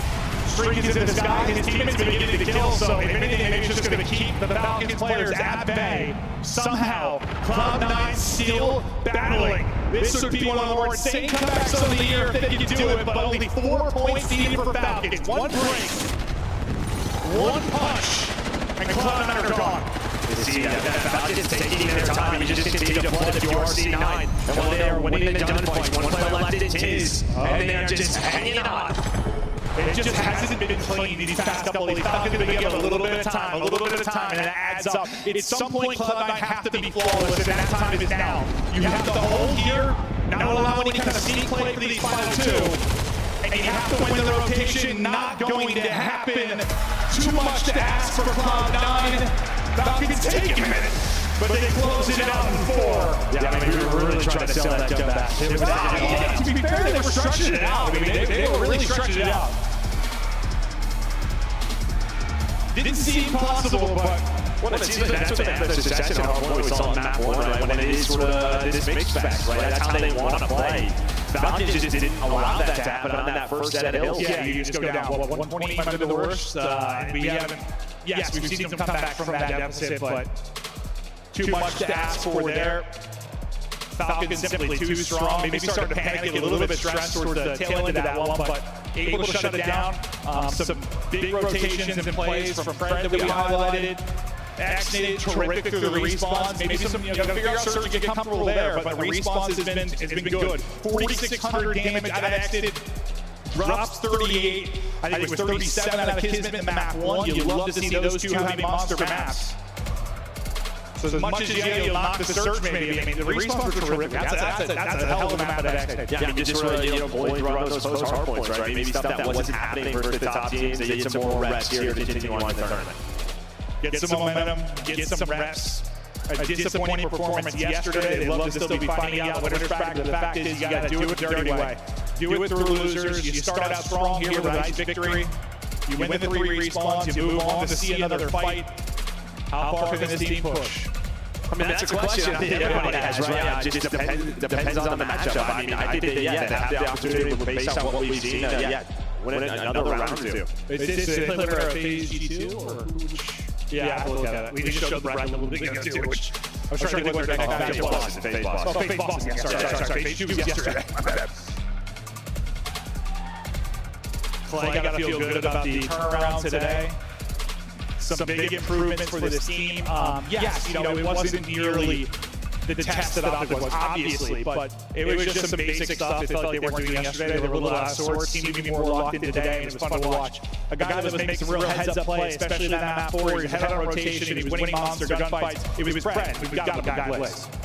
Yes, sir. Thank you so much, Merkin. And everybody show some love to the Riyadh Falcons as they are now steadfast to Saturday and trying to get back to form. 3-1 victory up here against Cloud9. How you guys feeling after being able to take those guys down right now, getting back to form, it seems like?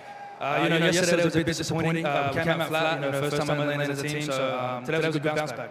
Now, it definitely was a good bounce back for you guys because we know what this squad is capable of. You got 3 world champions on your team. We saw you on a hot streak towards the end of the league, or the online league, and now you guys are just trying to get back to that form and go up against these top guys. What's going to change moving on throughout the rest of the tournament for you guys to be consistent as you guys know you can? I mean, shout out to Lamar. I know you see somebody, but stick to the game plan on game day, baby. That's it, man. We just stick to the game plan. Stick to the game plan on game day. Lamar is a very, very smart man, and that's some advice to take right there. Now, being in this venue, you won a world championship for the Texas crowd 2 years ago, and they love you for it. Do you still feel that love when you hear it? The crowd kind of answered that question for me a little bit. I mean, that was probably the greatest moment of my career. So, man, I always share a special place with the Green Wall, man. Always. Love you guys. Now, in this series, I want to show a little bit of love to, one of your AR, Celium. He was popping off here, and we know how scary he can be when he is on point. What can you say about him and his performance today? In my opinion, I think he's like the best I've ever played with. Celium, man. He's the greatest. Simply, all right? The crowd may feel different, but as we know, that fuel cell, okay? Lastly, as I get you up out of here, because you still got more to prepare for, it's just beginning for you guys here on this Lose Back run. But what do you want to say to the people that's been supporting you guys through thick and thin? I just want to say shout out to the fans, man. Without you guys, I know this is fun, man. You guys are everything for us. I appreciate you guys showing up, man. You guys are what makes the league, man. So I appreciate you guys. You guys are truly what makes the league. Give yourself a round of applause, and that's going to do it for being proud on the stage. Take us away, Chris. It is great to see the fan support still for Fred here in Texas, raising that trophy as an Optic Gaming champion, now keeping the Falcons alive in this tournament. But start with the domination. Exted, totally different player when it comes to the respawns against lower level teams versus teams like Optic. Oh yeah, the guy was going bonkers. There was a couple of times that you watch him on map number 1, you probably don't want him to ego chow, but he was rolling with confidence today, different than yesterday. And if he's going to play like that, 3 world champions around, it should be pretty easy to get some dubs. The best player to come out of Saudi Arabia, let's take a look at his numbers from this matchup. Allie, what did you see from him? Just great routes, just great decision making. I know that was something we need kind of paying attention to in the last couple of matches. Of like, okay, actually where we're going with this, we're going this. Sometimes he made a couple slip-ups, but I feel like throughout the series, he really had his head on his shoulders. And also, I just want to talk about how impressive it is for him to be as good as he is at Respawn, considering in Saudi Arabia, they were specifically focusing on search. So for the turnaround for him and how good he has been in that game mode has been so great to watch. Excellent point. 9,000 damage across 2 hard points. Yeah, and most of the lobby across the series. Very impressive. Only him and Fred eclipsing 100 kills in it. And that's what we saw online from this sub-duo, right? And that's what we need to continue to see. But I will say, that's the Riyadh that we expected. In the game 3, you saw there was a shift. At the second half of the the first round, they said, yo, we can do whatever we want against these guys. You saw Pred and Exit continuously just spawn clean them in their base, give themselves an edge in that overload. We get to the last respawn, domination, besides that late surge. And Jay, let's take a look at the highlights here. Talk me over these big moments. The only thing that scares me now for Riyadh going forward is the fact that Blackheart was so close. Because that's usually a lot chance to hold to them. Exactly, because the fact that it goes away is ideal. That's what you wanted. But the biggest thing was how dominant they were on this day. We're talking about chaining hill after hill after hill after hill. On the first set, you're up 150. That is what Riyadh Founders was looking for. A third hardpoint map they can add to the mix to increase their map pool and their chances versus the top team. It also could have been a slow burn. You go back and look at it, Cellium ended 25 and 32 with a .7. How many times do you see him do that? So maybe they just felt a little more pressure on them because they didn't have that flying power in their AR. But I mean, they still were able to pull it out. You know, and that's kind of like the biggest focus for me, is like the big clutch moments at the end. What do you do when the pressure is truly on? And you could see, at least from the three sides of things, with the real chance on this team, they're able to do it. Yeah, this map, Jay said it was dominant, right? It's something clicking the overload where they're like, yo, we just impose our will against this team, but yeah, we rewind to that map one, dude, they got blessed. It was wild. The good teams capitalized, right? Somebody has to choke, but somebody else has to clutch, and we saw Riyadh clutch today. Riyadh was able to take advantage of the respawn. Exit hopping on as they power into Saturday. They are done for the night, but we still have 2 more matches to go. And as we say goodbye to Cloud9, there's a lot of Challengers players just across the street wondering, will there be some seats available? And walk me through the bracket. Where are we at after 6 games? Yeah, you're looking at that one. Riyadh continue. They're going to play the winner of FaZe and Boston. That should be an exciting one. You look down at that other matchup, Surge with the huge upset against Carolina. Heretics going to have to go up against Lunars. That's going to be a tall task. And then our winners bracket, we'll get to see that tomorrow. Gentlemen versus Steve's, a spicy one, and then Optic got a date with G2, a 3-0 FaZe. You may notice FaZe is rocking pink this year. They're also rocking a brand new city in Las Vegas. We'll tell you about the World Championship held in their hometown after this.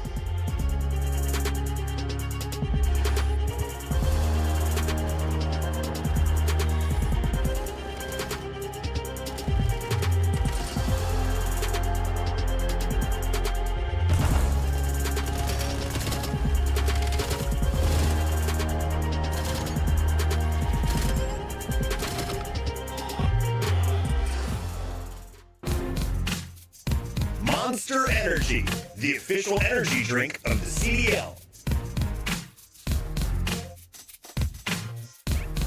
Scuff, official controller of the CDL. Start the season strong with the 2026 Call of Duty League Pack. Grab yourself the CDL operator by scanning the QR code on screen or check it out in the Call of Duty store in-game now.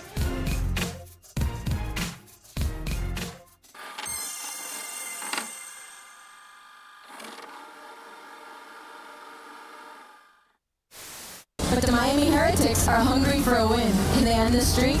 Then, Toronto scores off against Minnesota.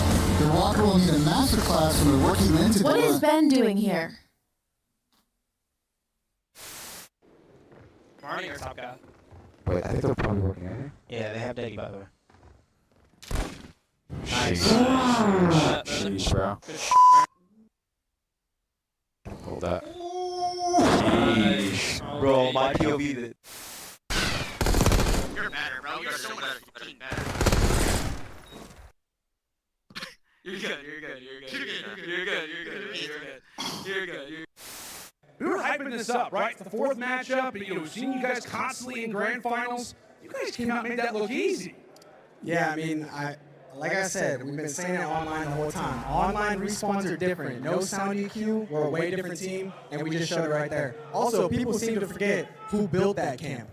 I know how they play. I taught those kids how to play Call of Duty, so don't forget that. All right, like let's. Oh my God! Oh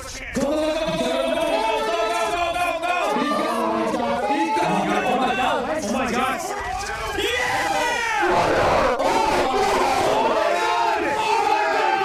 They're doing it! It's insanity! Oh my God!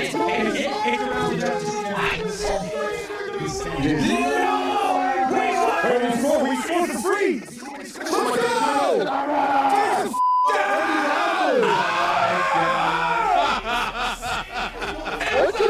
happened? Wait, why did you just do that? Dude. Overload's a great mode of Call of Duty history. Overload's the greatest game mode of Call of Duty history.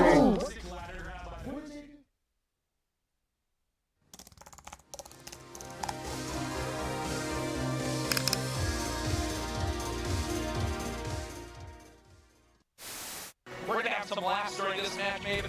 I'm gonna openly just ask, who will be the worst player we see in the All-Star game today? The worst player from all of these teams? Oh, this is hard, man. It's the All-Stars. Oh, I gotta think about this. It's gonna be Octane.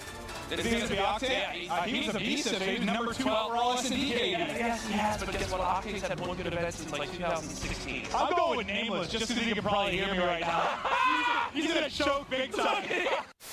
Ghosty doing his best to do it.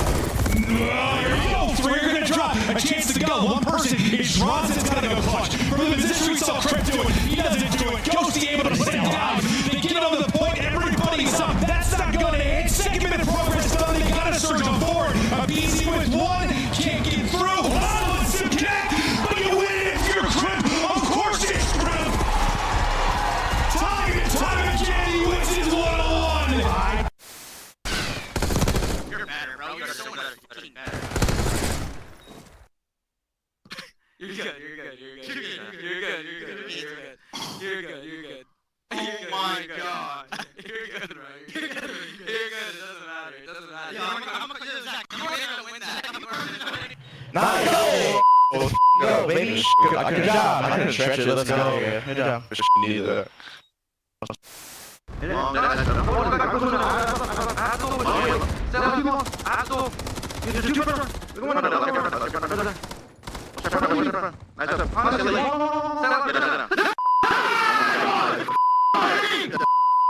go! We're sweeping them. I promise you. God. Holy fuck. Yeah. Early question. I don't know if we'll take on. Probably won't happen in this situation.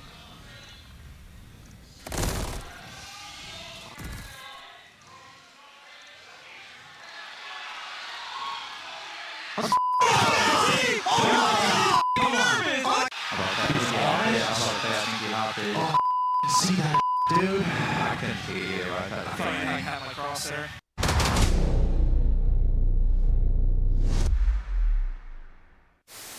Can he find another? 3 lives now for the Stallions. And this is just a round of S&D. It's a round of S&D, but we saw how that one went. Dylan and Rex, last Hermano, does not survive. Ultra, clean, efficient, no time wasted. And Scrap, never a player that says any mean things about any of his opponents. An incredibly nice young man. Unbelievable gameplay. This is not a test. This is your emergency broadcast system announcing the Boston Breach sanctioned pregnancy.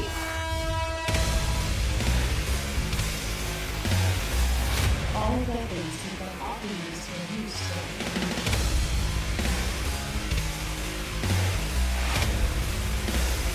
for no restrictions.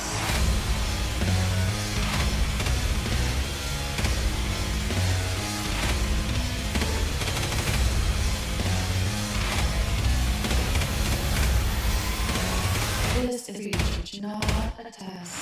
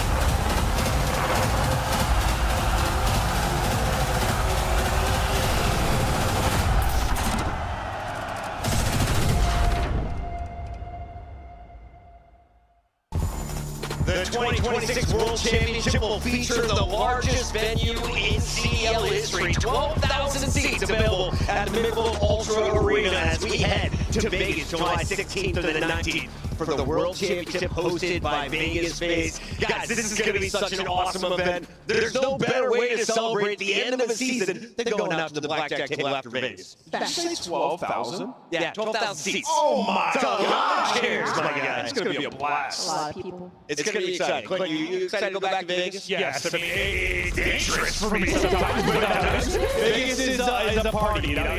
I always think the best venues for like champs or like events in general are places where people can go and also do other things. They go there for vacation, you enjoy the event, you're able to explore, have fun, and what more than could you absolutely Vegas? And we, of course, are going to be on the strip at Mandalay Bay, the resort alley. We've got a lazy river there. They've got the wade pool. We're going to be vibing after the rehearsal. That's all I gotta tell you. You will know where to find me. If it's not in the lazy river, it will be at the blackjack table. Do please join me. I do have a grand time. Did you swim? At one of those tables. Yes, I can swim. I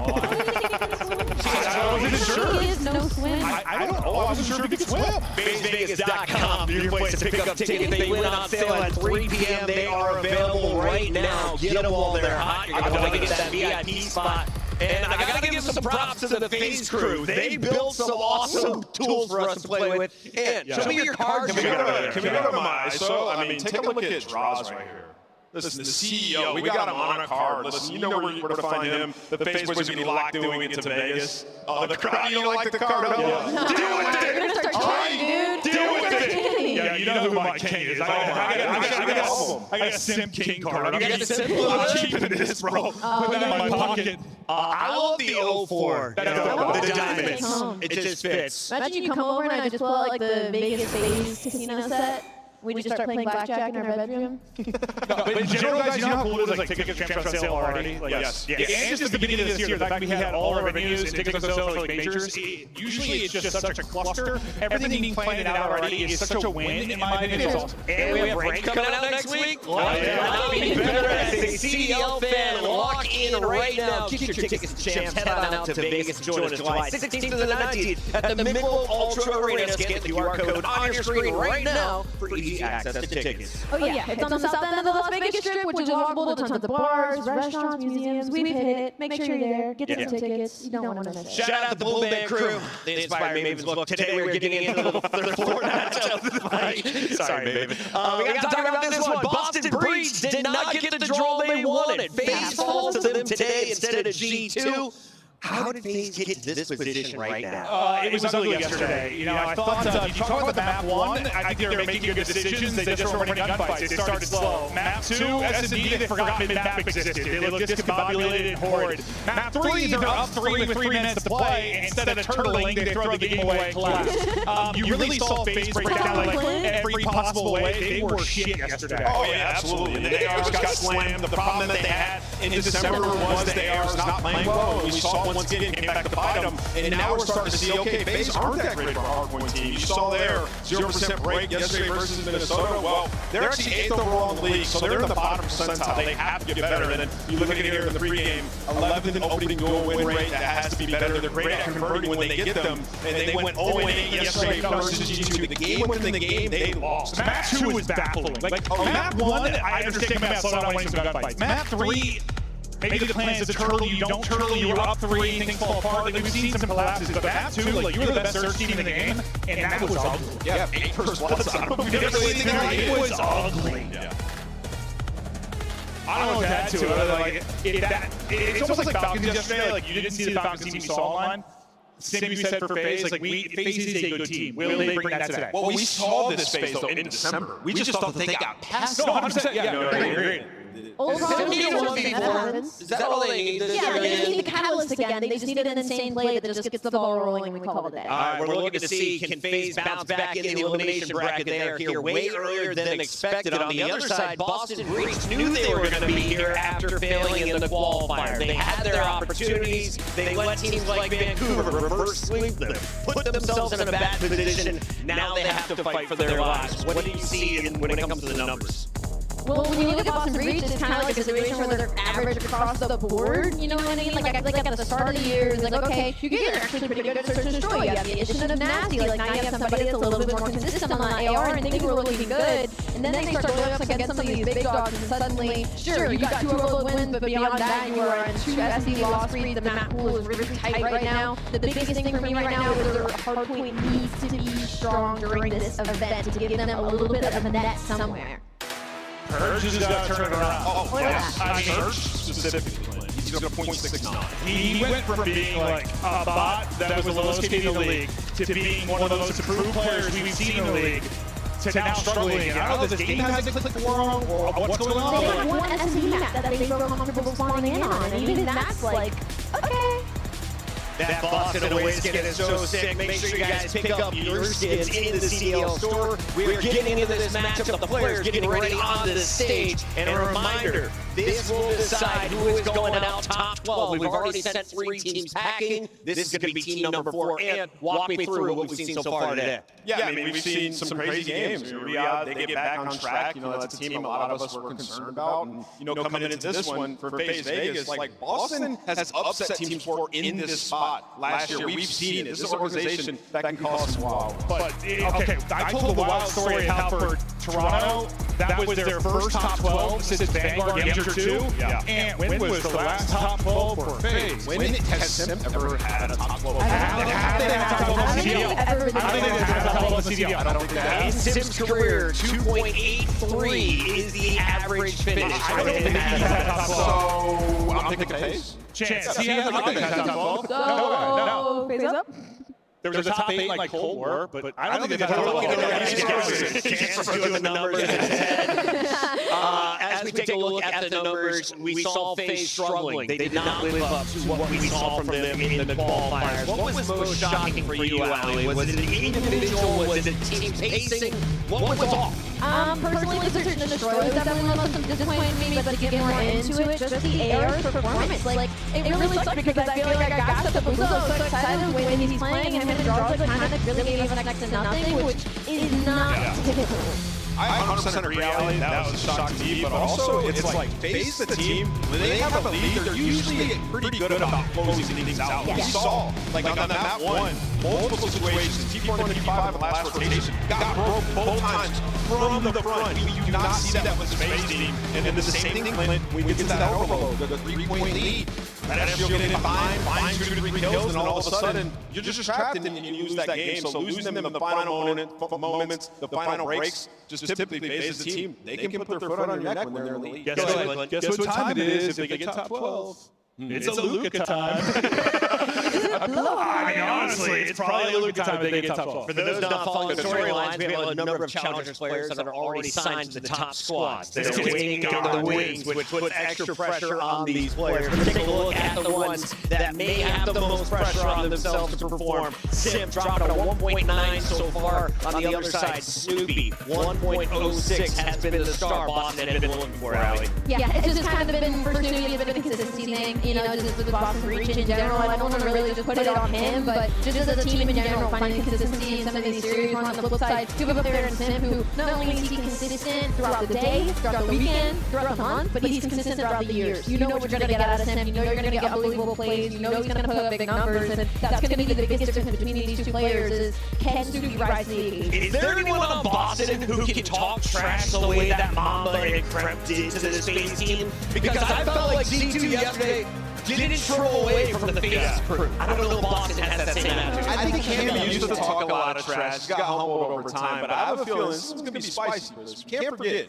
Nasty's on that stage playing against his ex-teammates. He's going to be out for blood. And by the way, Nasty's been sensational coming into this team this year. He's delivered. The rest of the guys have to get on his level. Let's take a look here at our maps and modes. Where is Byron Plumridge and the Boston Breach going to play? It's going to start with Den. We go to Scar and Den for map 3 Overload. Ali, do we get to a map 4? Maybe. The Den. Well, I look at the Den and I think O2 and Boston, okay, whatever, they're playing for their best hardpoint and exposure in that map number 4. So they're hoping to get there. The problem is if they can just win the Scar Search and Destroy or the Den Overload. It's probably going to be the Overload. The Scar's not great for them sitting at 1 and 3. So they're looking for a long series. Yeah, so Wade said it's a Freaky Friday, though. Are you trusting the stats? I don't know if I can trust the stats, man. We had so many crazy upsets. But one thing I will trust, there's one stat I'll trust, and that's Simp has never placed top 12 in the CDL, so I'll be going with FaZe in this series. Simp has never finished in the top 12, but I also don't think he's ever been in a loser's bracket round 1. Let's lock in our gut pick'ems. No, they have been that, but like not very often. No, not many times though. Are you going Boston then? We're talking 3 or 4. You want me to go Boston? No, I thought that's what you said. Don't tease me right now. I got Purge J. Boston Breach. I'm getting half credit if that actually pulls. You know, you get no credit. Take Boston if you want credit. I think if they showed up like they did yesterday, they win in 5. I think if they showed up like FaZe, they win in 3. That's pretty disrespectful. So are you picking FaZe? FaZe. I'm going to go FaZe. I think I would be happily surprised if Boston pulled it out, though. I'm going with FaZe. FaZe win this one. I think it's on. Boston, let's get crazy! Down on the stage, we got Blaze. I'm ready to get crazy, Chris, because we already know where this crowd's allegiance lies. But the first one coming to the stage does not care about any of that. With all the chips in, make some noise for FaZe Vegas. Draza, Abuza, 04, and Simp. You can cheer, you can boo, but it does not matter, because FaZe is here. FaZe up. They slipped along the way yesterday with the rushing defeat, but listen, this team can absolutely make a run. I mean, hell, I picked them to win this whole event. Look at that roster, studs across the board. They're well-rounded, they have a deep backbone, they feel confident that they can make the run for losers round 1. Let's bring out their opponent. They are super confident, but I'm sure they was yesterday as well. And the team that's coming to the stage right now, they don't care about any of that because they know they're the true underdogs in this tournament, and they can do whatever they put their minds to. Make some noise for the Boston Breach. Purge, Cammy, Nasty, and Snoopy. With the crowd behind them, we'll see if they can hack it and get back on top. This is the Boston Breach. You hear the crowd cheering loud for the other green team in the building. And don't let the FaZe talk catch you too much off guard. Boston Breach is certainly a team not to be messed with. These are guys that have fought time and time again and upsetted some of the big dogs in the past couple of months and years. And they added a new addition in Nasty, who has been pivotal for this team's success. Don't be shocked if they pull something crazy out here, guys. I wouldn't be shocked at all when it comes down to that squad, okay? They got some disgusting players over there, but also on the side of FaZe. It's gonna be wild, and I can't think of no better casters to bring us to action but Miles and Chance. Oh, Blaze, thank you very much, mate. Excited and very, very happy to get into another elimination matchup, Chance. I actually got a chance to speak to Shorty of the Boston Breach. It was really nice. We go way back. I went upstairs and said, "Hey, good man, how you feeling?"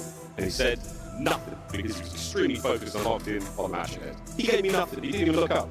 That's every single conversation with Sean I've ever had. Devastating. It was quite devastating, but very, very ready to rock and roll. As they should be. This is a tough opponent. But as I said, you never know, man. There's something in the air today. Anyone's game still. FaZe though, clear favorite. Which way are you leaning, mate? Oh, just to acknowledge it, Vancouver Surge did start the day off right in terms of craziness, so obviously there's a lot of potential here. I think I agree with Des, leaning towards FaZe. I know there was a long conversation about how Simp has never placed top 12. That's, of course, if we ignore the most recent major land tournament we've had where he did, in fact, place top 12. But ignoring the recent one, dog, never happened. Nah, dog, no memories. No memories of that whatsoever. Otherwise, a stellar career, but back to the match at hand. Purge. An exciting player to watch. I look forward to getting some moments there to himself. No matter how much faith you have in your team, if you're not bringing your game, it's not going to be quite the same. But what a team FaZe have got this year. They have shown us some incredible stuff online. The first run to land, hey, it was a shocker. Plenty of time to right those wrongs. We're in for a good one here, folks. Start up on dead. I'll tell you what, I heard some drums, I heard some shots. We hear you. We hear you, crowd. Players hear you as well. Exciting time to be a COD fan. Dead, Scott, dead. Ooh, get me in that one, and let's go. What would be more devastating? To have a long travel day, show up on land, play a single series, get eliminated, or to get double first round? It is misery for either one of these teams that fumbles and collapses.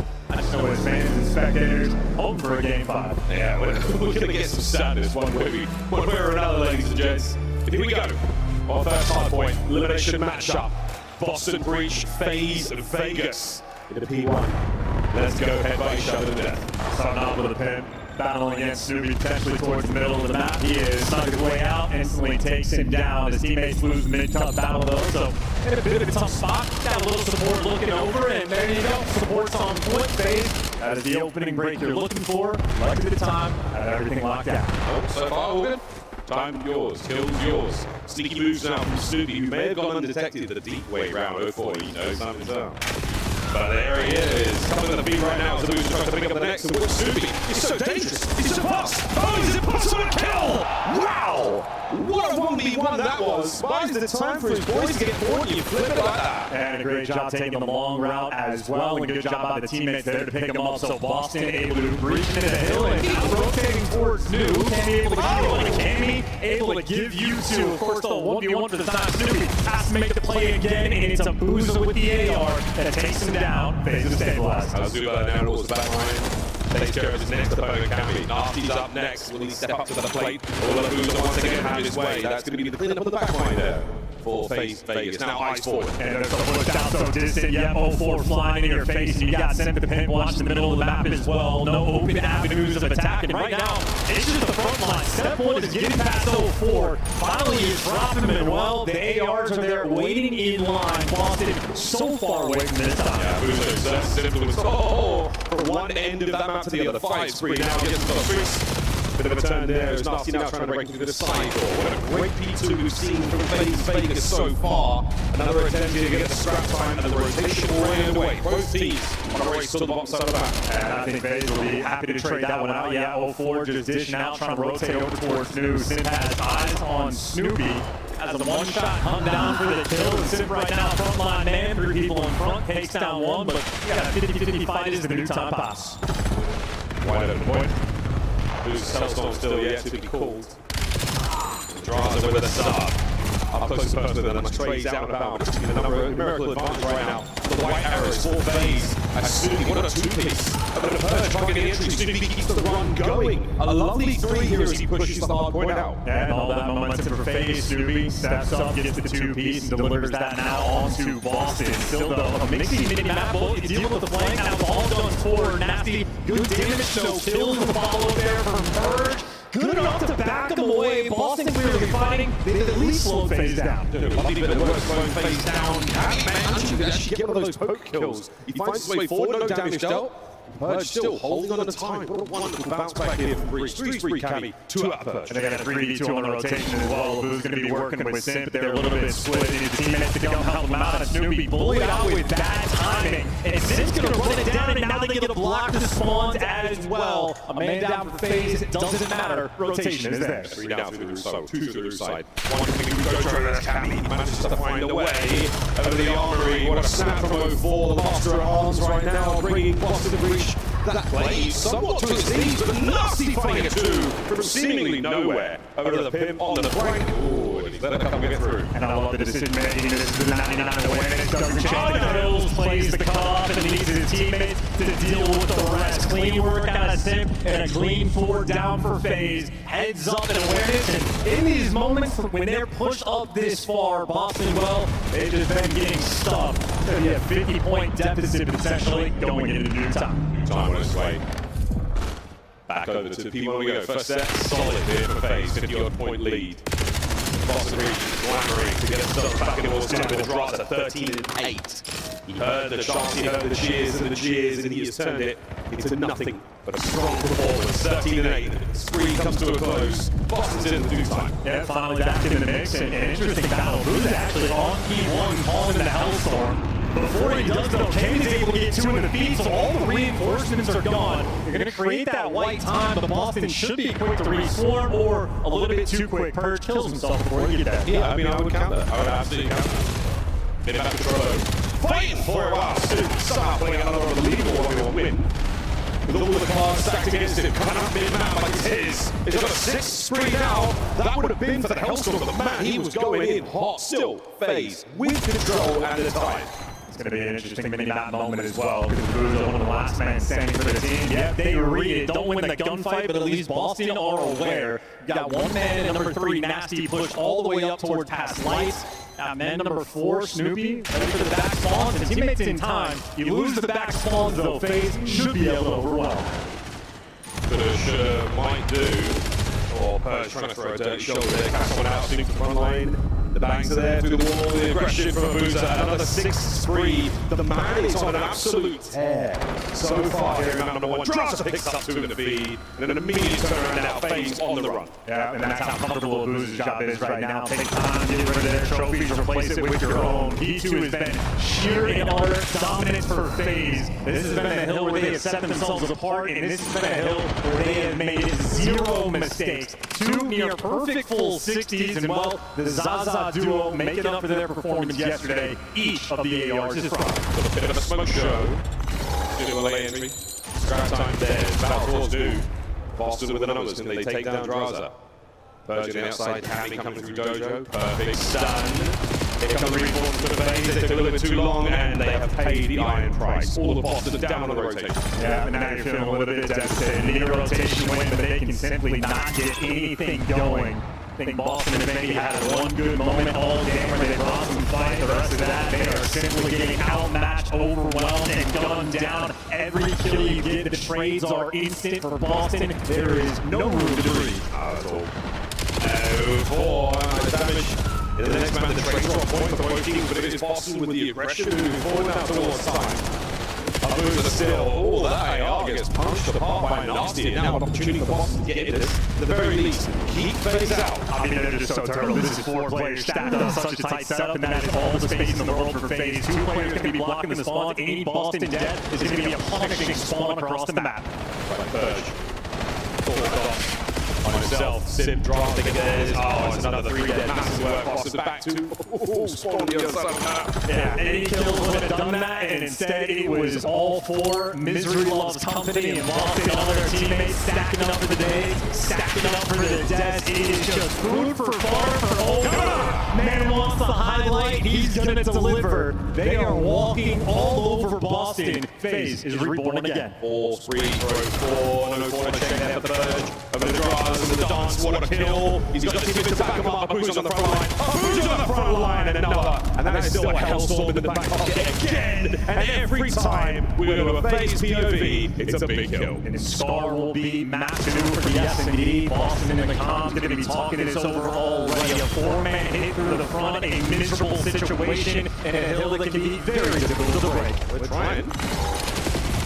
The time here, scrap to be fought over, looking towards 2. On the foot race we go once again. FaZe, what an unbelievable lead they have so far. Over 100 points. Surely not. As Boston, we say it has to be perfect. I think it needs to be a little bit more than the start of the series. Oh, they're getting caught the entire way around. I mean, FaZe just took the long routes to clear all the space to get a new time initially. Yeah, Boston cannot find a gunfight if it was handed to them, and anyone you find, the trades are instantaneous. I feel like you've had virtually no non-trades really coming through from Boston. FaZe right now, their teamwork on point. Every single player in the lobby on their team delivering. Yeah, merciless performance from FaZe so far. Not over yet. Last bit of pressure out towards T1. Boston get themselves in, give them a toe. And then holding on. It may be by their fingernails, but they are in. Boston. Hold this, keep an eye on the P2. Might be a bit of rotation as well. For now, Nasty and Snoopy. Guns red hot time. Gonna be a hellstorm from Boozer.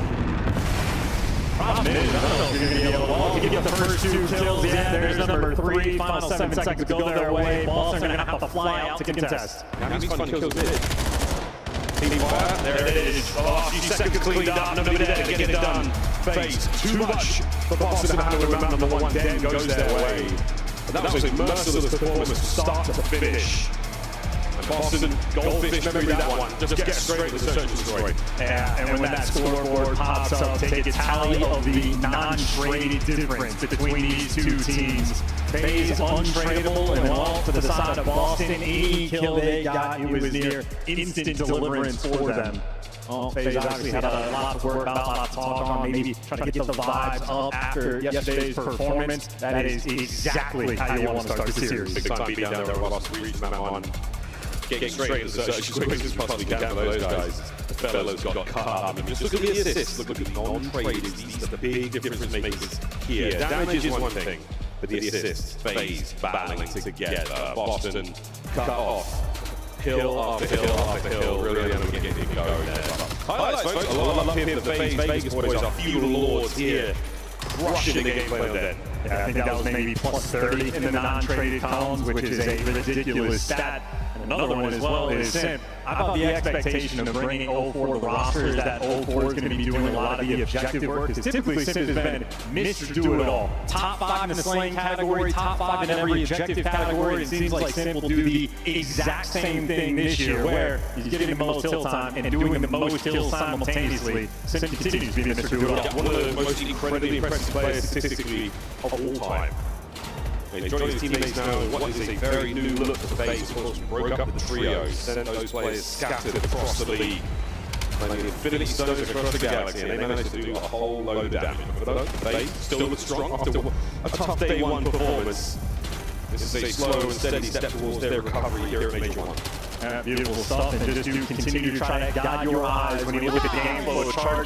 The P2s for FaZe as well, damn near perfection. The second one that they had to break, I mean, they managed to get the spawns in 3 seconds flat, absolutely running the score up. There you go, you got a 40-point jump on that first P2, and on the second one, another 34-point jump. You had Boston Breach eventually flatlined. Not a lot of hope there in the map one. Pure scrap, keeping them alive there. It's not a totally nutritious way to stay in hard point. But that folks, say goodbye to Den, and I know Boston want to say goodbye to him. We're going to go straight to Scar. You kind of know what to expect here from Scar. We're going to go towards the motel bomb site, and then throwing bodies at it, trophies to play around, see how things go. Let's find out what Boston have got to play for here. Can they pull out something magical? Den Overload is going to be tough. FaZe, they're good. And I imagine for the map number 2, Boston's going to have a difficult time as well. There's a lot of VOD review you can put in for Boston on this map specifically. You know the themes, you know what they like to do, and obviously FaZe, great coaching staff, going to have a lot of work in that department. If I had to take a wild guess, there's going to be a handful of main kills falling in this map number 2, especially for those first parts. Those guys are right. The tickets are available now to Champs in Vegas. It is going to be something special. That is a legendary, historic place to have a COD tournament. All the ones I've had there so far have been amazing. This will be no different. Breaking records, set history at Champs this year. Man, it's no stranger to Champs. Raza, world champion on your screen, Cammy. My God, so many amazing moments. Champion in Nasty last year as well. Snoopy's first tournament was Champs. First time he touched land. Was under the brightest lights of the biggest stage in the COD world. He did fine. Yeah, he did great. And he's looking at him now, still roaring. Still roaring. Nice guy. Well, now FaZe down barrel the potential top 12 placing to start your 2026 season.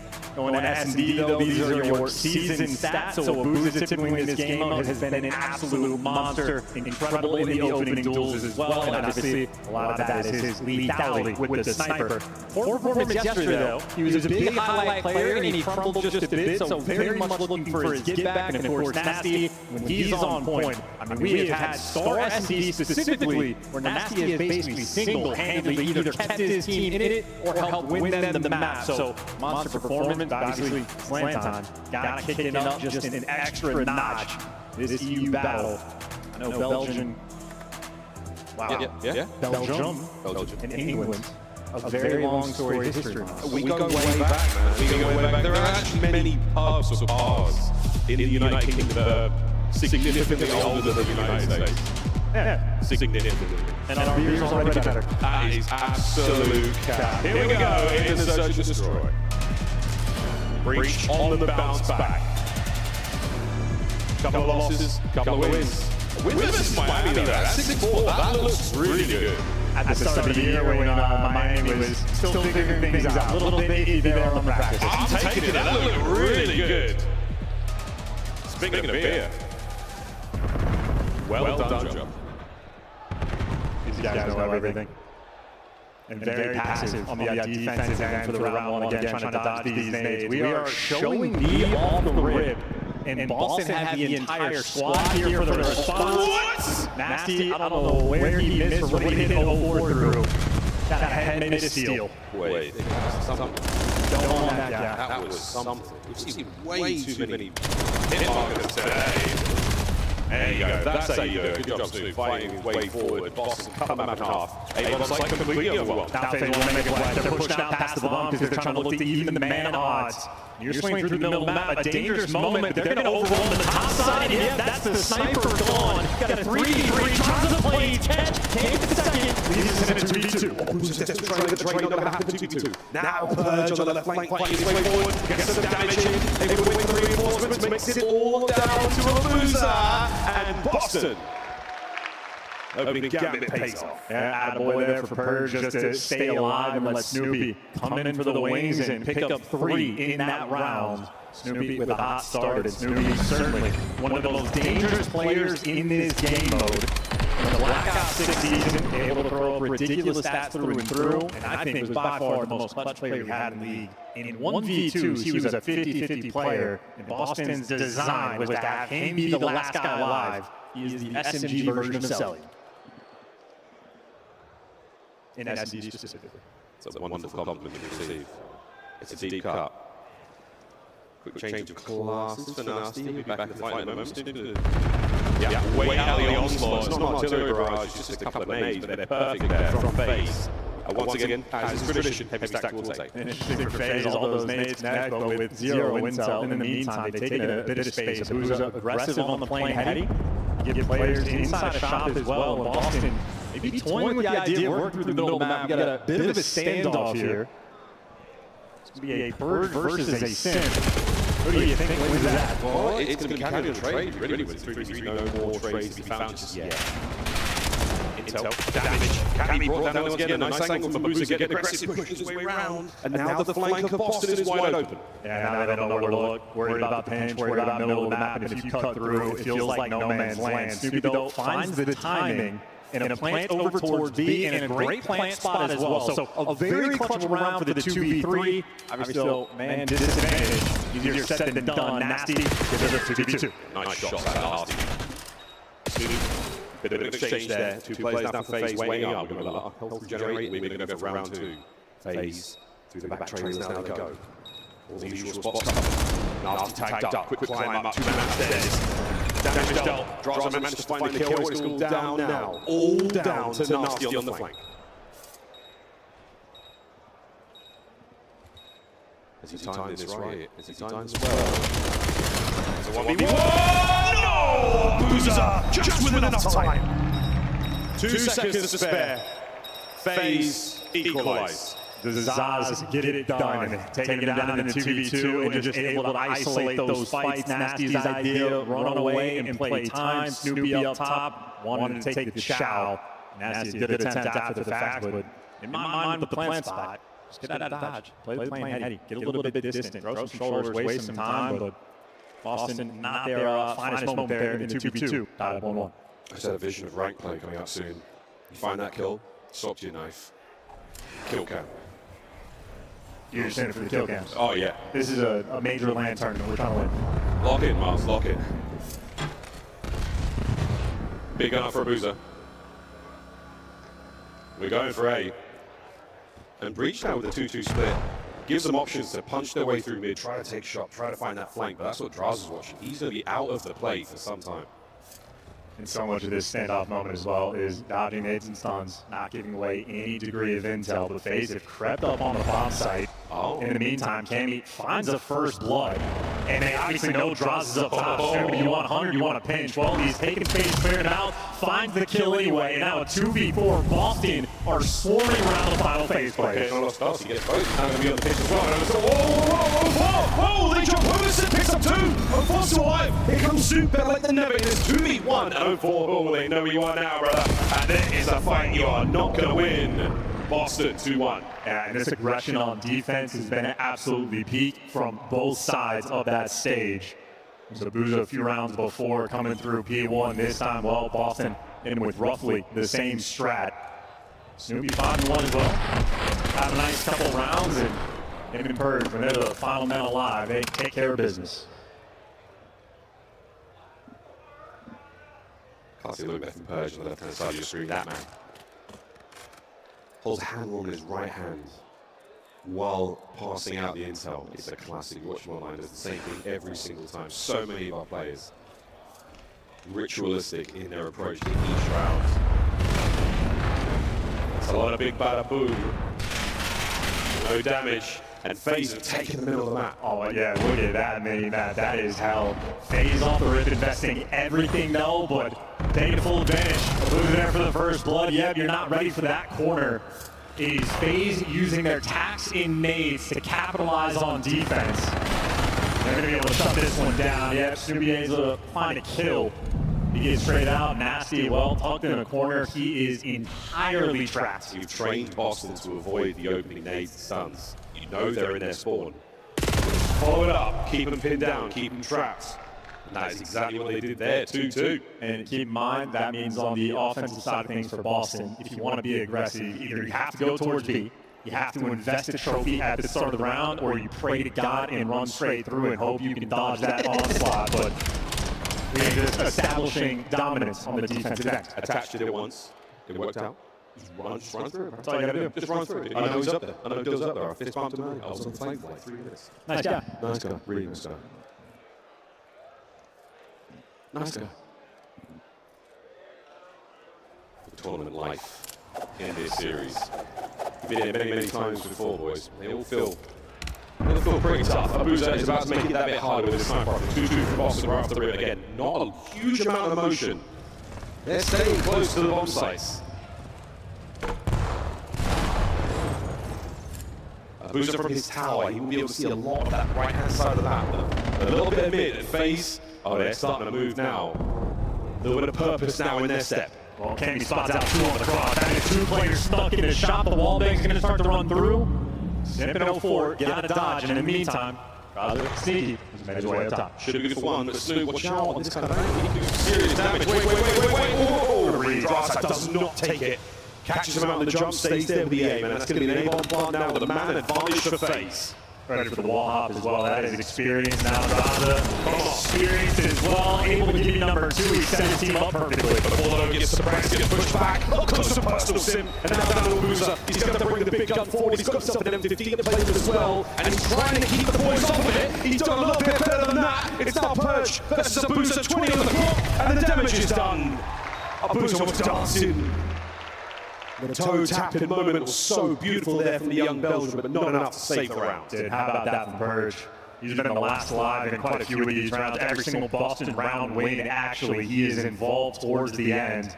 Clutching up here in S&D, and I think just the handling of Simp walking through the shot there is the big difference maker. Because Drasa gives you 2, the setup was there, but the reads and snaps for Boston on point. Yeah, the shot is such an important part of the map. It's so essential for getting in towards the bomb site unseen. But you can wallbang the whole thing, so there's very little actual cover in there. I feel like it's fake. We rarely see offensive teams have success in that mid-section. So, I mean, if you can get through that big spot, that's one thing, man. But if they know you're in there, they're going to light it up, and you are done. So ready for this. Yeah, all 4 just and it gives you the 2-2 trade, though.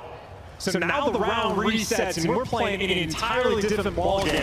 This is where Drasa's experience comes in handy. He lives for S&D2s. Shout out Purge 4 spree. That could get spicy. Pump the brakes, slow things right down. Oh my word. Uh-oh, the Buddha's getting damage in. There's the coverage we're trying to keep Purge out of the window. Some Spectre just shot across Sim's face. Yeah, and look at this. Drasa's reading the push the entire way. Probably caught the entire thing. Sim, unlucky, he doesn't see the gun. And Snoopy spots him in the corner. And there you go. There's the round. It is Snoopy and Purge again. Getting it done. Every single round for Boston. He is involved towards the end. That is 14 in 5 combined for Purge and Snoop. That is unbelievable timing from Snoop. The draws right into the lap of Purge. That is incredible. Snoop versus Simp in the store. Both of them in position for it, and the perfect timing for Snoopy. The entire difference for that as well was Simp just sees the gun of Snoopy. The round goes the opposite way. The little things will get you, especially here on land. The devil's in the details, but Boston firm advantage, and they're on defense.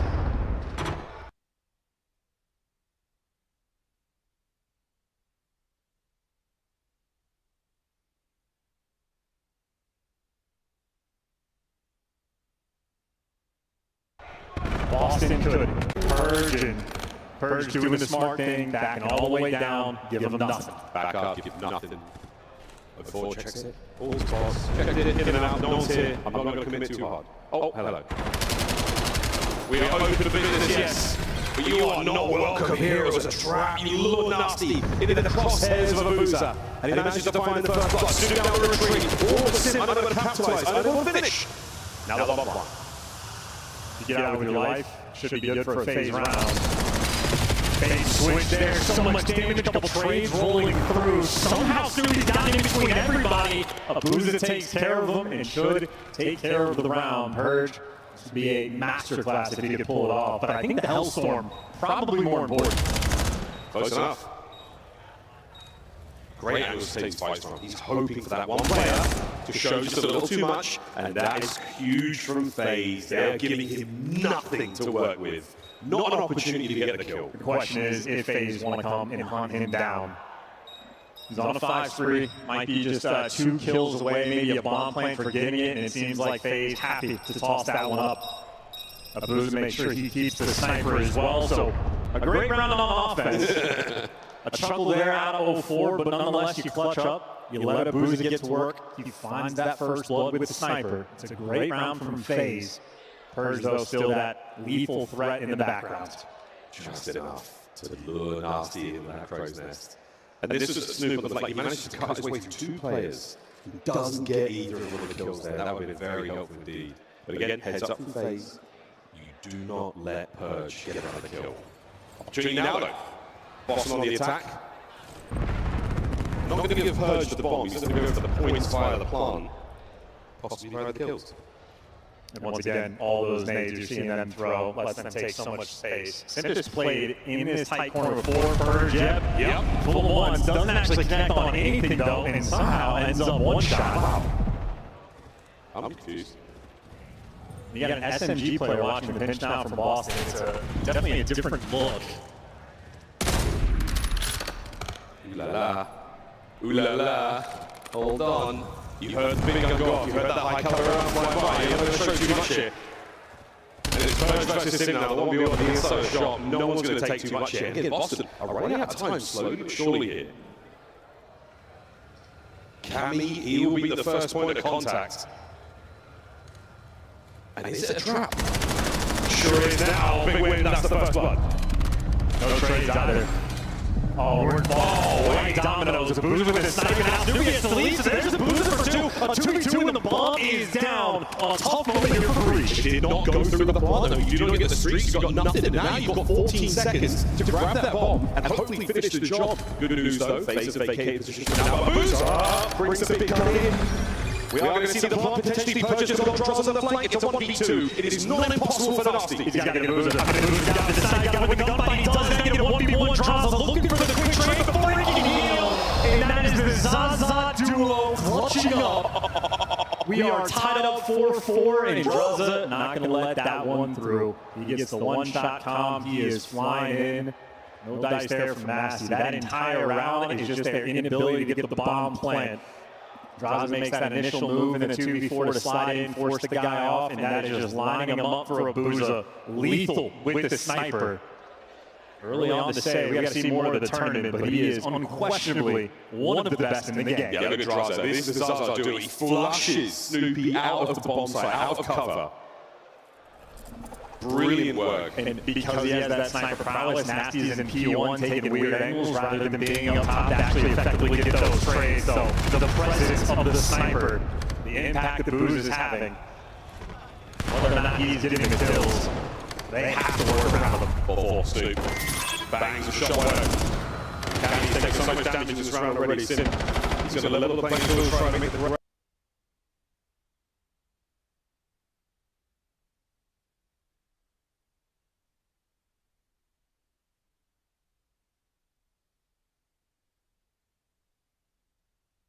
floor of the bomb site looks safe. They know you're there. Purge makes the flank safe.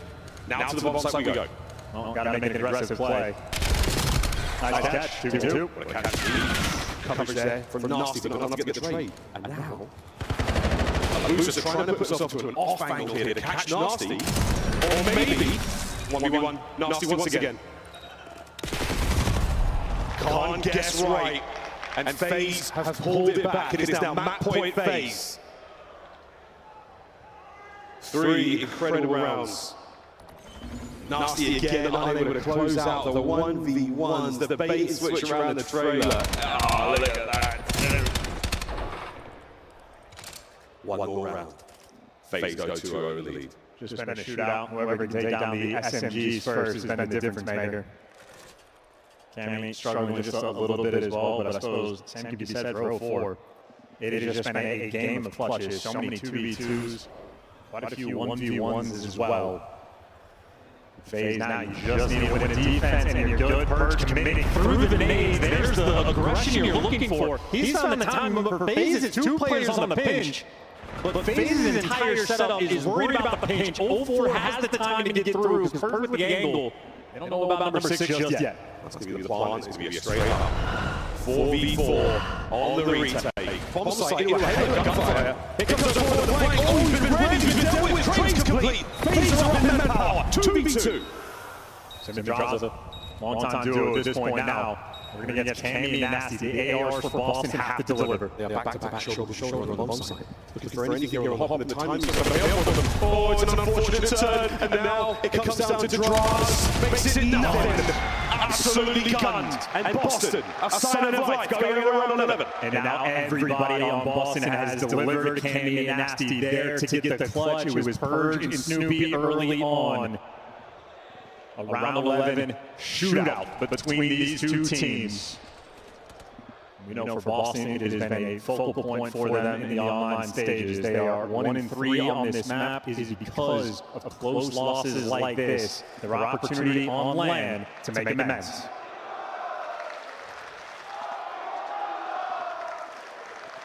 I would say it's a family show, but it ain't. Here we go. One final round. Sid bomb in hand. And a flurry now towards the bomb site.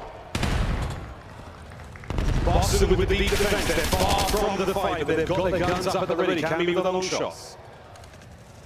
And nobody is showing anybody anything. Huge responsibility on Booza. He's back down, and this might be a flank route opportunity. No, Boston are grouping back together. They're trying to hit this 4v3. They're going in.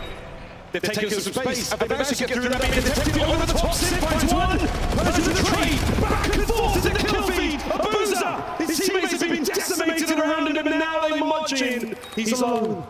Can he find something at the top? Damage to the Cammy, and from up high. Surprise! Purge sends it. Boston love up the series 1-1. And we're playing mind games now.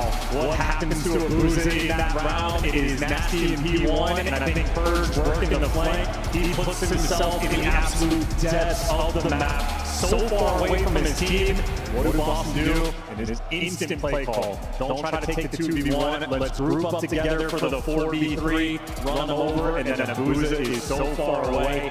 Has to fly in case they're on that bomb. Well executed round 11. Nice little 2-round comeback there for Boston, where every single player able to contribute. That is a hell of an S&D. Ooh, 1-1 going into them. And the other one is a little cut and dry so far as the stats are concerned, but that was a great look in the search and destroy. Purge, the playmaker for Boston. Every time you saw him, adaptation after adaptation, learning machine, Skynet at work. 12-5, a brilliant performance. And just to acknowledge it, because it continues to be ridiculous. Sim with the most kills on his team and the 4 bomb plans. Just a reminder, top-notch in the objective front, top-notch in the slaying front. Not enough there to take Boston down, but just so consistent. You gotta acknowledge the greatness when you see it. Greatness indeed. Don't forget the lead that Boston had. FaZe pulling it back. Well, the first hard point not too close. These stars indeed as close as they could get. Den overload. As we go to next. Quick thoughts before we go to the break about how this is going to go. I mean, if FaZe want to make up for the lead that they blew against G2, they're going to come out with them and fix the mistakes. It's probably going to end up being a relatively slow-paced game. A slow-paced game? We'll find out after the break. Don't go too far, ladies and gentlemen. 1-1 here at the half. We're going to see if FaZe got what it takes to keep on rolling, or will Reach continue to do Reach things. We'll find out after this quick break. This is the Call of Duty League.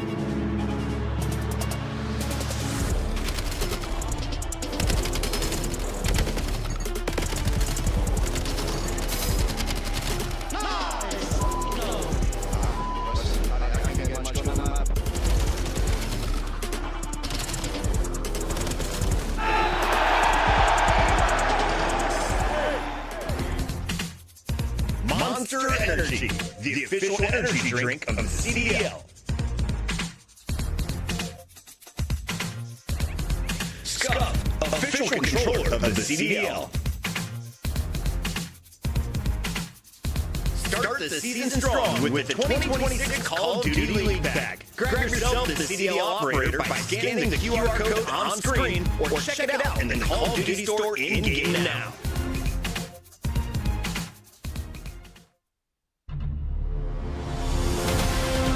Let's find out who's built for the big stage. It's ready to dive in. Forward City. What's the ball? Behind with the switch of possible. He's making it up. It's science. Down. On the big stage.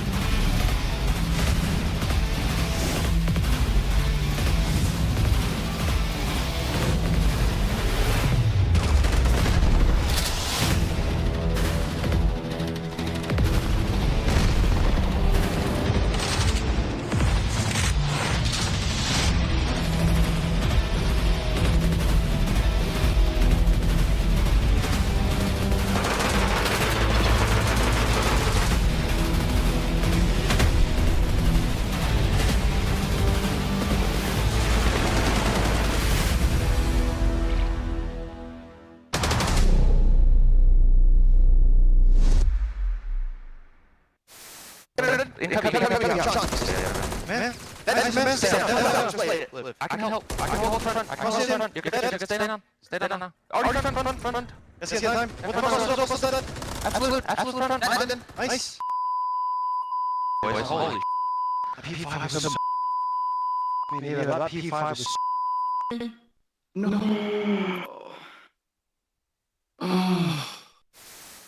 Wait.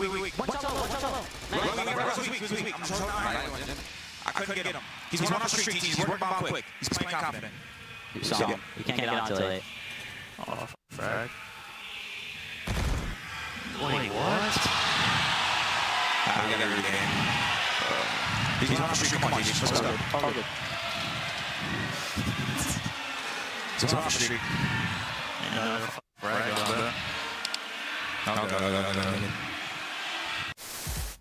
Welcome back, friends, to the Call of Duty League. We're nearly ready to get our Den overload. Really enjoying the CDL to get the chance. What's looking forward to? Submitting new clips. You should submit clips too. Your own. We need them. There's lots of them out. Fun times we had yet. Rank play on its way. Let's get another party mode chance. Let's get ready to get loose here on this game of overload. Is this party music in your mind? Yeah. How old are you? None of your business. Top goal scorers on Den so far. 8. Tied up Boozer and Mercury. Those boys are heavy hitters in the mode. And across the board there, the number of the beasts are Draws, Ghosties, and Skies. That's a lot so far, just on Den alone. I mean, Den hasn't been that high scoring, but these boys have get it done. This is a team of ARs that we have on the screen right now, which means this is the teams that have figured out, hey, SMGs, go be those lead blockers, create that space, and that's who's really giving you the most success. So FaZe having 2 in the mix, incredibly impactful. They are no stranger to running the score up. Their only issue really to alleviate is when they're getting ran over, not able to slow the pace down. So that's where they're going to be digging deep for here on this Den. Their adjustment from yesterday. Obviously, if you're Boston, soon be purged. Did very well at map number 2. Keep it up and keep that pace flowing. The KD, not too shabby. The kills per 10, not the craziest we've seen, but ultimately still a lethal threat on the map. We know it's land time. This is top 12 back against the wall. FaZe in the respawn and in the S&D, in all honesty. Shown they're bringing the goods. Boston, you're going to have to battle. It was game being Den. Here we go. Opening hits are looking very dominant for FaZe. The battle at the bottom side of the map is going to be won there by the Boston boys. And Stu has managed to make his way through the middle of the map. And look at it go. Look at it go. Boozer then gets traded out. That's going to be 3 Den. Early grab here in possession for Boston Breach. What direction do we go? Run through mid, Nasty, they're getting the extra kill, waiting for their two teammates to get back up in the mix. And Purge, as long as he keeps the presence here, FaZe don't know where to fill in on defense. So they're spreading the map, but gotta be a little bit worried about spreading yourselves too thin. You see the Calls Dojo side, it's 0-4 without any help. Oh yeah, no help. Oh, but damage. They've stunned up Sip as well, the close play. Sip real close, brought down, and that's the dive from Purge. Nothing but net for Boston. Absolutely gorgeous. Waiting for your teammates to come off spawn, overroll the players, and make sure everybody chows when they need on the reset Cammy. Want to be quick here. FaZe have the device. They are running away from you. Purge with a nice off, and still a dangerous moment. Cammy is out of the play. Actually, no. He picks up a Booza. It leaves him last alive and overwhelmed. The timing is there, and Cammy setting up the rally. Cammy trying. He gets damage to the draws. An opportunity for Snoop to pick up before the regen, maybe. But the EMP's gone mid. That's a problem. Purge on the other side. Massive damage. You pulled the defenders. FaZe are quite aware. Are we able to get this one through? No. Sip and draw saved it, but there's a sneaky Purge. Still at play. Stuffed up by a Boozer. All dead. Back to the drawing board. Yeah, Sim makes a nice read there. Don't chase Purge into the patio. Wait for the guy with the device. Now FaZe finally have a little bit of control. And then half burned off the old game clock in round number 1. And Boston on point. Everybody here on defense. And Snoopy didn't even need the help. He's able to give you 2. FaZe's push has been stopped. FaZe went for the bulldoze, and they sadly fell short. Options now for Boston Breach. They take the EMP back to the middle of the map. You can go anywhere from here. FaZe don't quite know where to start. I was going to say, yeah, it's Purge playing aggressive. Draza gets a huge pickup there. Boston playing the exact same idea. You see FaZe adjusting as this map continues. Now you got to be worried. Those FaZe arrows are swarming. You got the device in your spawn. A dangerous moment. You're able to take down a Booza, so you're staying heads up for the moment, but you can't really park the buses effectively on this side. Oh no, I don't think that they're just getting into gear now. Bus is no longer neutral. Pickups first. Oh dear. Back to yeah, maybe back to neutral. Who knows? But the bomb's gone. It falls out, mate. He's gone mid map. He's sending it. You've got to deal with that player in the middle. Still going to try to catch something out, but he's still moving. Nasty has had the device now for nearly a minute and a half. Yeah, finally an open lane as well. That is 3 players, FaZe players in the middle of the map. Multiple are going to walk back, but there's always an aggressive man up front for Boston. They've been dishing out the damage, keeping control of this game. And Nasty's dipping out again. His teammates lose the fights. That's fine. The device is nice and secure. It's still a delicate battle, but you're doing a halfway decent job. And I got 3 players in the device. Not that kill for Cammy. Could have spelled disaster. Here we go, as well. It's big. That's going to be Sims. It's an opportunity now. But Nasty, he's trying to get him off there. It's not going to happen. It's an open goal, and it's going to be FaZe equalised with a minute 40 to go. Bottom side spawn as well. 0-4, overwhelmed by 3. Boston, they're trying to set up for a quick one. Yeah, it wasn't necessarily the bus being parked. It was all about burnouts in the parking lot. And you're all right now. You completely clean them out. You clean them out, and it's going to be 2-1 mid-map. That's where the ball's going to spawn next. The Purge, he's still alive on the flank here. Massive damage. Able to maybe get something going. It's Snoopy. A terribly sneaky play. Still causing problems for FaZe. Sim's able to stay alive, and that is a nightmare there for Snoop. The 2-1 lead is great, but they have a lot of good positioning on the map. Sim don't get taken care of, so we got the 50-50 standoff for Boston. They're reading it well on defense. They got the players in the right spot. Oh, they're going to get rid of the lead block. The lead block down, and it's under Snoop. 1v1, and that should back up. FaZe still got possession. You've still got time. You're waiting for that opportunity moment. You're waiting for the kills somewhere. Is it going to be mid-map? It's still going to be Sim playing forward. Running out the defending players. Purge on the fadeaway. Lovely work. That's going to be a clean-up, and that is an opportunity to go, Boston. Well, they want to touch the device, or they just want to play keep away and go for the reset. Well, there you go. Purge is grabbing it.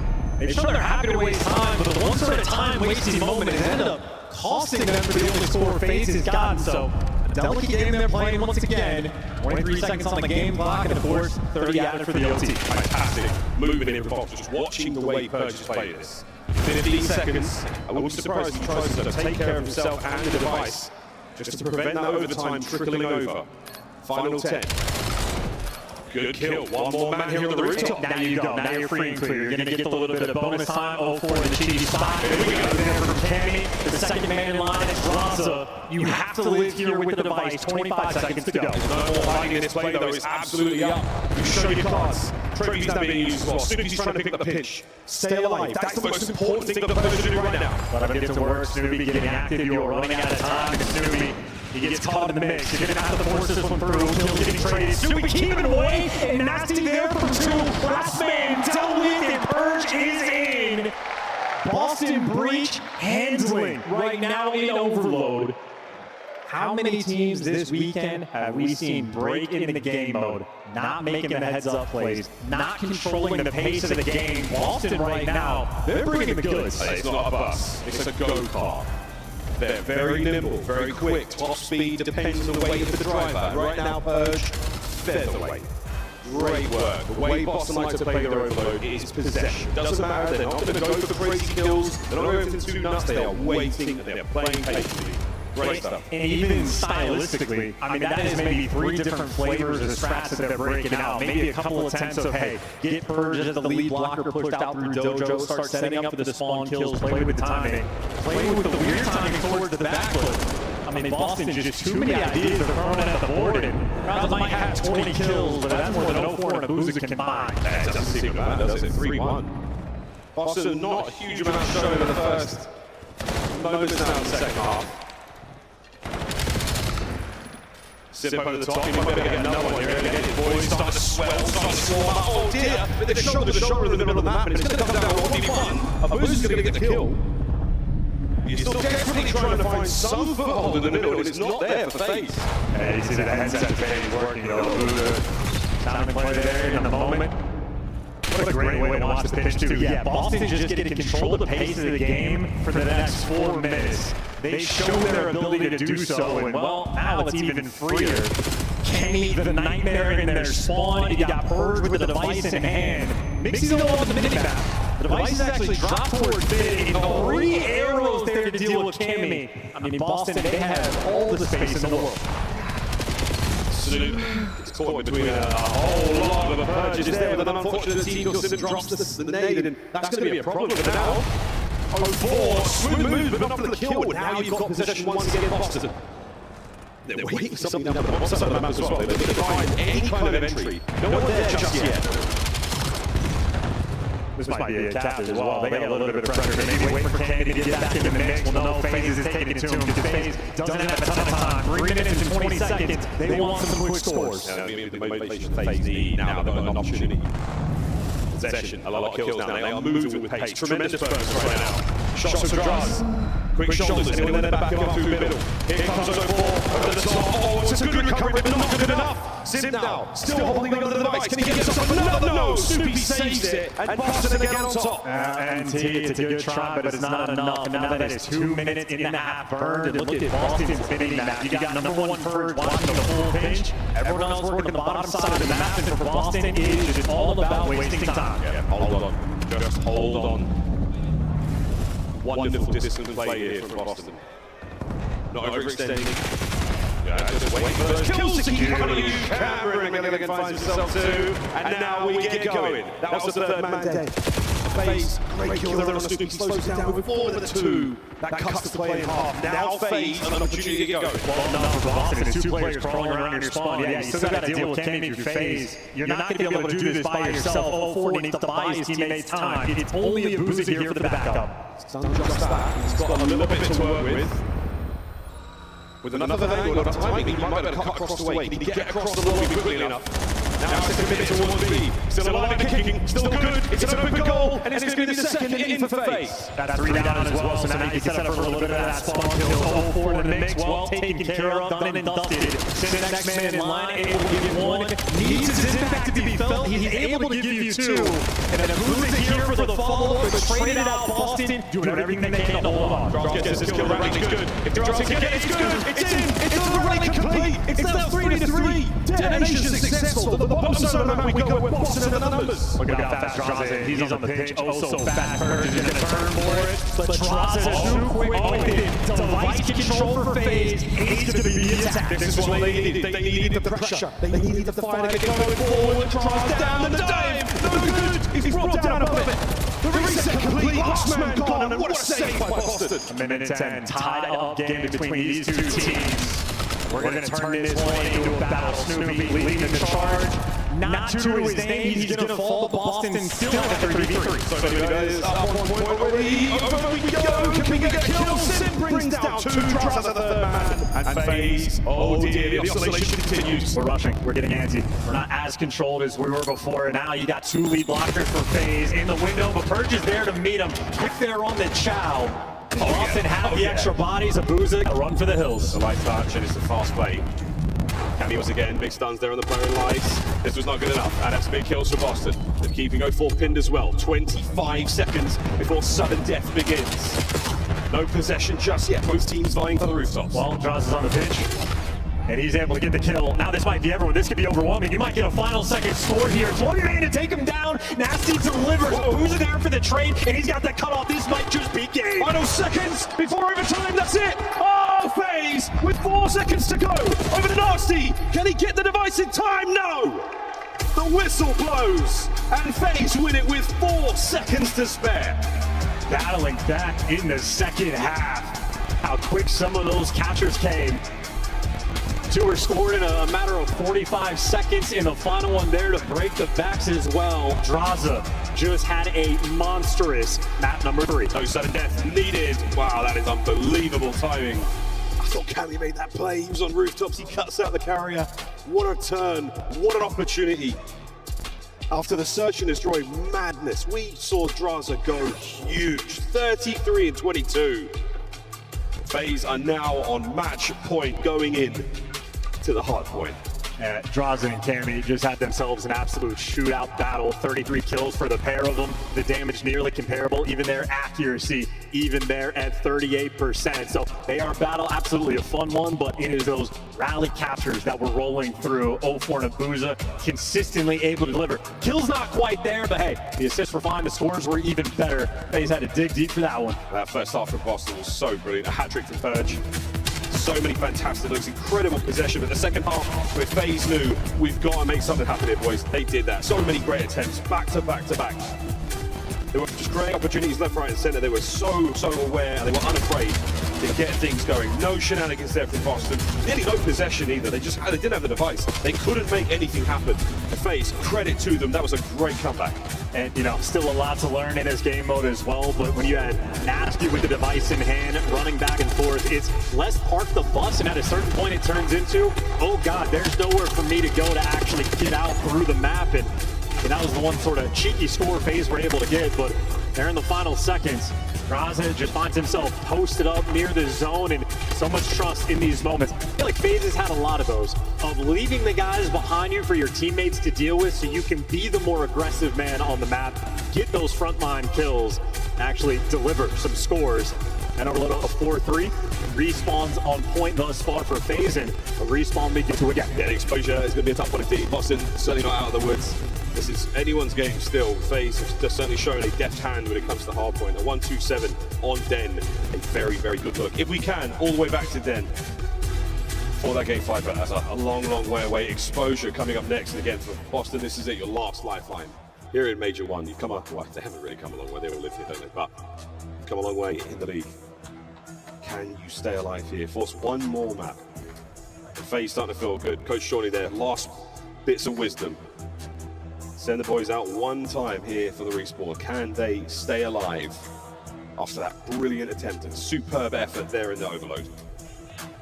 So many Scotsmen on that stage, but on the flip side, it is Simp and Abuza getting after it in the map number 1 against Simp. Not only is he top-notch in the KD department, but the hill time incredible. Meanwhile, Abuza, that is a feed up for the map number 1. Got a man AR top of 1.8. That means everything was going right. Boys in pink looking good. Create quite the stink there for their Boston opponents.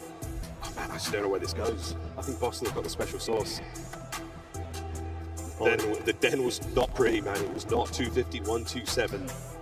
Disgusting work there for the FaZe boys. And make no mistake, if Boston pulled this one off, it would be an absolute shocker to take down the top dogs like this. The FaZe looking comfortable, and Simp looking locked in. Locked in. Please blink. Your eyes will water. Please blink. Thank you. He knows what he's doing. Let the man work. He's working. Well, here we go. Match point for FaZe. For Boston. Just to see one more map here at the Major. To exposure we go. The raggedy sands of Australia. They're going to scorch one of our teams. This is going Gonna be a one and done for Boston in the series department here, or will FaZe? FaZe have to battle another game 5. Here we go. Map 4, the way. Make Australia sound like a foreign land. Hopefully it feels like home for both of these two teams. Every single scrim you've had, they have been working for months, playing this map 2 or 3 times a day. Played it in the hundreds.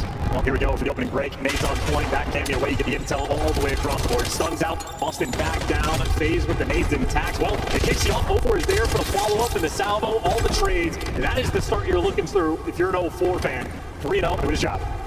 Resets the fight against Snoop and guns him. Unreal stuff. 4-0 so far. Early time they're FaZe, they're feeling great. The shots at Rage 04. This is his playground. This bottom side of the map loves to roam. He loves to control it. And he's got him. That was a big hit on the back of purchasing for another one here in the feed. Oh, 87 and run. It's the inverse. 007. He will not be in the running. Leave the noobs. Secure the character. No Hellstorm there for Twin, unfortunately. We're working to see who's Lisan Agaib on hill number 2. Roz there to kick things off. The follow-up, though, is nasty. The tank will be his. The tank by name, tank by nature. Quick reset here for the health. As Boston gets some much-needed hill time here on the second. Before, he might have found his way through. Nasty still covered there by the vehicle. Sim's looking to get involved. And that's going to be cleans up the front line. And now the dance from Sim. That is an unbelievable amount of restraint and skill. Oh, man. Cammy has, like, the opposite of highlight, where he just dodges the pistols in a ridiculous way. Feel bad for him, and well, don't feel bad for FaZe. They're happy to get the time. It's P2 break. Time is looking good. Draza, the overseer up top, trying to dish out some damage. Intel on everybody. Boston might be able to get the break there on P2, but when all is said and done, the FaZe players should be good for the new time. Or the Zaza duo is going to spawn out, and Cammy just spawned in Debts and Sim. Never going to read that. Cammy has his get back. Nice. You'll take that.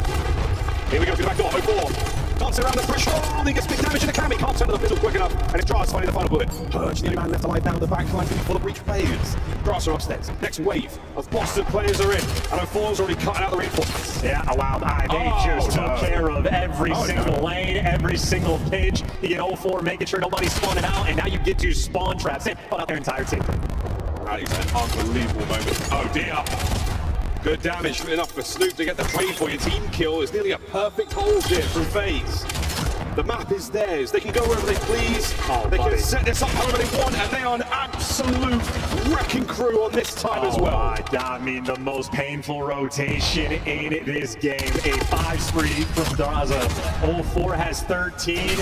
We have just gotten spawn trapped into oblivion, and nobody even gets a cheeky spawn out. Boston devastated so far on exposure. You may as well call it the street. Just cut them down before you get close to the hill. Why not? The way it's going. So you get another one. 107 to the 27 of Boston breach. Purge finding one on the inside. The back still safe for FaZe. Draz. Toe-to-toe with Cammy. It's never a 1v1 against the FaZe boys. Estaci's not going to find his prey just yet. He's still trying to get towards the hard point, and 04 gets another from inside time. 2 Hellstorms to work with right now for FaZe as they are running exposure. I mean, listen, Park Run was their biggest struggle at the start of this year. How quickly that has turned around. You have 04 quadruple positive, and this is just feasting. Flipping the spawns as well. Boston, I mean, desperate just to get those final 12. And in the meantime, that rotation free and clear here for FaZe. And I love the long route from Purge, but I think God, FaZe are picking it up. You got Synth and Debs. I mean, there's just nowhere you can go. They are handling the map so well. It's a simple play, but an incredibly effective one. A grenade over the top. Oh my word, Chris Lair, the damage is there. 13 and 8. He's trying to keep up with 04 at 16 and 5. Not an easy thing to do, but wait, Boston, a sign of life. Couple of kills. Yeah, FaZe just spawned 2 players on time. Shout out to that. How about blocking everything on the map? A little bit too much presence. That's why you got the bailout. Everybody up to the kill. It worked! Hiding for their lives. They were safe. Oh, Snoop Lair playing over his head. Gets that. 3 dead, 4 dead. Here we go, Boston. FaZe. Yeah, FaZe just too good. They had too much pressure on the map, blocking every spawn, and that is streak burned, and Boston needed a gift. They absolutely get it. Next wave. Nice aggressive Snoop that brings down 04, the Titan here on exposure. And this is a lovely comeback. The jokes are there, and the gameplay has been outstanding from FaZe, but an exhausted Magazine and an aggressive Snoop, he finds his 5th in a row. Looking for the 6th, but Sim chases him down to the ends of the earth. A couple more kills going your way and a brand new hard point. FaZe Vegas still incredibly strong. Let's go for a listen in.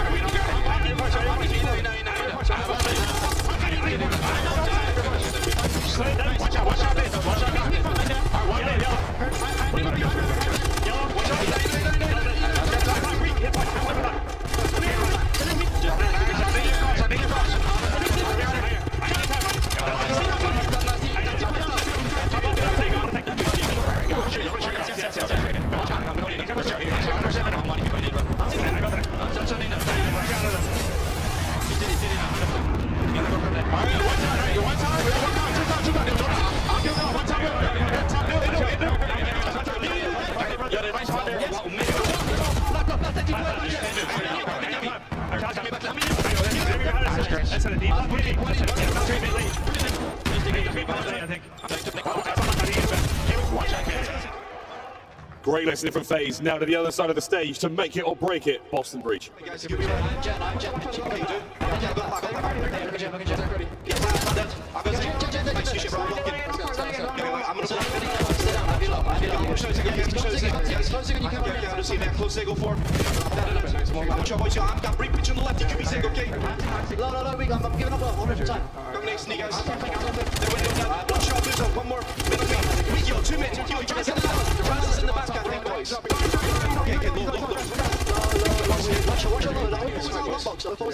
I'm stepping up to 2 sides. He's gone our side long. Right back front, just hold on. Okay. Airdrop. I'll put it back. The back. Spawns everything. Give me like back right corner long time. If we back right corner.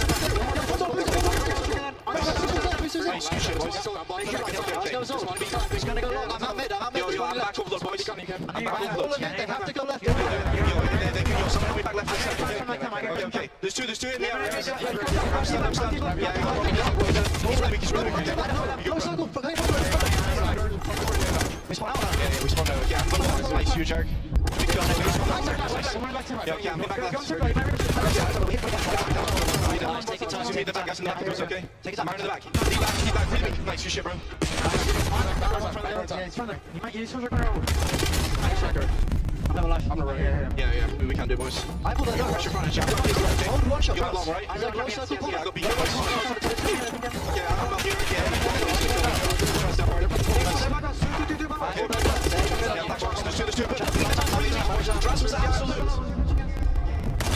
This is a delightful exposure. Unreal work out of Boston to pull themselves back from the deficit. Yeah, when they got control, they look great, but a couple key breaks there from FaZe and make that another one. In the time of 3 there in the feed, they got mid-map, they got everything pushed out. Things are looking good for FaZe. Trying to win the trade battle down and losing a feed sim from upstairs. The Phenom finds a big 2. Stays alive for a moment longer.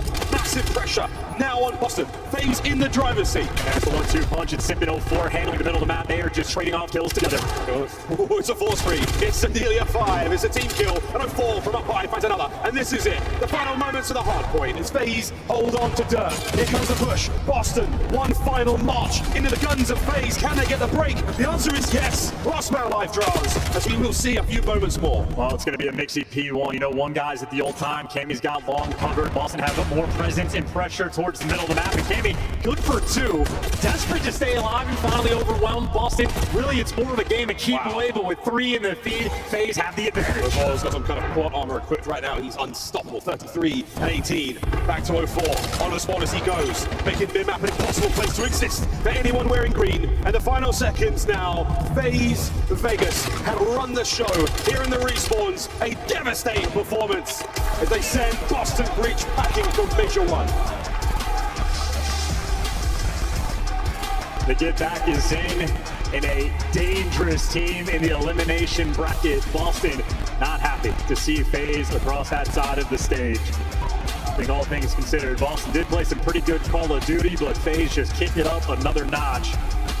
You had just a long series of everybody for FaZe Vegas taking turns, and well, that one was 04's 36 and 18. He was just able to throw up, and quite literally from the jump, he opened up the map with a 7 spree, and he never slowed down. He threw up because he's sick on exposure. Maybe the best I've seen do it. The man has got something in him. An unbelievable map, an unbelievable series, and a 4-second difference in that game of Overload. We could have seen a sudden death. What a moment that hinged on. And now we say goodbye to Boston. We say, all right, FaZe, on you go. 3-1. What a close series it was. The S&D, absolutely something. But the respawns there, FaZe, hardpoint, keeping them afloat here in this series. And 0-4.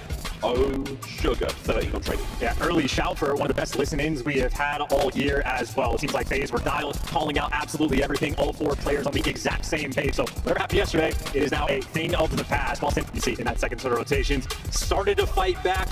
Once they got that to a 10-point game though, FaZe flipped the switch, pulled them out on a P4 and really able to set the tone. FaZe looking good in this series today. Well, it was a big win in both of those hard points. We don't get to see the NSD, of course, but Scott, it was a lot of fun. Brilliant stuff there for Boston. Commiserations, Major 1 ends here for them. Surprise chance by the performance you saw? Any major takeaways?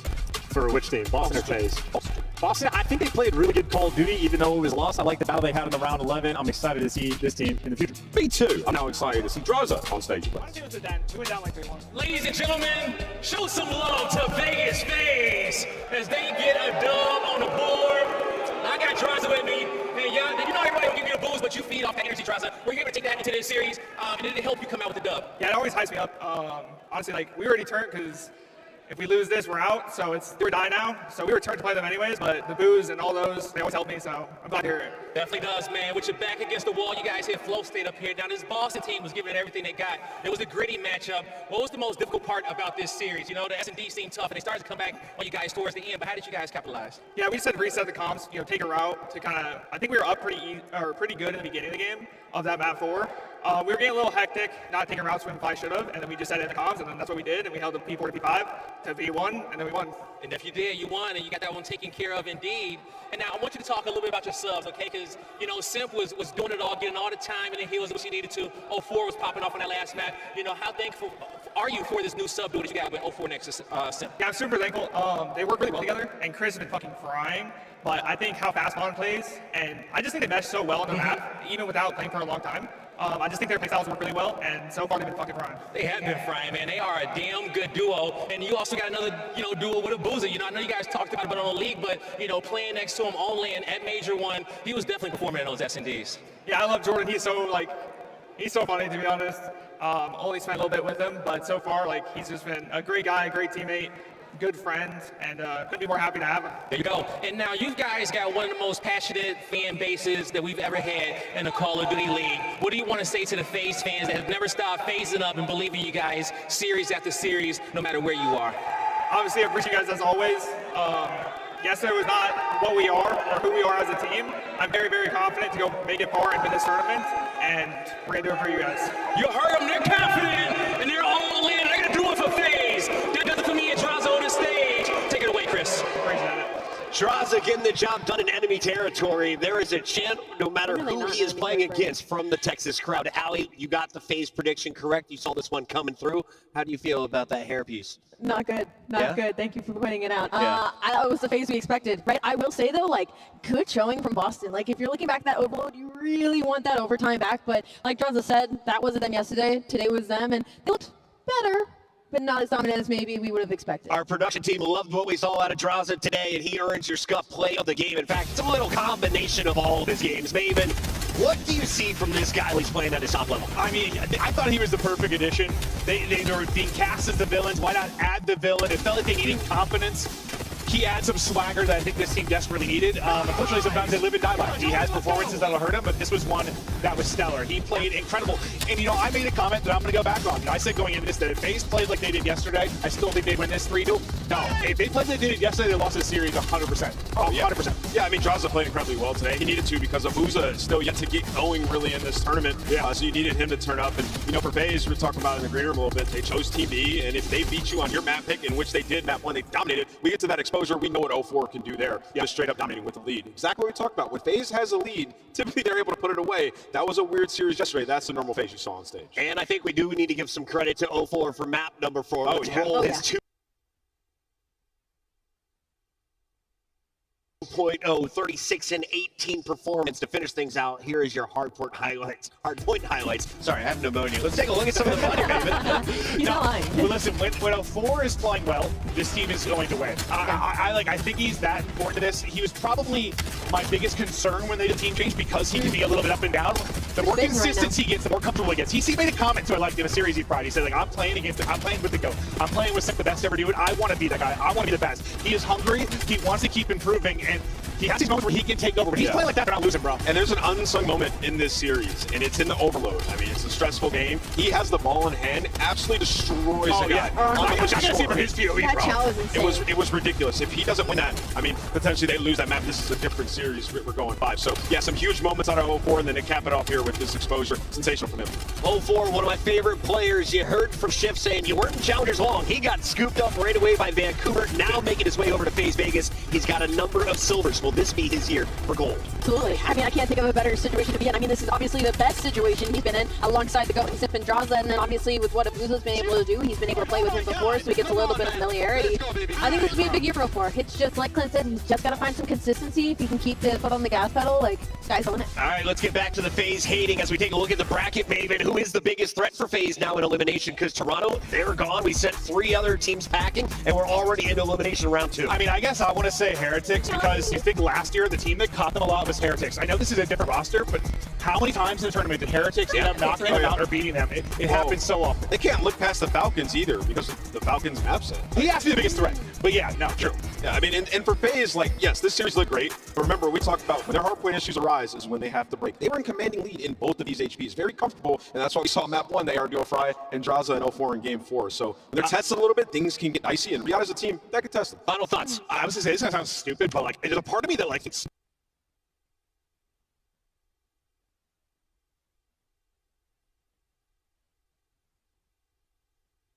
almost going to FaZe doesn't win this. Nearly improve across the year and perform at the end. That's what they're looking for. Want to give a big shout out to everyone who made it down to Texas. We got Activision staff, some Treyarch staff, and of course all of the best fans from around the world. Call of Duty Major 1 continues on the other side of the break.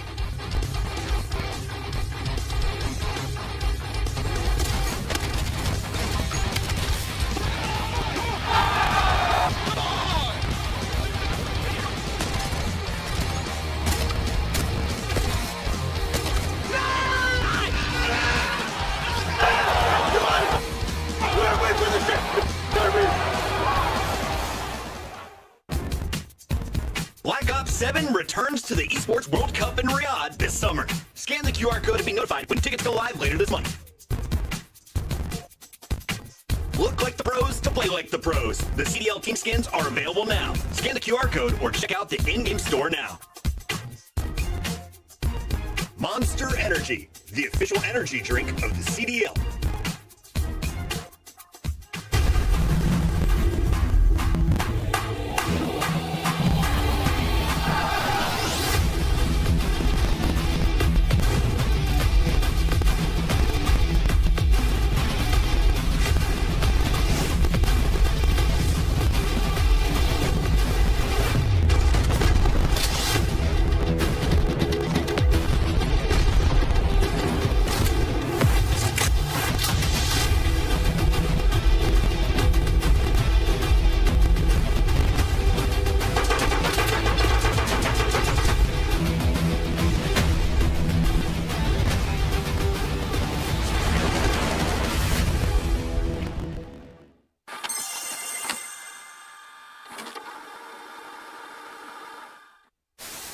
Wait, why are they showing that clip? Why are they showing this, man?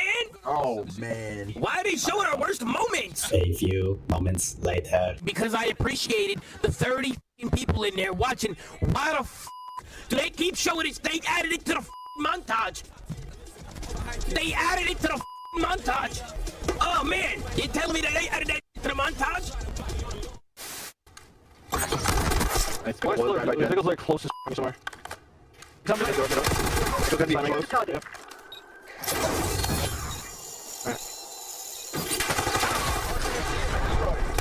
Oh my god, good game. Like that. And Dante take over. Very easy.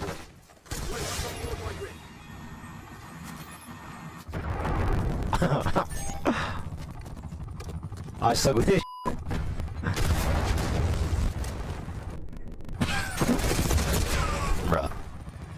not using that ever again. They straight up.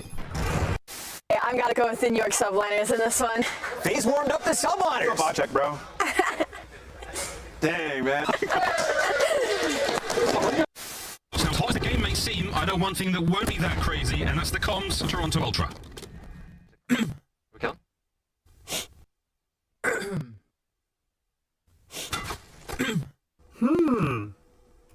Calm as ever, Toronto Ultra, now to the other side of the stage.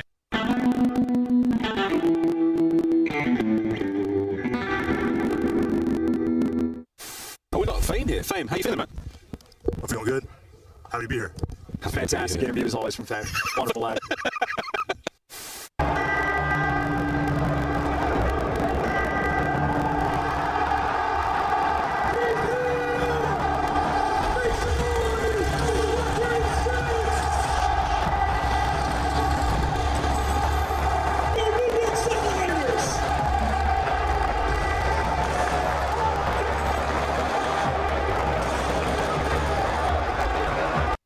What do you think of my shirt today? It is a choice. It's a choice. Listen, guys, I put this shirt on. I felt pretty sexy, to be honest. Yeah, I looked in the mirror and thought, God damn. And then I got to the green room and everyone said, your shirt's too tight, you look like an idiot. I was like, it's just a little too small, but it works. And this weekend, we'll find out which team will take the largest portion of that $1 million prize pool and etch their names into Call of Duty history forever. Ladies and gentlemen, live from Las Vegas, the World Series of Warzone Global Final. I have it. Dead. Dead. Let's go, guys! Let's go! Let's go, Bruce!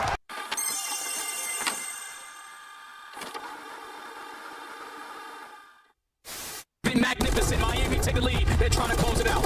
Cell first kill's good though, but Miami battle pack, they've got themselves the trade. Oh, he's just down to Cell with the black. He's gonna get all four. Atlanta are gonna reinforce the hard point first. Miami, no trophy systems are locked in place by stuns. Oh, it's an absolute breakdown by the end as Cell finishes on 5 to steal away the map. Can you act out the coolest kill you've had so far in Black Ops 6? Act out? Yeah, show me with your hands. What do you do? I can't show you your hands, but I can show you the omni movement. There we go, there we go. Alright, let's check it out. The chair's gonna. Yep. Okay. Oh! Hit him with the side straight! Is he gonna come back? Yeah, weak, close. Nice. Half kill me. Half weak. I'll jump down. He's on the yellow card. Weak. I can kill him. I'll put you back. One's out now.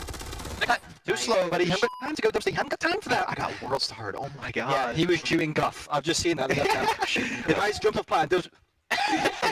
I'm sure he's getting his kill. Yo, it was bad. It was bad. Pure guff coming out. I had the wrong attach at the time. Yeah, he's absolute. Look, she's big. Yo, tell me out. Every front side. Oh my god. I'm better here. I'm better, bro. It looks like Vault Door, I think. I've seen this, bro. Oh my god. He's in Vault. You're so much better. Oh my god! Holy shit. Oh! Yobi! It's been a wild ride for Vancouver Surge as they started the day with a surprise victory. Lunars with the pop-off performance of his career in the CDL, and now he gets a chance to make his way into the top 6. You gotta get through Miami Heretics though, and this is a battle that we expect to go the distance. Welcome in everybody. Chris playing alongside Chance. We've got Rosalie Nameless at the desk for the final fight of the night. It's been a freaky Friday, Chance. A lot of upsets, but things are starting to settle out as we predicted. Hell yeah. How do you see this match playing out? I mean, Miami Heretics is a very scary team. They've been on the up and up because they had just had a slow start to the year. It is extra time for the Europeans to travel home for Christmas, so they've been a bit behind. Still, though, looking terrifying, and it is 4 players down the line that play incredible Call of Duty. Trake's probably the guy with the biggest question mark, and he's disgusting. So it's great. I mean that as a compliment. My bad. Very good thing. It's been a record-breaking day, especially for one young man. He goes by the name of Super. He dropped 16 kills in the first Search and Destroy, 7 more in a map 5. That is 23 total for a best of 5, the best in the league. Yeah, I don't care what anybody says. I don't care about records. That's where it is. This is the best Search and Destroy team in the game. From what I've seen so far in that match, they just set up late game better than anyone else. And we saw that throughout the majority of last year. And for me, in this matchup, if you're Vancouver, you have to find an answer to the misdirection, to what they do early on. And you can see right here in the Monster Energy pregame, they beat Surge 3-0 in the qualifier, so familiarity there. And then started their hardpoint 8-3, but they lost 4 straight maps. They lost 2 close ones in the last series, but in this one, they'll definitely feel like they have an edge. They said they're comfortable with the dirty Neslo. Do you think they steal a hardpoint this time around?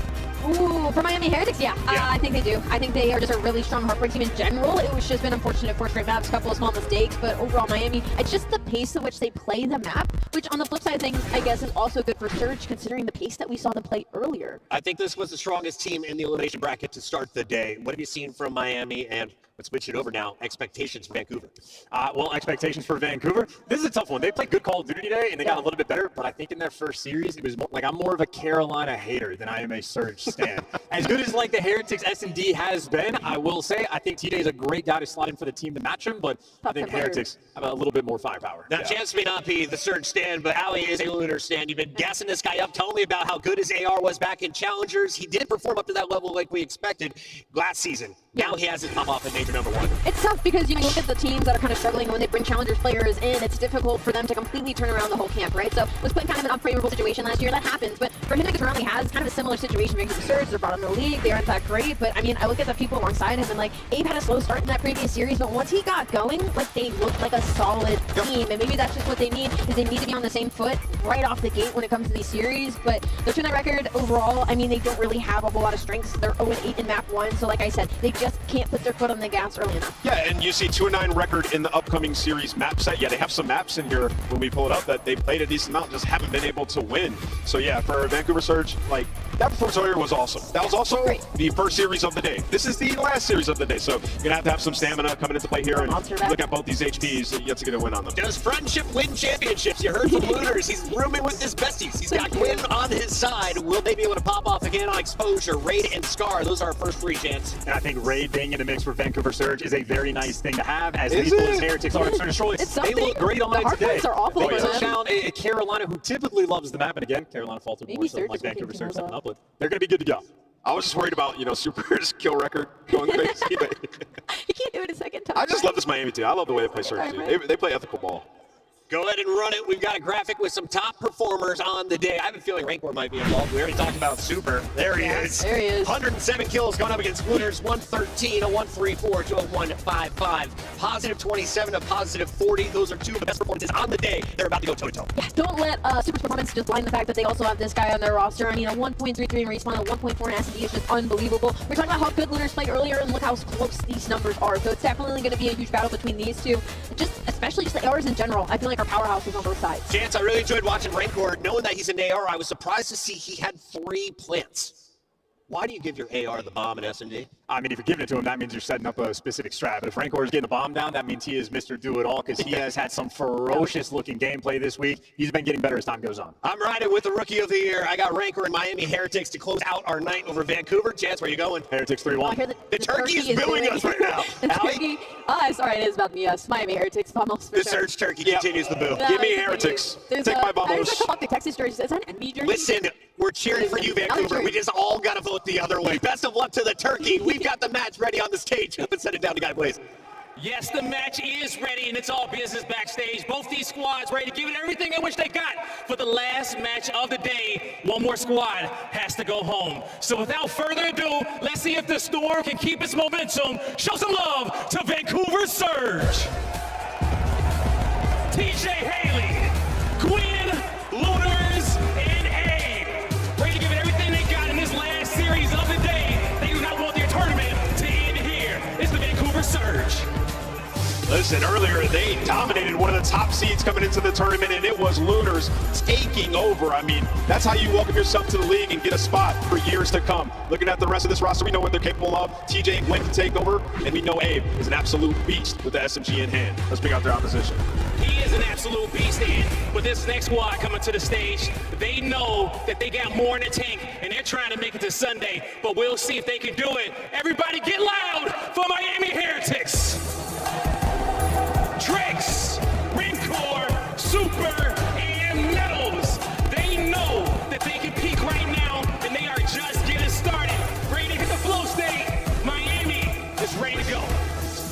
I mean, looking at the stack of this roster, like, they are unbelievable on paper. And the fact they find themselves in this situation, in the elimination bracket to start, honestly, it's nothing to sneeze at. They know they're going to be able to take on anybody that is standing across that stage. And I mean, Super and Rancor have been unbelievable since their induction into the league. You add that with a fantastic mouse performance and Tricks getting comfortable. This is a team looking to take down some big dogs. Let's do it. Final match of the night, okay? They are looking to take down some big dogs, Ali. And I'm happy you mentioned Super, okay? Because I gotta ask our casters, Shift and Study. We got two amazing sophomores on the stage between Lunars and Super. Who's gonna be the biggest X factor in this map 1? Why not both? Feels like it was both earlier today. Very well maybe both again. I think it's just one of those things that, as the Deaths hit on, we just got a career series out of Lunars. Oh, yeah. You need that to start fueling some confidence for the young man. It definitely helped because Exceed and Narrow just got destroyed on the side of Carolina, not just today, but even yesterday in that matchup. So Lunars having that Lunar series that we saw all through our challenges finally shows why he deserves to be in the league. But this is a different beast on the other side, man. Rencore and Super are way too consistent and way too fundamental in their minds in hardpoint games to like let anything slip them by. So tough task. On the other side, though, in the kind of frame, and I feel like the energy just generally speaking is favoring that of Miami, especially considering the start that Vancouver has had. But I feel like if you're Surge, you're looking at this matchup saying, like, if we get on top of this, this could be a spark for the rest of at least the first half of the season for you. It refuels that confidence into, all right, this roster is working, we can hang. Just comes down to, are they actually going to be able to? Because again, the stats across the board are 11, 12, 11, 12, pretty much down the row up until their series earlier today. Yeah, so maybe you just need to be on land there, Al. I heard that. 4 map wins online. Not a single W underneath your belt besides the reverse sweep there versus Boston. But you turn it around here at the event. Dominant fashion versus the Ravens. But like I said, Miami are a different beast. They've already tested exposure on the day, and their issue was at P3. Yeah. Adjustments need to be in Farrington. All about rotation, my friends, all about rotation. Well, here we go. Last match of the day. Someone going home sad. The other a chance to continue this lower bracket run. Miami, Vancouver, and we're getting it on exposure to get things kicked off. And solid start here for Vancouver. Clear out your lanes, make sure no subs get through, and you're already scoring early. Yeah, now if you're on Miami, taking your time on this approach for the re-break. You have one player who spawned out in trade. You're looking for him to be the initiator. He strikes alongside Rencore. That's read that, make it all 4. The break is quick. They're from Heretics. And you can start to put a little bit of pressure down towards Tank side. Abe is already meeting it there, though. I will say, for Surge, based on their roster, you kind of like the idea of playing exposure. Let Abe be flexible, let TJ be flexible, and then block everything down around you. Abe now playing over towards Staircase side, has a couple of friends nearby, but not able to really cleanly get the wins that they're looking for. Finally, they're able to find the clearance, and just as P2 opens, the Surge are in. It's a 2v2 off the rotation for these fights. Spawn's currently in favor of Surge, but you lose that initial, lose the second fight. Instant break there for Miami with Rencore already streeted. Now you got to find an avenue of approach. How do we break this? You're banking on Lunars trying to get behind enemy lines. At the same time, Rencore's doing it on the opposite end, and they're finding all the kills. So Vancouver, you need to get in sync. Yeah, you really do. That's already a Hellstorm earned for Rencore off that streak. Abe seen over the top at the jump wall. Super chasing him down, and Miami are just trying to control the space. But Abe's going to come back to the gunfight, have a really good chance at it. Super able to still find the win now 4 in a row, and slipping away from the rest of the Surge spawners. Has Gwen in front, but again, just validating his life, backing out and letting his teammates soak up time. Gwen and Lunars need to stay alive on this side of the map. There's only a 30-40 point difference if you soak up this final 10, but you'll be down 100 if you lose these spawns over towards the next HP. Thankfully, you find kills. Last one standing is going to be Metal Source, the backside. He's just trying to value his life. Go unaccounted for, but he's getting sniffed out. They still find a kill. Clean, still full health. Miami now starting to frame things up from the front. You do get a couple of squad spawns though for Surge. Read perfectly by Metals. He's under pressure. All the way for Rencore, the exact man that you'd want for the job. Now watching the cross from platform side, deals with the opener. From the front window, Super also finds a win. So now Surge are a bit staggered, trying to keep their way back into the hill. Yeah, but they're still in the hard point. Gwen is valuing his life as long as he can. Now the reinforcements are here to guard their way through the back door. I would love to see Rencore be the aggressor and not wait for those spawners because you had the numbers to get the break there. But now with 25 seconds left, you don't want to be swiped towards the backside. Quinn is starting to light it up in the kill feed. Only gets one. It's now Lunar's turn to potentially pick up the rest of the final 15. But Vancouver have surged their way back into this game off of a great hold. Easy pun there, my friend, easy pun. Lunar's another hot start though, 10-6. As I said, a tie game in. Vancouver, you look at the map, set up for new. Just comes down to, again, can we see a solid hold, especially in the face of the early Hellstorm? That's going to have everyone scrambling, looking for cover inside the hill. Miami have to wait on this outside push until all this extra ordnance gets hauled in. Abe stays alive. The main missile also comes up empty. Even in these next gunfights, though, Abe will find the first that's going to keep spawns blocked for now, as he finds a little bit of help. Maybe positive for the players in the hill, but they're dealing with issues of their own, and now it's just not if you can win your individual fights. And they're still doing it from the hard point, so time is in their possession. Spawns are in Miami's. And now you have the numbers to reinforce your way right through the front door. Every single angle that you choose, just got to take care of Gwen, and Rencore is able to find it. So a good chunk of time there for Miami. A team that struggles on breaking, it helps when the Hellstorm allows you to get pushed up on the map. Basically have a tie game at the end of P4, now comes down to P5. Dude, Drakes is feeling it. Now he's got a Hellstorm earn. 5 in a row for him, starting to just move across the map and gets caught by Abe there at mid. Trade for Super, not going to be there as Abe gets an impressive double. Has Surge with an edge over towards the drone hardpoint. Gwen staying down for the early time, and that's going to force out trades with the Hellstorm early. Yeah, just trying to get them out of positionings. Decent numbers advantage at the time. You win that one-on-one gunfight. Everybody else from Surge sitting at top window. So you have top mid, but Heretics are in the hard point for now. You're losing the gunfight through top mid, so Miami have a good chance of holding it. They're looking like it. Metals, some issue there. Not a lot of help from inside the hill. Super had his attention elsewhere, but Rencore cleaning up mid gets his AR locked back down, and Trix has the easy gunfight to finish things off. Metals right there with him. So chance here for Miami to take their first significant lead. 20 seconds to fight, and Vancouver are splitting their focus, trying to win back middle. Also seeing they can get middle. Yeah, we don't really want to go through bottom dirt. But when you go through top mid, this guy is making you pay for it. 20-7. Hellstorm again in the back pocket for Red Core. Poppy takeover on this opening map on a 9 streak. Trying to look for kill number 10. Quinn, you better tell this correctly, because that was almost a highlight reel. You get the trade. Miami at the end of the first set up by 20. But Red Core, you got to slow him down. I will say that. I mean, the other part about this conversation, let's do some service here to Vancouver. They're only down 15 points, and they've already lived through 2 Hellstorms. So they're doing a decent job keeping themselves in it. But you can definitely feel Miami building these streaks. They lead towards the trends that